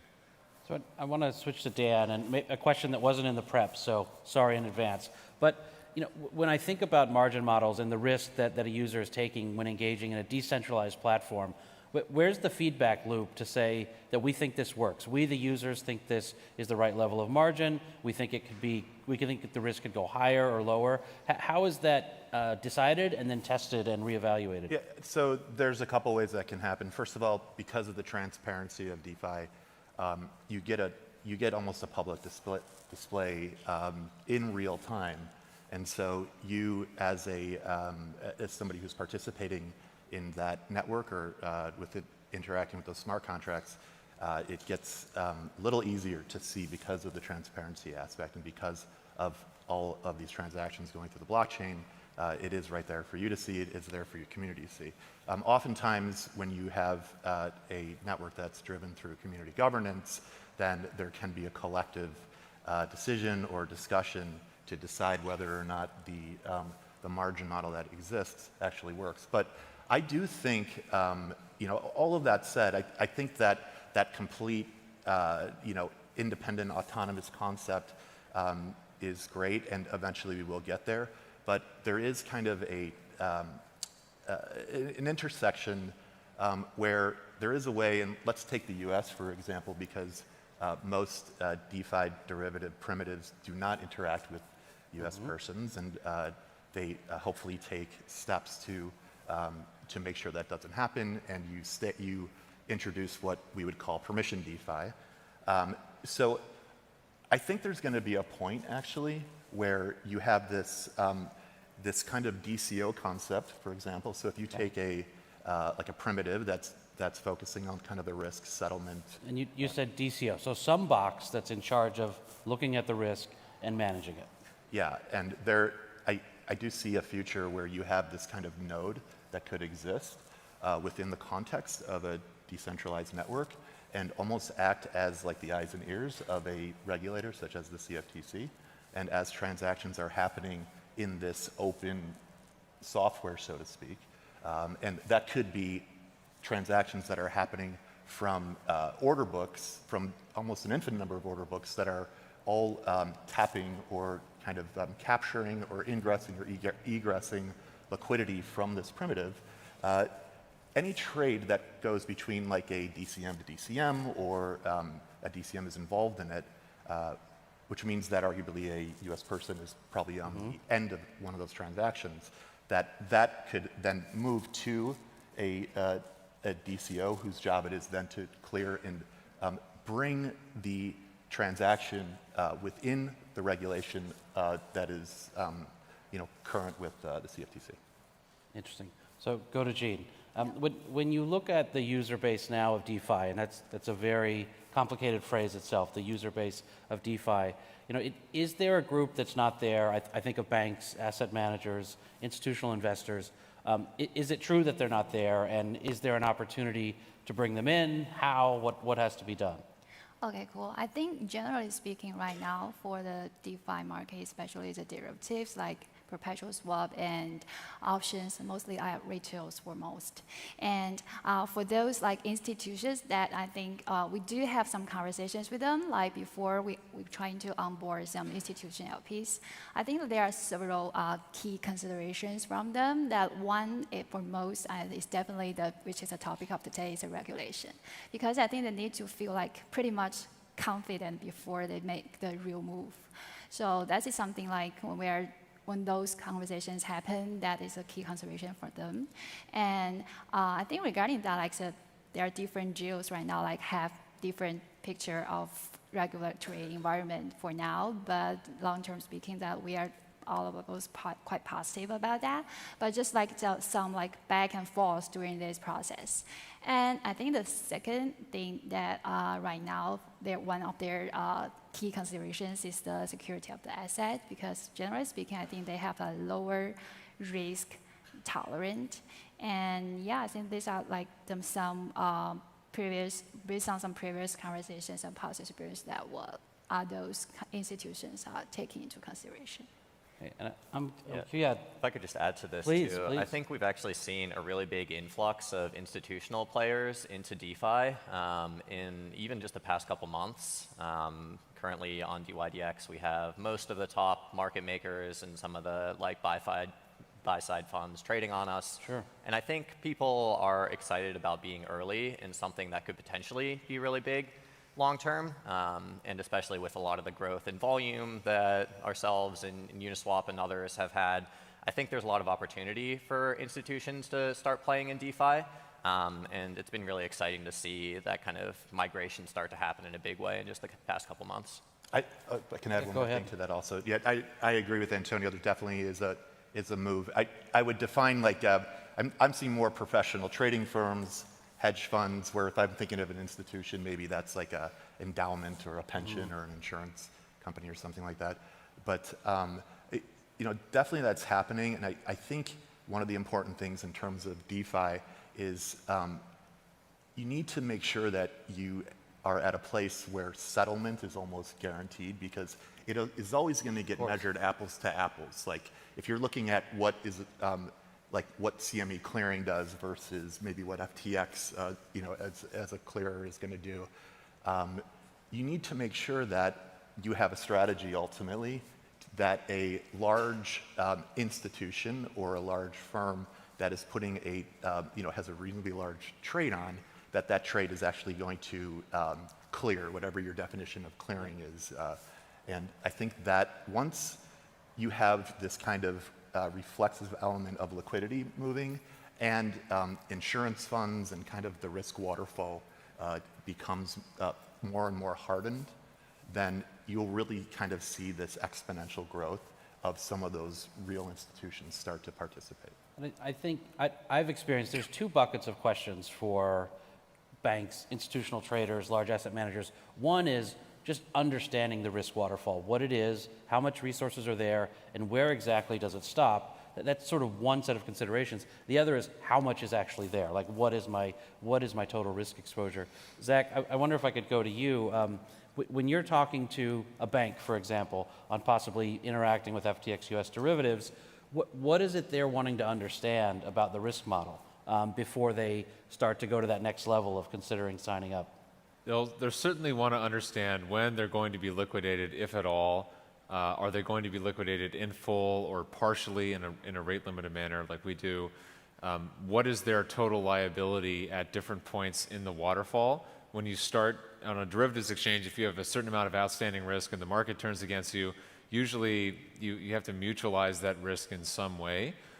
Who's liable for what after what sequence of events is called the waterfall. So you typically start liquidating positions on the market if accounts are underwater, and then you'll move on to some other program and ultimately terminate at the clearinghouses or clearing brokers insurance fund or guarantee fund, as it's called here in the US. So just working through the examples of how the default waterfall would play out in different risk-off scenarios or times of extreme stress is not only part of the regulatory requirement, but actually part of the bank internal diligence and the broker internal diligence for connecting up to any new clearinghouse, really regulated or not.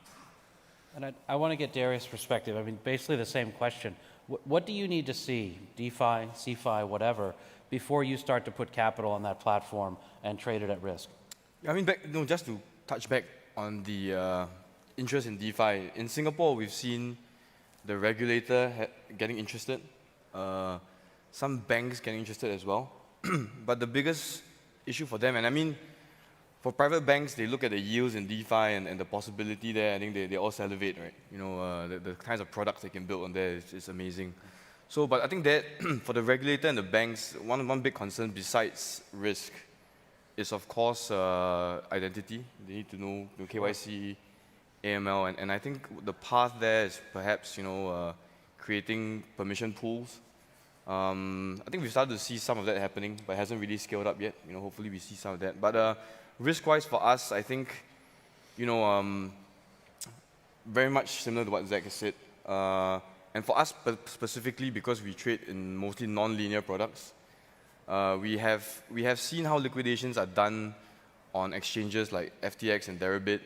And specifically on Deribit, if you see how nonlinear liquidations are done, it's not as simple as for linear products, right? It's not a simple margin call stop out. It gets a lot more complicated. So the question for us is always how does that translate if it's on DeFi? Because it gets exponentially more tricky. So for right now, we are only comfortable so far for nonlinear products trading on DeFi when it's fully collateralized. I know we've been speaking to Antonio a lot about this as well. Yeah. Non-linear like options, right? Exactly. So options, anything that is not perps or forwards, right?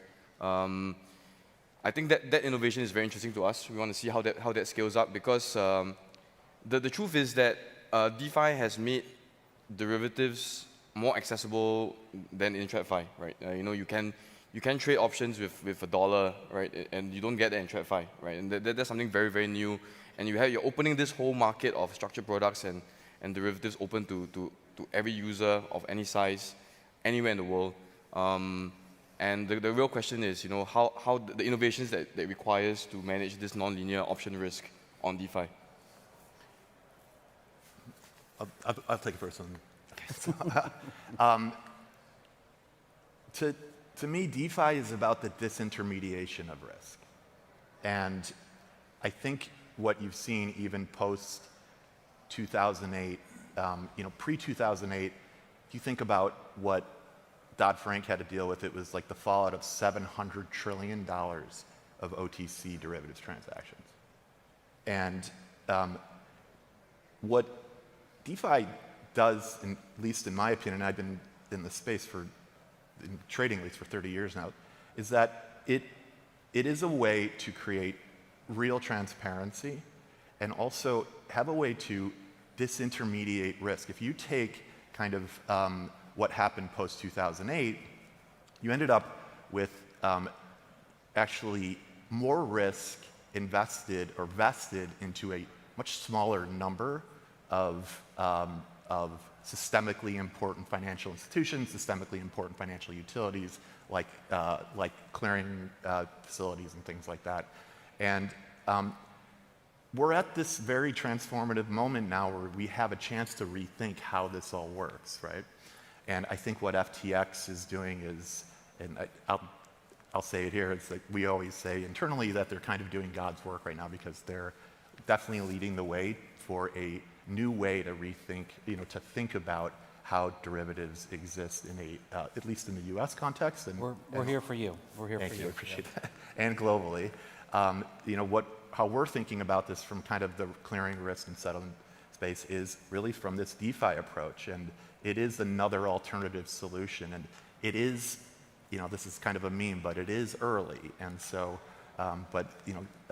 what we're doing, what DYDX is doing is really kind of testing the waters now, and we have time, this is a long approach, we look at this, we're looking at what does the next 10 years look like, and can we set this on a trajectory that then this does become a viable option at this primitive layer where you can develop through insurance funds and through different types of risk models and engines and develop the right waterfalls where things do clear and you actually, that risk gets disintermediated, gets spread out horizontally across a network of participants as opposed to being vested into kind of one single central point of failure.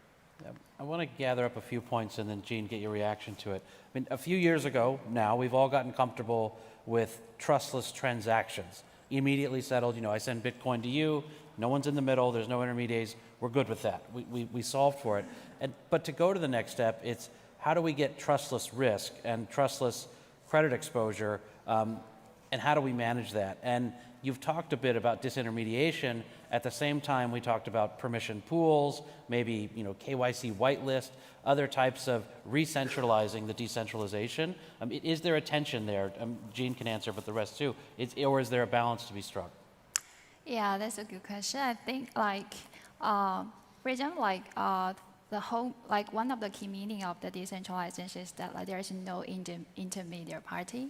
That I think that which will bring efficiency to the DeFi, which compared to the centralized exchanges and centralized finance. I think like this kind of feature kind of like is still like in the process of growing. Like for example, AMM is definitely, as we all know, one of the key innovations in the DeFi space that cut off the middleman. However, like we do also know that like there are still some kind of things that need to grow in the future. For example, the capital efficiency of AMM. That like sometimes there are many assets lying in the AMM, but like few of them are being used to provide the liquidity. Actually, it's something that we need to consider when we are designing the DeFi protocol. So yeah, so like I think for users, like this is kind of a new way of trading, because before the DeFi, there's like the way that they are trading or the way they are doing those transactions is actually sometimes is not like familiar with them. For example, I think that like Darius mentions that I think that institutions are looking for something that quite familiar with when they're looking for the DeFi space. So yeah, so this is something that new that the traders need to and the users need to get familiar with. And for us, the DeFi protocol builders, I think this is something that we are trying to build a similar user experiences so that we could easily to onboard the users, including the institutions and the retailers. We've talked a lot about access, market structure, products. The big part of my world with derivatives is more on the regulatory side and trade conduct. So I think about market surveillance, manipulation, wash trading, spoofing. That's all we do with CFTC for the last decade or so is enforcement actions on those things. Maybe start with Antonio. How important is that to your users, market surveillance? How do you do it? And then maybe Zach can follow on for his thoughts on market surveillance as well, running a registered exchange. Yeah, I think it's obviously very important whether you're registered or not. Like nobody wants to trade on an exchange where there is just tons of toxic flow going on or there's tons of wash trading. It's not like a good look for anyone. So we do take it seriously at DYDX. I think one of the ways that DeFi helps with this, as we kind of touched on already, is that it's very transparent what's going on. Like anybody can just look at the trades that are happening. And we also work with third-party kind of compliance providers that statistically analyze a lot of the trading behavior that's going on, statistically analyze like who exactly is trading on the exchange, trying to make sure kind of from a statistical perspective that there aren't like sanctioned people trading on the exchange, that there's no wash trading going on. So I think it's very important. And I think it's something that has improved a lot in the entire crypto space over the past year, and something that we take seriously and are always trying to continue to improve. So Zach, maybe your thoughts. Yeah, in the centralized space, centralized exchange space, it may seem a little bit easier to kind of constrain the problem space. You're not thinking about minor extractable value, but maybe you are thinking about simpler problems like what is the redundancy setup of my centralized servers that are running the central limit order book on a few cores on one machine somewhere in US East 1 or whatever. So I think there are largely similar market manipulation prevention concerns, whether the exchange is centralized or decentralized. And as the blockchain-based exchanges mature and as the underlying protocols mature, I think we'll see a convergence there.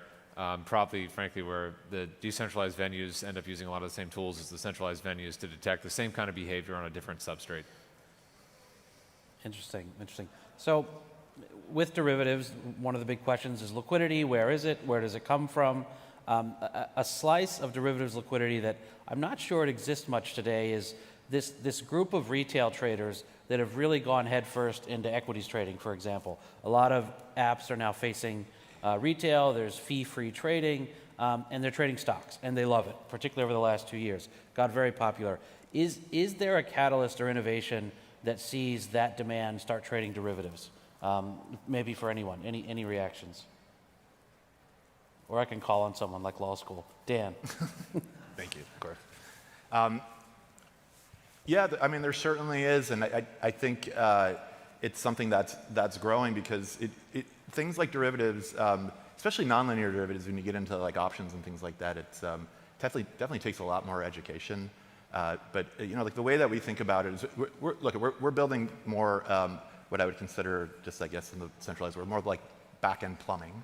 And if you think about, like, it's more of like a B2B2C model where we're really building more for application layers to drive retail. And a lot of those applications, whether they're centralized applications or they're decentralized applications, actually already have a good amount of retail users. And I think something that by doing it this way is a little less challenging for us is that we don't have to necessarily get UI UX for a particular user set correct. And so I'm not competing at that level. What I am trying to do is provide the services underneath in terms of risk, margin settlement, clearing, and then making a very low barrier to entry to connect into the network and then kind of reap some of the benefits that exist with, in terms of DeFi and whatnot, and then drive the more of like the professional traders, market makers, liquidity providers in more on a DMA or direct market access. And so I think that just kind of building that combination and really relying on application layer partners to drive it and already have existing user cohorts, then it's really for them about educating and then growing from there. Right. Yeah, I mean, I would say that is exactly what's already happening in crypto to this day, right? Like I always say that the crypto markets are somewhat different in their makeup than the traditional financial markets. They're much more driven by retail than the traditional financial markets. Not exclusively, of course. Of course, there's a lot of great institutions trading as well. But if you're an exchange or you're a trading platform, you really need to focus on getting a lot of that retail or prosumer flow. Just look at Binance, right? I mean, they do, $50, $100 billion a day in volume, and a lot of that is coming from retail. And I think it's a lot of the same energy that has gone into making Robinhood in the US and the equities markets really popular. I think trading actually is the killer use case, or at least the first killer use case of crypto overall. And it took us all like a while to figure that out, but crypto is really the perfect thing to trade. It's really easy to build an exchange. You can send it all over the world. It's very international. There's like interesting market structure and volatility. But I think just focusing on making a great retail trading product is super important for an exchange, and is something that will also continue to improve over time.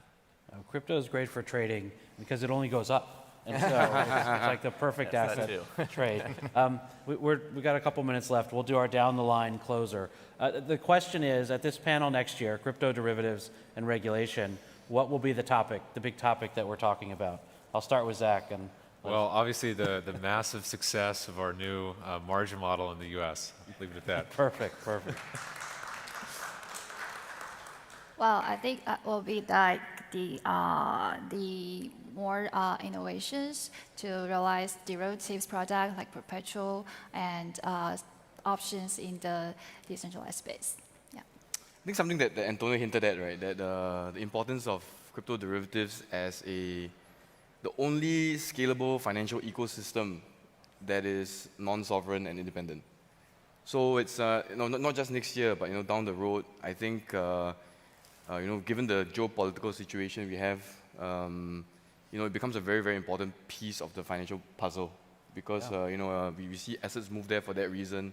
And so building a proper derivative infrastructure is extremely important because that's how we are going to manage our finances going forward. So something to think about. Yeah, I think two things. First of all, I agree with Zach, certainly, in terms of it'll be really interesting to see what happens with the more regulated derivatives plays, especially in the US, and if they can capture a lot of volume. And it definitely seems likely that will be the case on some time horizon, so that'll be interesting to discuss in the year. And then also just the continued proliferation of DeFi, like I talked about right now. We're only 1 to 3% of the market.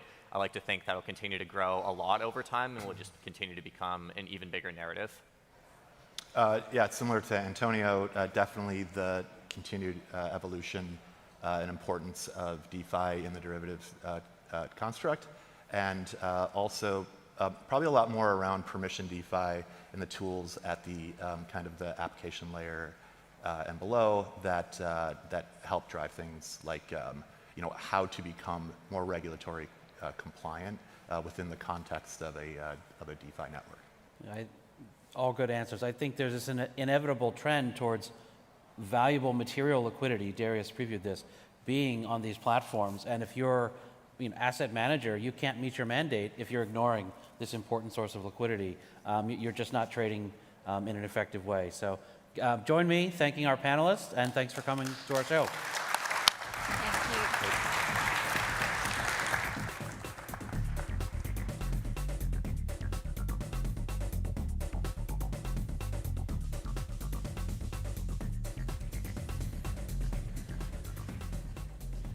Okay, everyone, we are down to the final 3 panels on day 2.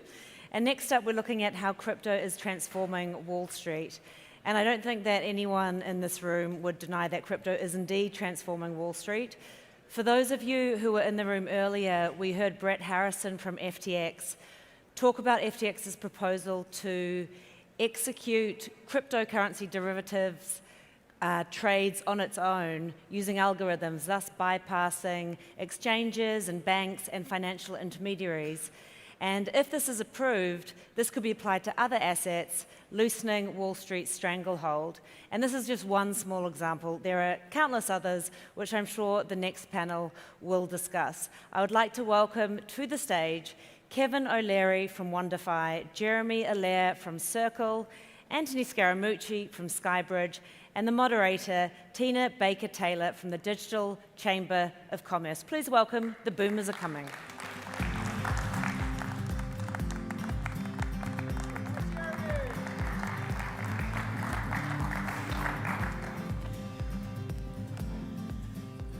Okay, we all had to go to the bathroom before we got up here, just so you know. So if you're over 50, that's what happens to you. But go ahead. Go ahead, Tina. Well, it is the Crypto Boomer panel, right? Exactly. There's a combined 500 years of experience. Is that how we define boomers? Is over 50? I don't know. No, probably a little later than that, 64. I think it's 1965, yeah. Yeah, 1965. Yeah. I just want to clarify that I'm a Gen X, so not a boomer. I'm Gen X. I count as Gen X. Okay, good. Well, we need a Gen X meme. That's fake news, okay, just so you guys know. Well, I am delighted to be joined today by these crypto boomer titans of our industry. Everyone knows who they are, and if they don't, you already should. I'm not going to waste time with introductions, but I will ask each of you to give us your crypto rabbit hole moment. So when did you realize this was going to be transformational? Kevin, let's start with you. I'm going to say the seminal moment for me was when I saw the Canadian regulator issue an order that allowed for an ETF with the underlying asset being Bitcoin. Not a derivative, the actual asset was Bitcoin.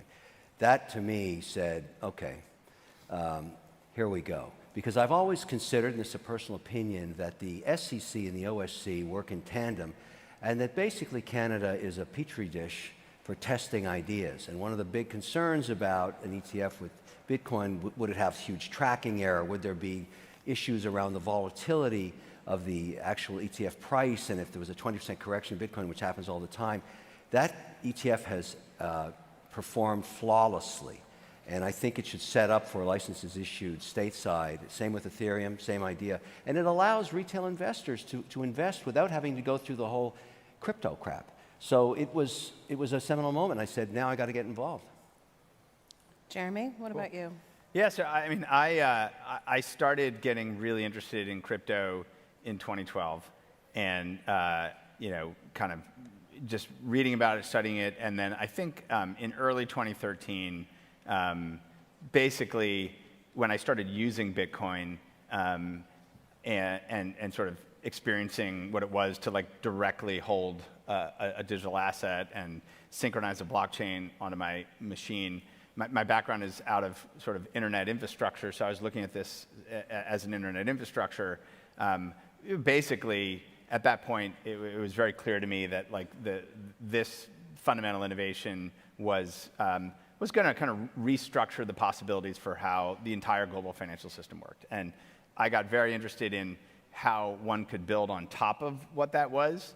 And so, yeah, it was early 2013, and I think the idea that captured my imagination was mostly people were talking about how you could issue an asset on top of the Bitcoin blockchain, how you could make it possible to write more complicated financial contracts through smart contracts. Those things were not things you could do on Bitcoin, and it's only now becoming possible. But the basic belief as I sort of went down the rabbit hole, as it were, was, wow, this is going to be enable people to build kind of protocols on the internet that are similar to the kind of protocols that we have for information and data and communications, but you're going to be able to do that for dollars, and you're going to be able to make those dollars programmable, and that will allow you to basically restructure all of finance and commerce and the way all that works. So it was, at that point, and I would say, synchronizing the Bitcoin blockchain on my laptop at the time was like the equivalent of downloading NCSA Mosaic in September 1993, which was like, holy cow, I can't believe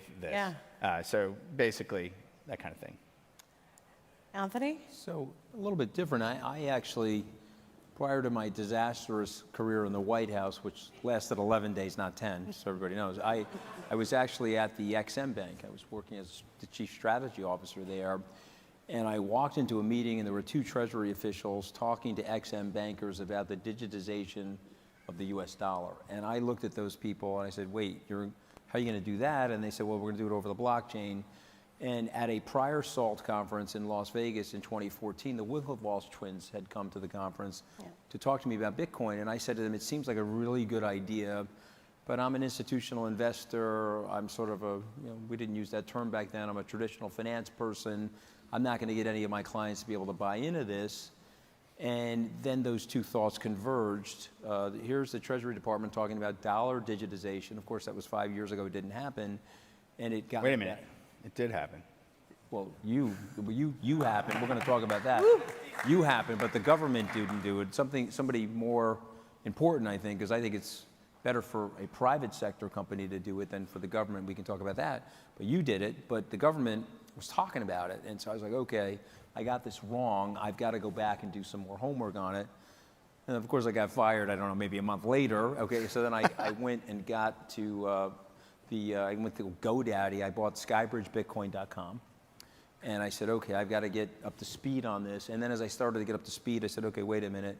I can't buy this until it gets to 100 million wallets. Because if it gets to 100 million wallets, I'll know from Metcalfe's law and everything that we've discovered in the internet, it'll reach escape velocity. I think it'll highly likelihood if you get to 100 million wallets, it'll go to 1 billion wallets. Can I store it safely? And then Fidelity, NYDIG, others, Coinbase had safe places to store it.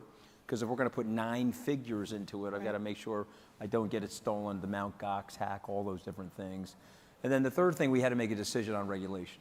And this is where Kevin comes in. That's what Kevin said. That was his seminal moment. My moment was, is it going to be outlawed? And when the IRS made the decision that Bitcoin was intangible property, I went to law school. I only learned 2 things in law school. The first thing was don't be a lawyer. I thought that was the most obvious thing. But then the second thing I learned was about property. Ultimately in the United States, here in the West, in the Bahamas, anything tied to British common law, we hold property sacrosanct. I said, okay, if this is property, they are never going to outlaw. They're never going to be able to outlaw. There's too many checks and balances in the system. And so those 3 things converged, and we made our first Bitcoin investment, I guess, in October of 2020. So we're a little late, but I still think it's very early. We're all still early. I still think it's very early, but I could have gotten there earlier, but I was being more programmable about it and more institutional. Well, we're glad you're here now. I appreciate being here. It's been a lot of fun. So we talk a lot about what's keeping institutions out. The custody was a big challenge some years ago. Regulatory clarity has been thrown around, and now we are seeing institutions allocate assets. And it looks to me like it's into trading infrastructure, market making, fiat on and off ramps, and there's some limited investing into the actual crypto assets themselves. So from a Wall Street perspective, it really seems like the first 2 areas, there's comfort and not as much comfort with investing directly into the assets themselves. So I'd like to know from each one of you why you think that is. I mean, we know that there's customer demand and there's appetite. Is it that they don't know how to risk assess? Is it they're unsure of the value? What's really that inhibitor? This is a great question and also a great opportunity simultaneously. And I'll take a stab at it from the point of view of an indexer, a guy who provides sovereign wealth and pension plan services. And if you're a country with a lot of oil, for example, and you want to invest in the S&P, you ask indexers like me to create an indice that is X oil, X airlines, and you just invest in that. And so it's always based on allocations, typical sovereign funds. And the reason I bring up pension and sovereign, they are the investors. I mean, for all the excitement about Bitcoin, nobody owns it. I mean, it's a nothing burger asset in the context of sovereign and pension wealth. 800 billion is nothing. I know that sounds trite, but it's true.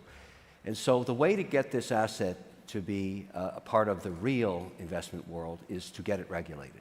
Any of these assets, any, pick one.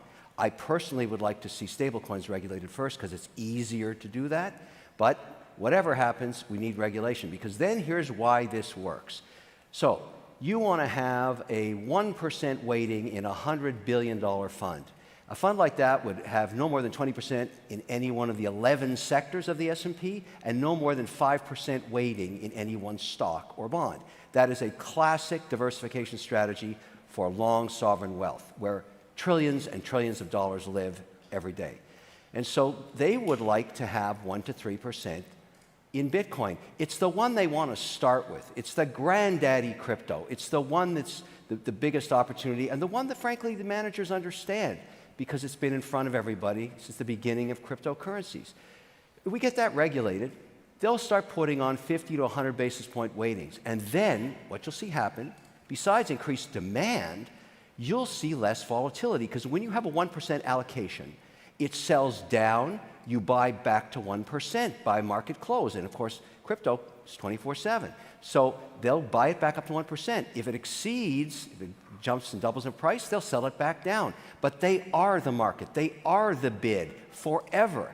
And everybody else benefits from the fact that the stability and the volatility is reduced dramatically. And the price will be significantly higher over time if, Mooch is right. And this is a property, they'll allocate it like they do real estate.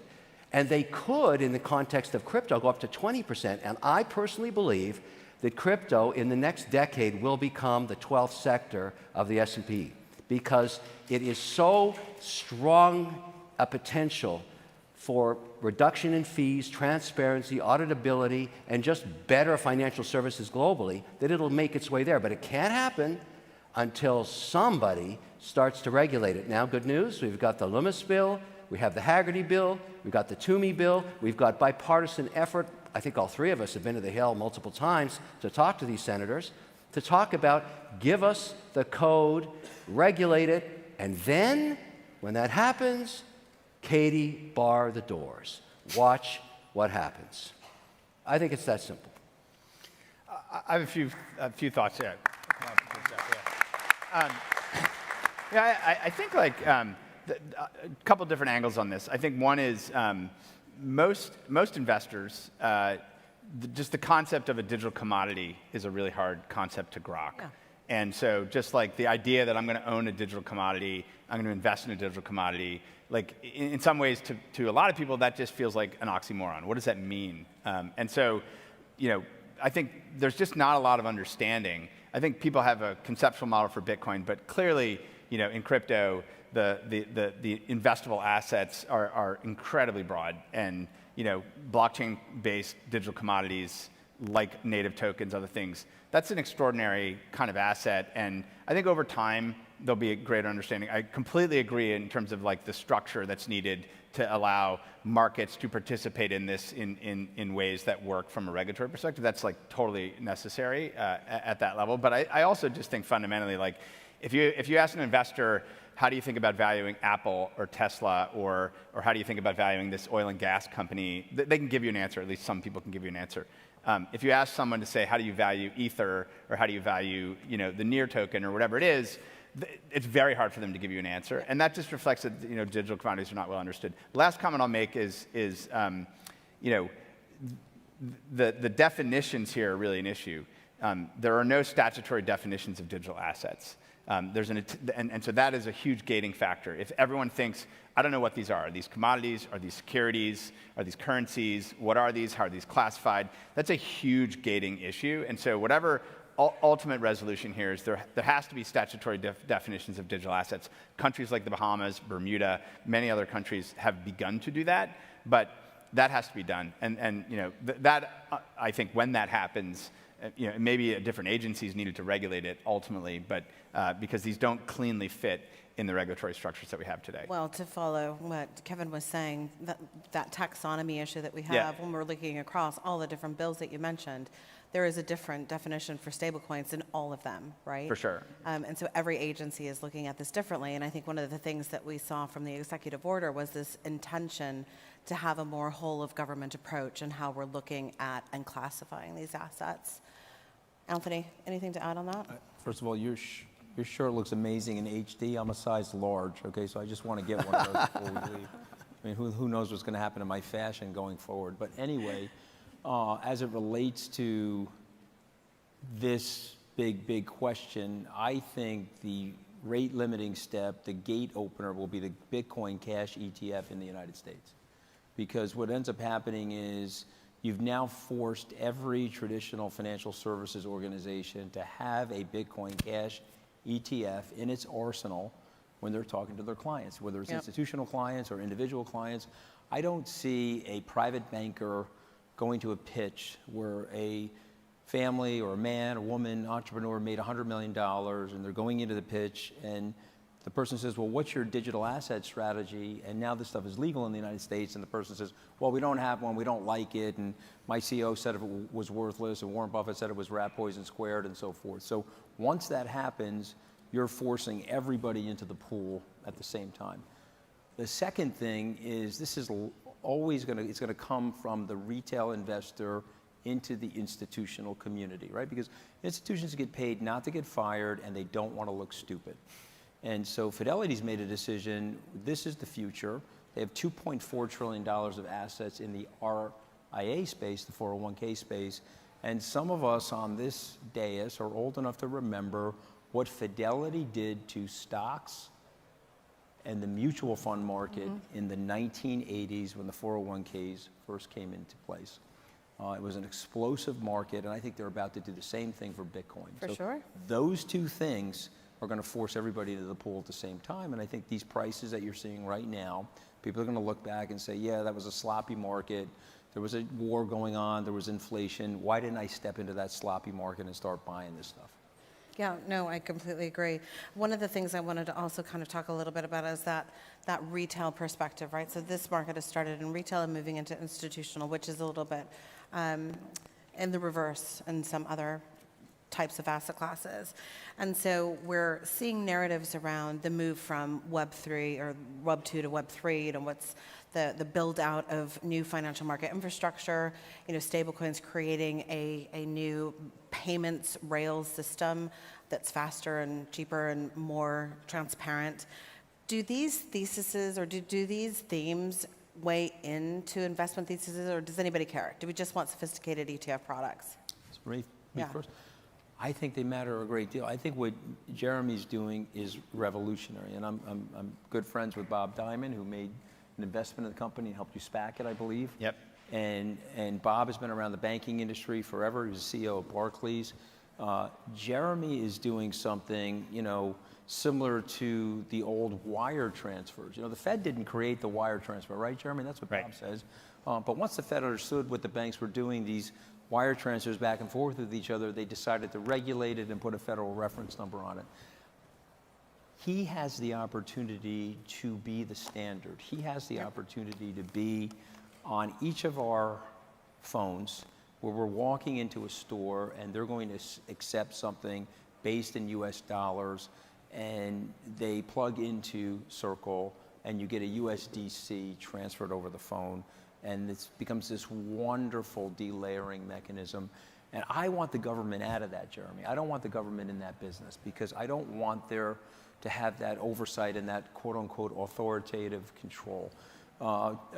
Mayor Suarez said something the other night, which I thought was brilliant. He said, well, you know, the Russians and the Chinese, the Russians are starting to like it now because of the war, but neither of them really like Bitcoin. And most autocratic and authoritative nations don't like Bitcoin. But the Chinese like a governmental-based digital currency. So therefore, definitionally, we probably shouldn't like it, okay? We want to still be free, and we want to be free market oriented and capitalist. So I think what he is doing is going to be monumental, and he's going to have a terrific legacy over the next 30 or 40 years. So Jeremy, yeah. So let me follow up on that. So Circle is starting to look a little bit like a bank. It's starting to look a lot like true financial market infrastructure. From a Wall Street perspective, how are you like a bank and how are you not like a bank? What's the balance between public money and private money? I mean, I think, like, if you look at the internet and how major industries got changed, the communications industry, the information industry, the media industry, you know, the software industry itself, right? Like, there were kind of like highly regulated, mostly closed loop, centrally controlled infrastructures that then got replaced by essentially decentralized infrastructures built on open intellectual property and open standards, and then new utilities got created. We don't even think of those utilities as the equivalent of their legacy system version. So we don't think of like Facebook or Tencent as similar to AT&T as communications, even though they like dominate communications in the world. They don't even operate a telecommunications service. They just publish software on the internet. So I think just coming back to this, like as we think about what we're doing, we're obviously building market infrastructure. We want that market infrastructure to be open and accessible so that any developer anywhere in the world can build on it and integrate it and build out standards around it so that people can, you know, connect that into what they do. And so I think like we think of what we're doing as more like we're building platform infrastructure. And we're building that platform infrastructure for developers, for companies that are building commercial and financial applications, game developers, whoever it is that wants to connect and use dollars on the internet and program those in interesting ways. We're trying to provide the infrastructure to do that. That's not similar to the way like traditional banks work. And I think that's ultimately gets to the bigger piece here, which is that once you get to a world where there's protocols for dollars on the internet, and you can use those at the speed of the internet, basically at zero cost, and those become programmable, it will unlock use cases and scale that is far, far in excess than what we've seen in the legacy financial system. And so I think, you know, in many ways, you know, what we're building and the infrastructure we're building will lead to, you know, things that look very, very different than, you know, whether it's bank transfer networks or credit card networks. I think those will look like, we'll look back at those and be like, I don't even know what that is. Just like no one's asking like, when's the last time you sent, you know, a cross-border email? Like some of these concepts don't make sense. And I think as, you know, this kind of infrastructure is used and people build on it, it will just look radically different, and especially at scale. And just like there's probably a 1,000,000x increase in the amount of text content published in the world after the web, or a 1,000,000x increase in the amount of communications that happen once you could do it instantly for free. There's probably going to be like a 1,000,000x increase in transaction volume in the world because of blockchain, stablecoins, things like that. Absolutely. Kevin, from your perspective, how important are the use cases? So we're moving away from this pure speculation period and building things now that are tangible. Is that important as an investor? Yeah, I'm going to give you a real case study that happened last week that I think highlights why we need to get to what Jeremy's talking about. I do a lot of transactions in real estate in different geographies, and they're large transactions. And so generally what happens, you're going from one geography in US dollars to another geography in another currency. And so you have to transfer that money and to that new geography, then you have to FX it into the local currency, then buy the real estate. So last week, we did and this bank is a large global bank, don't have to mention the name because the story's not nice, and we transferred millions and millions of dollars to its corresponding bank in another geography. They lost it. They lost the money for 48 hours, jeopardizing the closing of this transaction, and our team went out of their minds, including the Fed number, and they found it about 12 hours before the transaction was supposed to close, and they said, oh, it was a back office error. What people don't realize is that the money is, it's just like comma delimited text files that are floating around FTP servers. Like that's actually the money. It wasn't. I looked at all because I'm going to put in a formal complaint. We have a strong relationship with this bank. They owe us a lot for what happened. I spent, even before the wire went, 18 minutes listening to a clerk read disclosure statements to me, which is a complete waste of both of our time. And I realized this is insane. This is before they lost it. And then we spent about 35 hours of staff time trying to find the money in their system. So, and I actually called one of the board members of the bank and said, have you ever heard of USDC? Have you ever heard of a stable coin? Do you know how it works? And have you done any work to try and figure out, because this is commonplace. This happens all the time.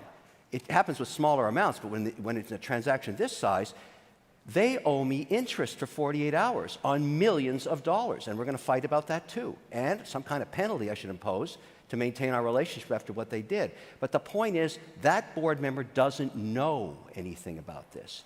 And those bankers got to get hip to this stuff because they're going to get smoked if they don't provide service at some point. Great. Yeah. Let's give that a moment.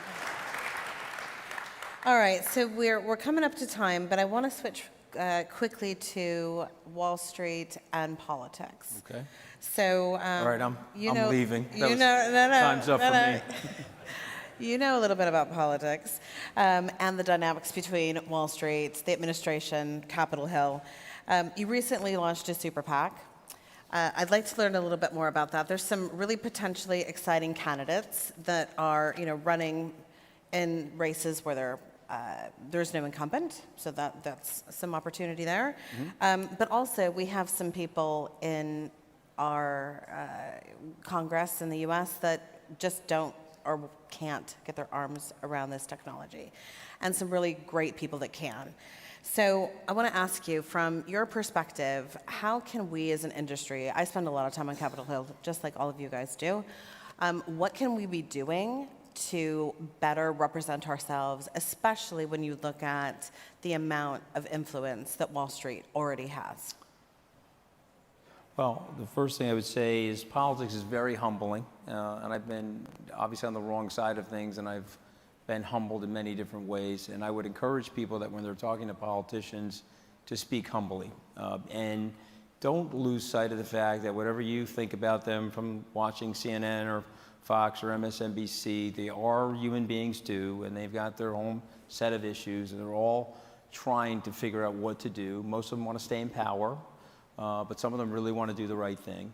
And so for me, this has never been about left or right. It has always been about right or wrong. And I'm interested in finding solutions-based, consensus-oriented, where we have to compromise, less tribal, less dividing politicians. I'm looking for people that recognize in the United States the first name of the country is united. And so whatever our differences are, we have to figure it out. We have to get it together. And so the PAC, the GMI PAC, which I'm a small part of, I get a lot of publicity for it, but what I would say we want to do is we want to educate these people as much as we possibly can to get them up to speed. We wish they were here. We wish they were present. We wish we could sit with them and explain to them what's going on. I see Christine here in the front, who runs the SEC effectively here. We had dinner last night. I heard her speak about the Bahamas, and I heard her speak about the ideas about what they're doing from a regulatory perspective. And in my mind, I want to bring her to the Hill. I want her to meet with these politicians to understand how the Bahamas is going to be at the forefront, and it's going to be a financial center of the future as a result of really good policy people in the Bahamas. Yeah. And it's less partisan. It's more solutions-based. It's more about right or wrong. And I think that's the purpose of the PAC. I'm sorry I'm being so long-winded about it, but this is a huge issue for us guys. This industry, we have to collaborate with each other, not be competitive with each other. We have to lift the boat of the entire industry. And we've got to get these people to pay attention. And there's 73 million accounts, or some number like that, in the United States that own digital currencies. We need to be almost like our own decentralized lobbying organization and force these people into the swimming pool with us. And I intend to do the best I can to help that process. I would, a couple thoughts on this. I have been, so when I founded the company, one of the really critical things that I figured was like, there's going to be a lot of policy issues here, and like that was like duh. I testified to the Senate for the first time in 2013. That was like the first public hearings on Capitol Hill on this, and have spent a lot of time, not just in Washington, but in London and Brussels and Tokyo, and Beijing and Singapore, a lot of places. And my attitude has always been, this is an education opportunity, that you should go in through the front door and you should spend the time to educate, like not just about what you're doing, like I'm educating, like here's what we're doing, here's our vision, here's how we're dealing with risks, be like open and transparent about the risks, because to say there aren't risks is ridiculous, because at the end of the day, policy is about risk management for society, and so be open about that, be thoughtful about that, and like demonstrate how you can solve those problems, and be open-minded, and that's really the key, and it's not a partisan issue at all. In fact, I think crypto is probably amongst the most nonpartisan issues that exist today in the world. It's like saying the internet is a partisan issue, or saying energy technology is a partisan issue, which is it's nonsense. So my view is a lot of the work right now is there are a lot of people who are now figuring out, I need to have a point of view on this. This is real and it's growing. But for any given member of Congress, they have a lot they need to process and think about, and you get this much room in their brain to deal with this. And so I think it's really incumbent on this industry and people and everyone to just do the work to educate people. That's the most important thing in my view. Kevin? What I'm hoping from policymakers is to pick one thing and solve for that, then pick another thing, because crypto is so broad and diverse, and there's so many assets, and there's so much debate. An NFT with utility, is that a security, is that a commodity, all those kind of things. Here's what I'd like to see happen, because for me the use case is so powerful, and it would also support the idea of maintaining the US dollar as a reserve currency globally. I'd like to, and I've read both bills, so I'm just giving you Cole's notes on what the Toomey bill and the Haggerty bill say about stablecoins. Not just USDC, all stablecoins. It's very simple. The Haggerty bill is 2 pages. Every senator can read 2 pages.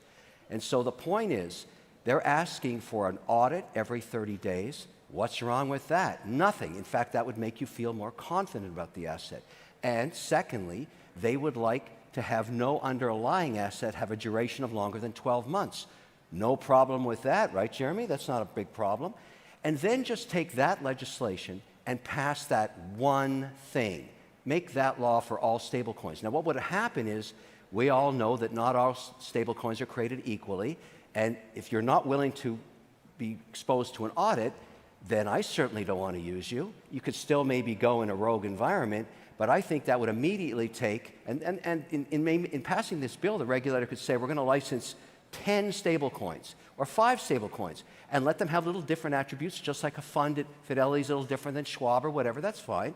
But I don't want to see the government writing code. That's not what they're good at. Yeah. Let the private sector innovate with the legislation and let these stable coins flourish backed by the US dollar. 100%. Why wouldn't we all want that? I mean, that makes a total amount of sense, and I wouldn't be getting screwed on my real estate transactions. That's why I want it. And so, because it's a use case, and it's a very powerful one, and a lot of people then could take the benefit of being able to lend their stable coins and make 3 or 4% interest versus 20 basis points. That means they're losing 5% because of inflation. There's a lot of merit in picking one thing and forcing that through policy. And the good news is that is the policy issue that seems to have the most bipartisan support to address. Yeah, and I think it's an easy use case. Everybody understands the value of a stablecoin. It's not as speculative. Its value after being audited certainly wouldn't vary that much.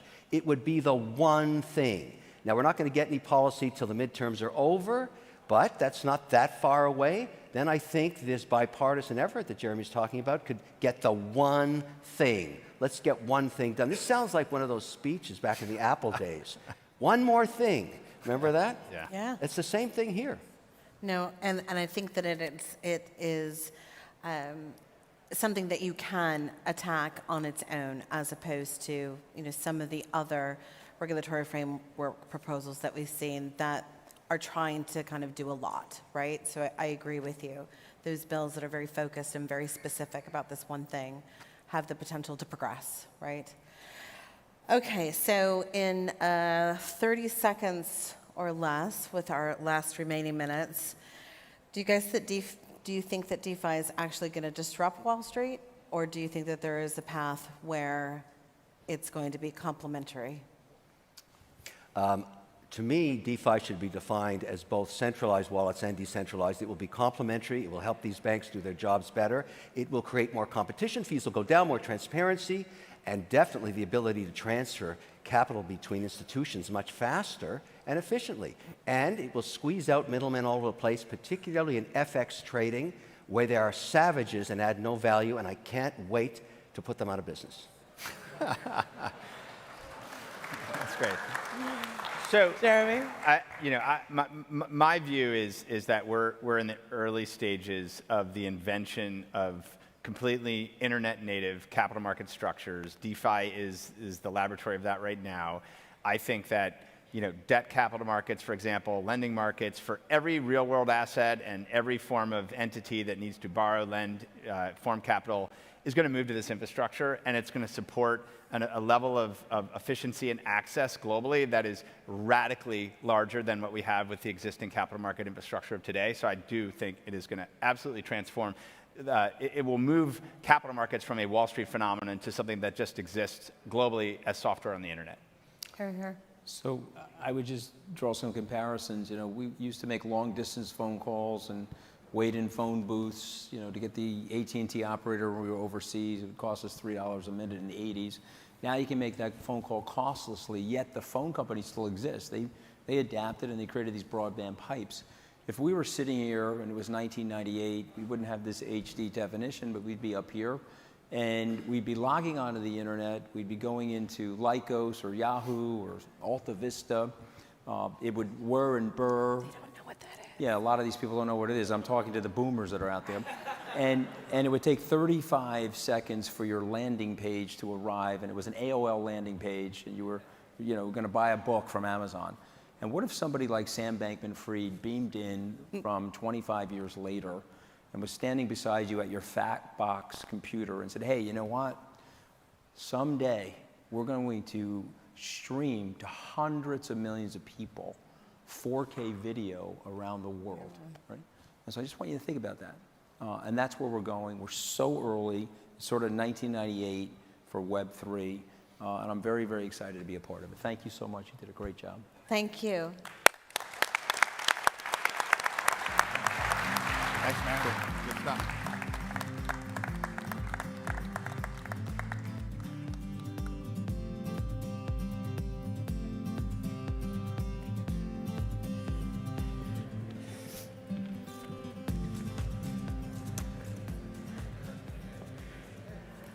I just have to say, I feel so grateful to have been a part of this conference. Hasn't the content been incredible? And I think we should give a big round of applause to the SALT team and the FTX team for the content creation.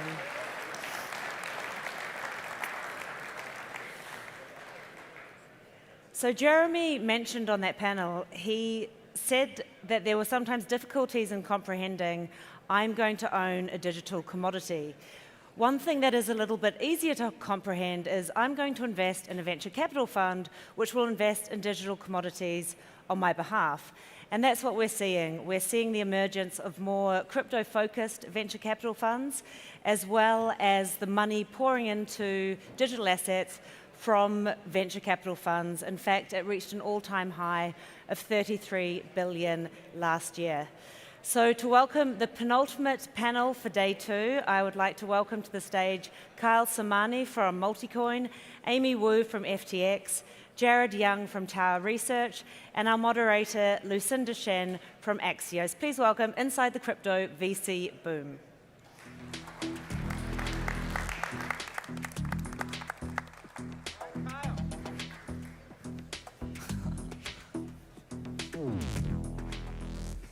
Amazing. Thank you so much for being here with us today. To start us off, actually, I want to ask the audience a question before I ask any of our panelists. I'm assuming that if you're here, you probably already own some kind of crypto because you don't come to the Bahamas because you're curious about crypto. So raise your hand if you own Bitcoin as your primary crypto holding. OK, a fair number. not maybe the majority, but a fair number. One of our panelists has a very different point of view. He would probably disagree with you. Kyle of Multicoin Capital, you have a very strong view. You at one point did say that you believe that Bitcoin in 10 years is going to be entirely irrelevant. Can you elucidate? Sure, happy to, Lucinda, and good afternoon, everyone. Good to see all of you here. My kind of general view of the L1s is that they're all directly competitive with each other. They're all a non-sovereign store of wealth. They all have permissionless consensus. Like, they all secure themselves with their market cap and liquidity, basically. And so I think that whether it's proof of work, proof of stake, Satoshi's, immaculate conception, I think they're all directly competitive as non-sovereign store of value. One kind of school of thought is like, you know, chemistry is chemistry, laws of physics don't change, so you want to mirror gold and have it not changing, and that's kind of, I'd say, the traditional view that I'd say is the consensus view among most on how to think about these things. I'd say the common theme we've seen with the internet is whenever you take something analog and make it digital, usually the properties don't map over quite one for one, and usually you have to kind of think of some net new properties and how that impacts how people perceive it and things change. And I look at L1s in that way, or digital gold rather, and I think that, you know, the perception of money will not just be, it should be as fixed and unchanging as possible, but that it can be dynamic and that it can have interesting properties and do cool new things. As the next billion or 2 billion retail users onboard to crypto, they're all going to know whether it's Ethereum or Solana or whatever. They may not understand how it works, but they will have heard the name, they will understand that that asset is tied to the core protocol, and that that is the thing that runs the world. And I believe that as billions of people come to understand that, that will become the asset that they buy and hold, and not the boring rock that doesn't do anything. The boring rock Bitcoin. Okay. So this is an interesting diversity of views, because typically if you're a venture capital firm, you really don't care all that much about Bitcoin, right? To Kyle's point, you can't really build on top of it. There are some projects that are working towards that, but generally it's thought that it's a limited, Bitcoin is not the thing that most venture capitalists go towards. So I wanted to carry that forward and talk a little bit more about the diversity of our panel in terms of where they are in the crypto venture ecosystem. Amy, you are at FTX Ventures. You're running a $2 billion fund at the moment. You are also running the M&A side for FTX. So can you tell us a little more about how you're thinking about crypto at the moment? Crypto at the moment in general? It's a pretty broad topic. How about what you're bullish on specifically in the gaming space? In gaming specifically, okay.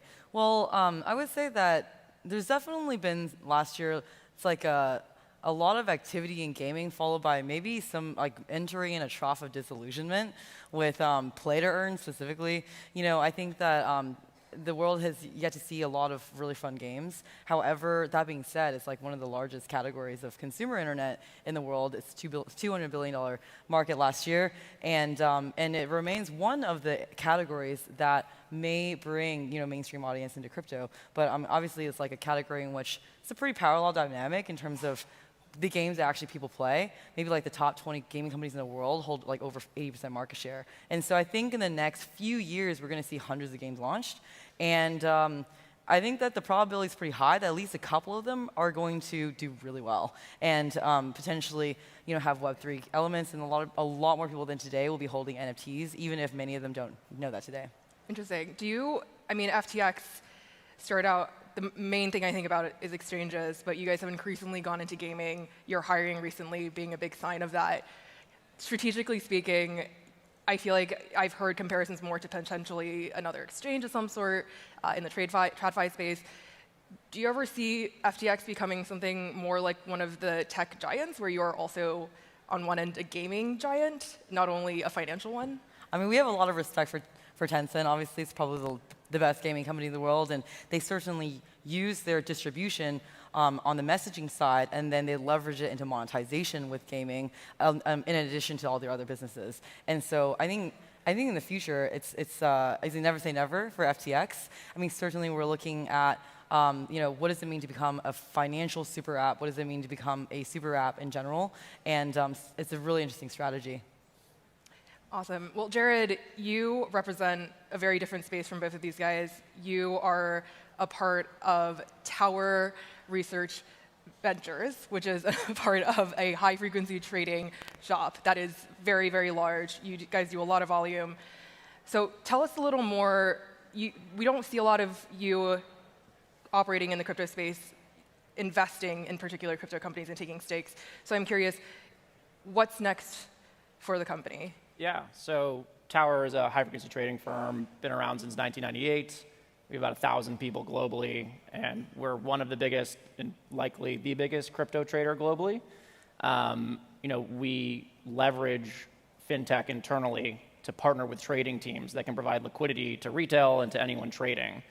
And a big part of what we're now doing is leveraging that fintech that we built internally, the trading talent, the quant talent, and partnering with project at the earliest stage, the same way that we conceptually partner with trading teams. And so that's in liquidity provisioning for early stage projects, day one. That's in product advisory and pulling on all the internal talent that we have.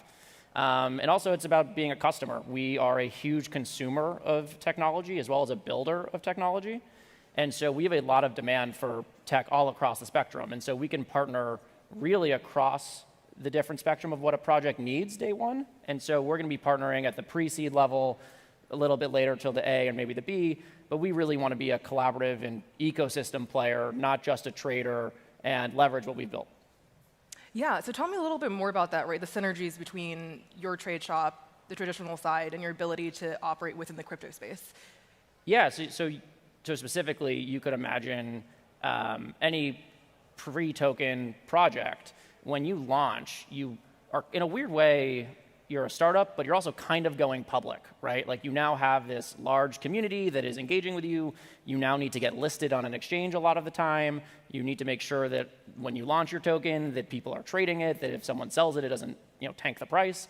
And so there's this new kind of, I think, need for startups. It's not just taking capital and product advisor and help with recruiting, which is still really needed. And there's still, I think, a huge space for VCs to do that. I think there's now also a place for almost a service provider like a Tower where we can come day one, partner with you, make sure that your token is liquid and that people can get in and out that you've partnered with, that you've built the community for. And we can both be a partner and an investor. And so it's really aligning interests and making sure that we're supportive to the ecosystem that we think that we have helped develop on the public and liquid side, as now into doing that on the early stage side. Okay, so we'll see more investments. We might not see you as much right now, but we're going to see more public announcements probably. Yeah, I think that's well said. Okay, fair enough. Kyle, I am curious. You recently put out a letter, or I should say a blog post, describing a very interesting thesis, right? You basically were saying that you were interested in infrastructure for physical goods within the crypto space, and that's a very interesting way of thinking about it. Can you tell us a little more about what you mean by that? Sure. So we published an essay a few weeks ago called Proof of Physical Work. One thing we've kind of observed is there's a class of problem that, like, by definition, to solve the problem, you need to have a lot of something replicated everywhere. Electricity, internet access, charging stations, garbage cans, I mean, all kinds of things for like society to work. You just need the things everywhere, roads, cars, whatever.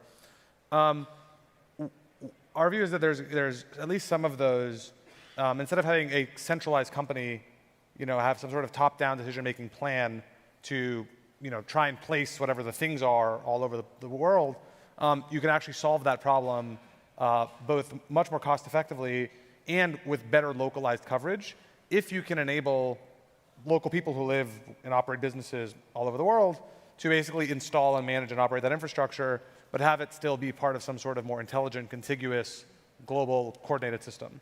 The first example of this was Helium, which we kind of led their first token round in 2019. And we worked with that team very closely for a few years and have developed kind of the conviction of going through that process that, like, you can take that same kind of core model and apply it to lots of other types of problems. So we announced our second investment along that same general class of thinking, which is called Hivemapper. Helium is a protocol for decentralized wireless networks. So the idea is you can literally buy a hotspot. It's about yay big. You put it in your window. It's got an antenna on the back, creates radio waves. Any device walking around nearby can pay the host per byte of data. And today, the Helium network is coming in on 3 years old, and there's about 750,000 hotspots live all over the world. And it is today by far the world's largest wireless network across every metric: population coverage, square mileage, kind of you name it. And it's also the fastest growing. We just did HiveMapper, which we also just announced. HiveMapper is same basic idea. You put a dash cam in your car, you drive around, you collect images, videos, and then upload those and help create a communal map. Maps in particular are kind of a thing that I think most people naturally assume is a public good, right? Like everyone in the world kind of rationally wants the maps to be as good as possible for fairly obvious reasons. And by enabling people to passively capture that data, upload it to a community collective, and then ultimately still be able to monetize by charging companies like DoorDash, Uber, Amazon, whatever, who want to use the mapping APIs, it's a way to compensate those people for doing that work. This idea has existed with non-token incentives before. It's called OpenStreetMaps. It's 15, 20 years old, and has never been very good. And this is kind of the idea to turbocharge it with incentives. We think this type of problem space, or just this shape of company, can be used to solve more than mapping and wireless networks. And so we really, really, really want to lean into that as hard as we can. Yeah, that's really interesting. I mean, part of this is, I think a couple of years ago, ideas of using the blockchain and physical infrastructure, or anything to do with physical, or even supply chain, that was thought of as too complicated. Has that changed in any way, or even within the NFT space, as we're tagging NFTs as physical goods on the blockchain? Has something fundamentally changed in technology recently, or are we just thinking about it and tackling the problem differently? So most of the 2015 era blockchain for supply chain things, as far as I know, have gone nowhere. I think the kind of core problem is that you can do supply chain tracking on a centralized database. We have this today with pharmaceuticals in particular because you have to track for recalls and stuff. And they will notify you if your batch of whatever the drug was recalled, and they did that on a SQL server somewhere. So you don't need a blockchain to solve the problem. That's kind of the core of it. The real challenge with solve the supply chain tracking stuff is just getting everyone to agree to opt in to the system. But blockchain doesn't really solve that problem. And so that kind of class of thing we haven't seen much of. We are seeing a lot of people experiment today with putting NFTs on the physical world. That kind of design space is just starting to take off in the last few months. And Amy's probably seen more games that look like Pokemon Go or something. Maybe she can elaborate more on some of those ideas.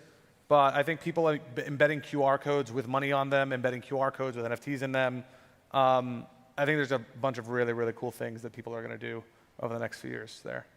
I think abstracting what Kyle's saying at a higher level is that I think all of us are looking for more innovative use cases in crypto. That we're still moving beyond the primary use case of crypto, being trading crypto or store of value. And so therefore, I think it's kind of our responsibility as VCs in the space to be promoting those use cases. And Helium's a really awesome example of that because actually, it's a really great way of using tokenomics to incentivize what is a new business model, right? Of a common good that people are using on a daily basis, and totally agree that there's going to be a lot more use cases like that.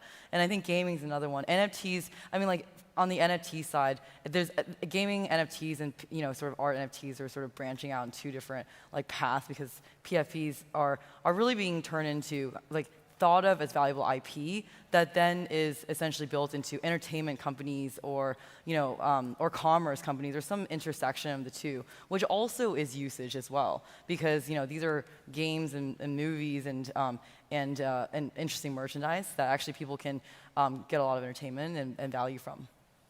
And that's what we really need in terms of just attracting more and more people into the space. More and more people into the space. So it's interesting. I think Amy, you focus on gaming, but Kyle, you do some gaming stuff, but you don't always agree in terms of how you guys think about it. The market is huge right now. There's so much money in GameFi. There are a lot of promising games out there as well, but I'm curious, Kyle, I think you mentioned that you were less bullish on the aspects. So I'm optimistic that people will figure out how to do crypto gaming things. I'm a little concerned that just right now too much money has gone in, but product market fit is not, I don't think, kind of there at the ecosystem level. The kind of probably best, most recent comp is mobile, And the shift to mobile was obviously the UI change with the touchscreen and everything, and the graphics changed, and the games were much simpler. But the other big thing that changed was the monetization, and understanding the free-to-play game loops, and how do you get people addicted, and then how do you introduce, hey, spend $5 and then spend $30 and whatever, and like all of that kind of game design. And that took several years to figure out, from like, call it 11 through 2014 or something. And kind of by 2014, there was the science was understood, but up until then, it really wasn't super well. So my concern with just crypto gaming is that like there's this excitement, and like I see the vision, and I think it will be there, but I don't see that the precision in the science that I would be hoping to see, just given the sheer quantum of dollars going in. But that doesn't mean that like it won't get figured out much faster than the mobile example I just gave. It could go 5 times faster. I'm just gonna add one more thing to that, and sorry to dominate here. But on the gaming, I mean, gaming is one small aspect, right, of the ecosystem. So if you actually like look at Web3, gaming is one pillar of it, but actually it's just the reason why you see so much of it is because I think when you're thinking about like decentralized social networks, or let's say like dating apps on chain, or other fun types, or actually other utility apps that are in the consumer internet category, we're so early that we haven't actually seen that yet. And so I actually think that it's like one of the things that we look at for Web3 at least, like an area that I cover a lot, is that we're actively looking at more of these kinds of use cases. Like and maybe that's like Twitter, or maybe that's a new decentralized social network, for example, who's going to actually potentially bring on the next tens of millions or hundreds of millions of people into blockchain. But I think in general, a lot of people are pretty excited that a consumer internet company is going to do it. One thing just to add on to that, which is like, everyone's excited for Web3 to take off and what should be decentralized that's currently centralized. And I think what's happened so far is that there's been a ton of money that's flown into projects that mimic Web 2 style companies that are attempting to be the decentralized version of that. And this might be heretical to say at a crypto conference, but I think there's some projects and products that are better off decentralized, and some that are potentially better off centralized. I think that there's a world where there's a spectrum of things that need to exist, and both for product development, a founder-led product company might be better off in the social media space than it is, let's say, in the DeFi space. And so that's like at a company level, but then I think separately in terms of how companies earn revenue and how they distribute that back internally to product development or back to the consumers through tokenomics in a Web3 world. So I think there's like a spectrum, and I think right now it's been a lot of flow into mimic-style copycat companies that are decentralized. I think it'll probably change over time, or at least even out. I'm going to ask you a quick question before I want to get your opinions on this as well. But in that case, the question that's been asked almost at every panel so far, the Elon Musk acquisition of Twitter, right? That's now a founder. It has been before, but more so than before, now a founder-led company that is maybe becoming decentralized, but maybe Elon is calling the shots. What is your view on it? Yeah, look, I think just taking a step back, at the end of the day, you need to build an amazing product that people want to use. And so even if, let's say, Twitter adds in Elon coin or whatever they were calling it today on Twitter, or whatever it ends up being, there's an element which is that every consumer here who uses Twitter presumably would pay more than $1 a day to use Twitter. Maybe they would pay $5 a day to use Twitter. So there's a certain amount of consumer surplus that isn't being captured by the company. And the promise of Web3 is that you can ultimately incentivize and allow early adopters to earn in what ends up being consumer surplus for everyone else down the road. That's a lot of the promise. I think the problem is that it's not necessarily clear to me that every social media company could build the same high quality level product if it were purely decentralized. I think TikTok is a great example. So I don't know if anyone here has used TikTok. I am an avid user. The algorithm is amazing. And I have willfully given TikTok my data because the product is so good. A decentralized version of that could very well be amazing. I think there's also a world where the data they collect, the way that they charge and earn revenue that ultimately gets reinvested into the company to hire more product, to hire more engineers, is potentially a better systematic product than a fully decentralized version of that. Now, it might not be the case. I think hopefully it's not the case. But I think as an investor, and hopefully we're all thinking about what are the trade-offs with centralization versus decentralization. All else being equal, I would rather be decentralized, but you ultimately need to build a product that people want. And so I think there are certain products that maybe are inherently easier to build centralized and some that are inherently easier and better to build decentralized. And so I really think it's a spectrum. So in regards to Twitter, I think we'll see. I think I and hopefully many of us are all hopeful that Twitter continues down the path of hopefully becoming promotes free speech and is more decentralized, at least, than it seems like it currently is, but I think remains to be seen. Yeah. Giving a more specific example of that, I think Elon's taken to Twitter to talk about his aversion to essentially censorship, right? So the fundamental question is, well, for a centralized social network, how does anyone know what has or has not been censored? And so you can imagine a world in which, if Twitter is run on-chain, what does that mean? Hypothetically, if let's say every message, that data is actually stored on-chain, so that actually anybody can at any point look at the history of tweets and confirm whether Twitter has indeed deleted or not, centrally anything from like a political figure, for example. And so I think there's a lot of ways. Just as one example of like how you might use, and there's a lot of fun ways you can go about that with like NFTing, like a message or something like that. But but I think at the core, there seems to be a lot of uses for blockchain that would be in line with what Elon might be interested in. Do you agree more generally that there are some things that should be centralized and decentralized? I think there's a business model question. Then there's the feasibility of what you can actually run on-chain from like the physical limitations of blockchain, transaction throughput. And so I think like we're kind of like facing a lot of that right now. At the end of the day, you need a great use case, you need great UX, you need like a great user experience for the end user. And so there's like very few applications that are fully run on-chain right now, particularly in the consumer internet side, right? Take gaming as an example. There is no game that's run on-chain. Actually, like assets from the game are being minted on-chain. And but eventually you can see that changing. And I think like to Jared's point, it's kind of like, well, what's the purpose of it, right? Are there certain incentivization models or sort of platform elements that are more conducive or more interesting and just straight up popular or fatty, like for consumers to have on chain, and in other cases it may not actually make sense. So yeah, I'm generally excited that Elon's fingers crossed buying Twitter. Just because Fingers like I wanted to shake. I mean, who knows? Well, the deal may not happen. It should happen, but it may not. It's just like it's such an important product for humanity, and just like it hasn't moved in 10 years, basically. So I'm excited for that. But I do think my sense is Elon thinks crypto is still a little too early. I don't think he has yet seen the consumer experiences that he wants to see, where he's in his head saying, "Oh, I am ready to embed crypto into a Twitter scale product." But my sense is that he understands that like there will be crypto-y thingies in a Twitter thing at some point.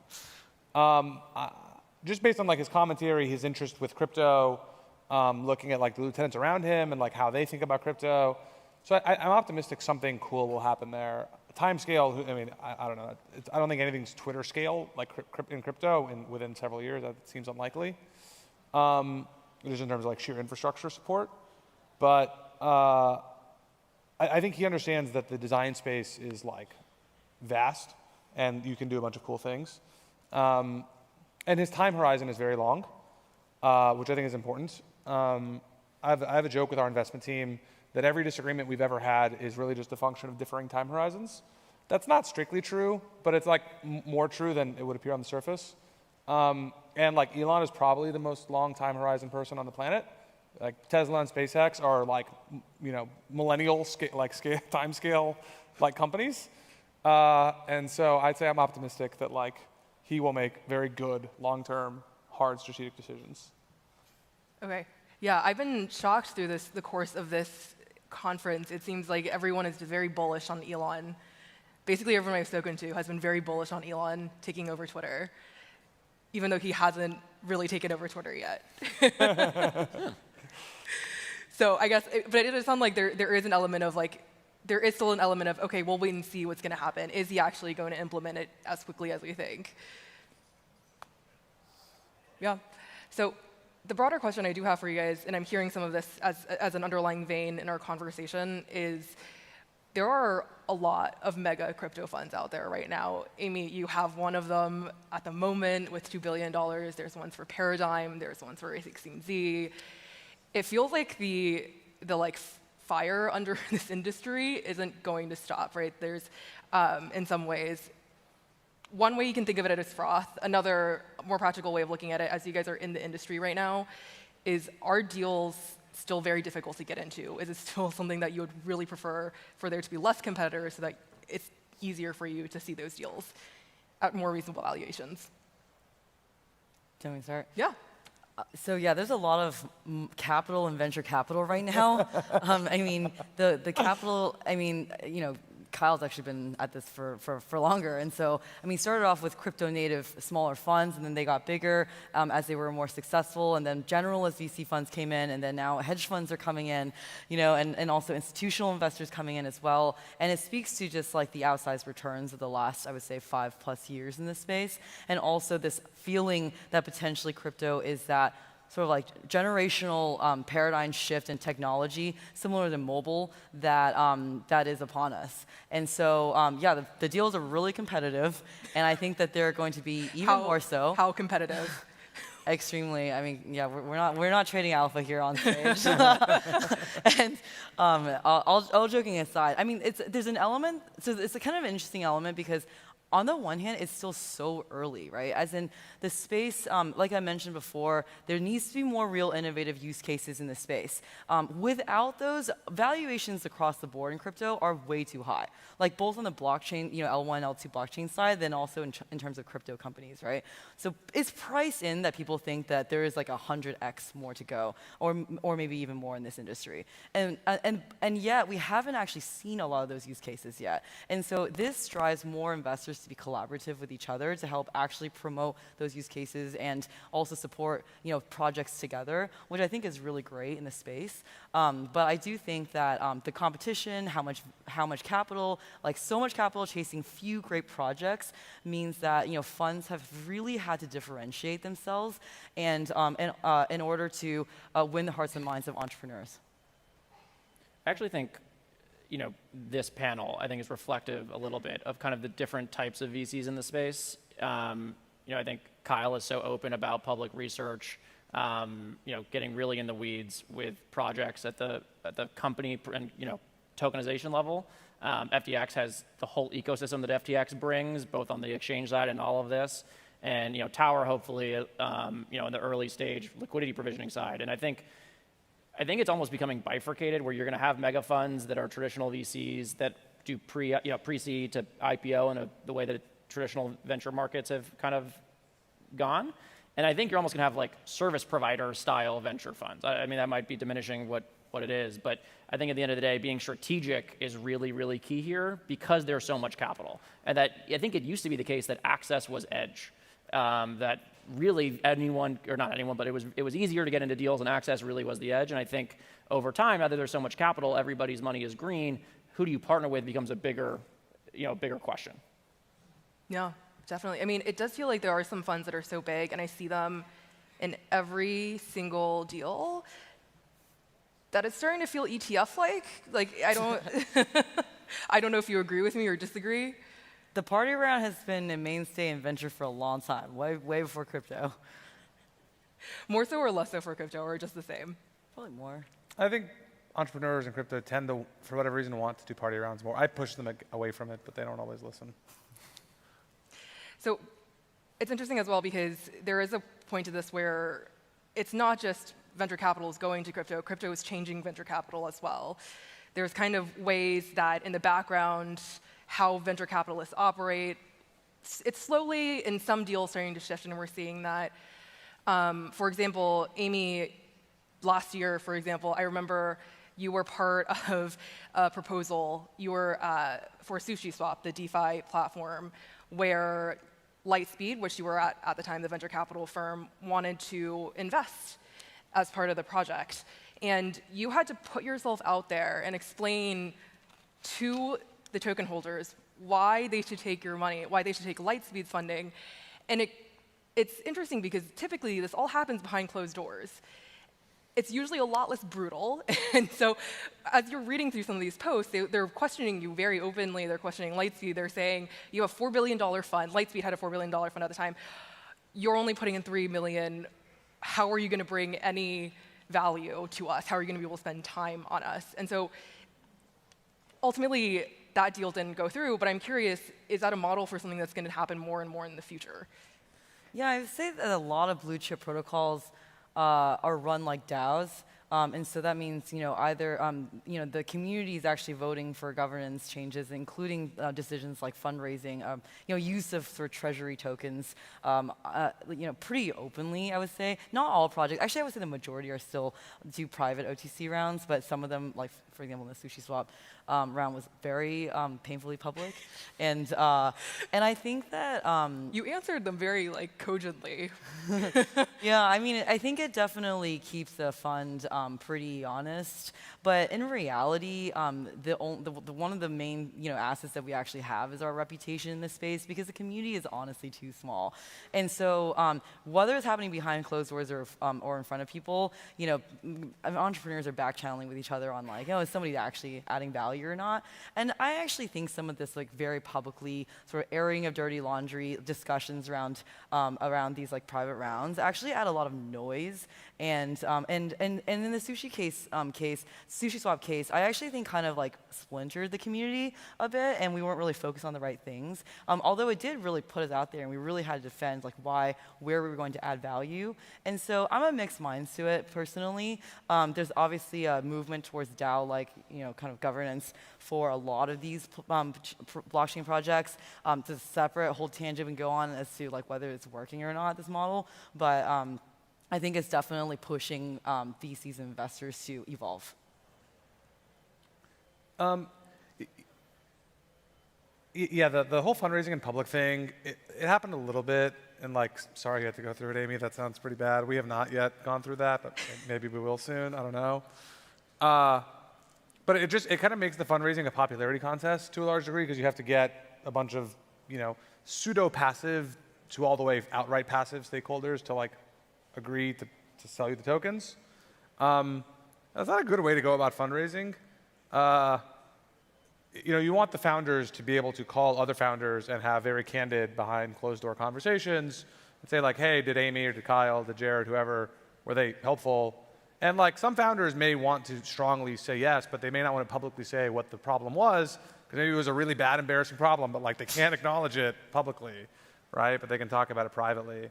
So yeah, it's a really hard challenge between transparency and value add, because a lot of the most I joke that the most value add thing a VC can do is tell an entrepreneur that they're wrong, convince them that they're wrong about something really, really important to the business. And if the entrepreneur changes their mind and agrees, and they're implicitly right, you're saying the VC was value add, but they don't want to go admit that publicly. And so I can't help but point out there's the discussion that we were just having earlier about Elon Musk. That was about greater transparency, airing all the dirty laundry of Twitter. But in this example, we're talking about less transparency behind closed doors about these venture capital deals. What's the standard?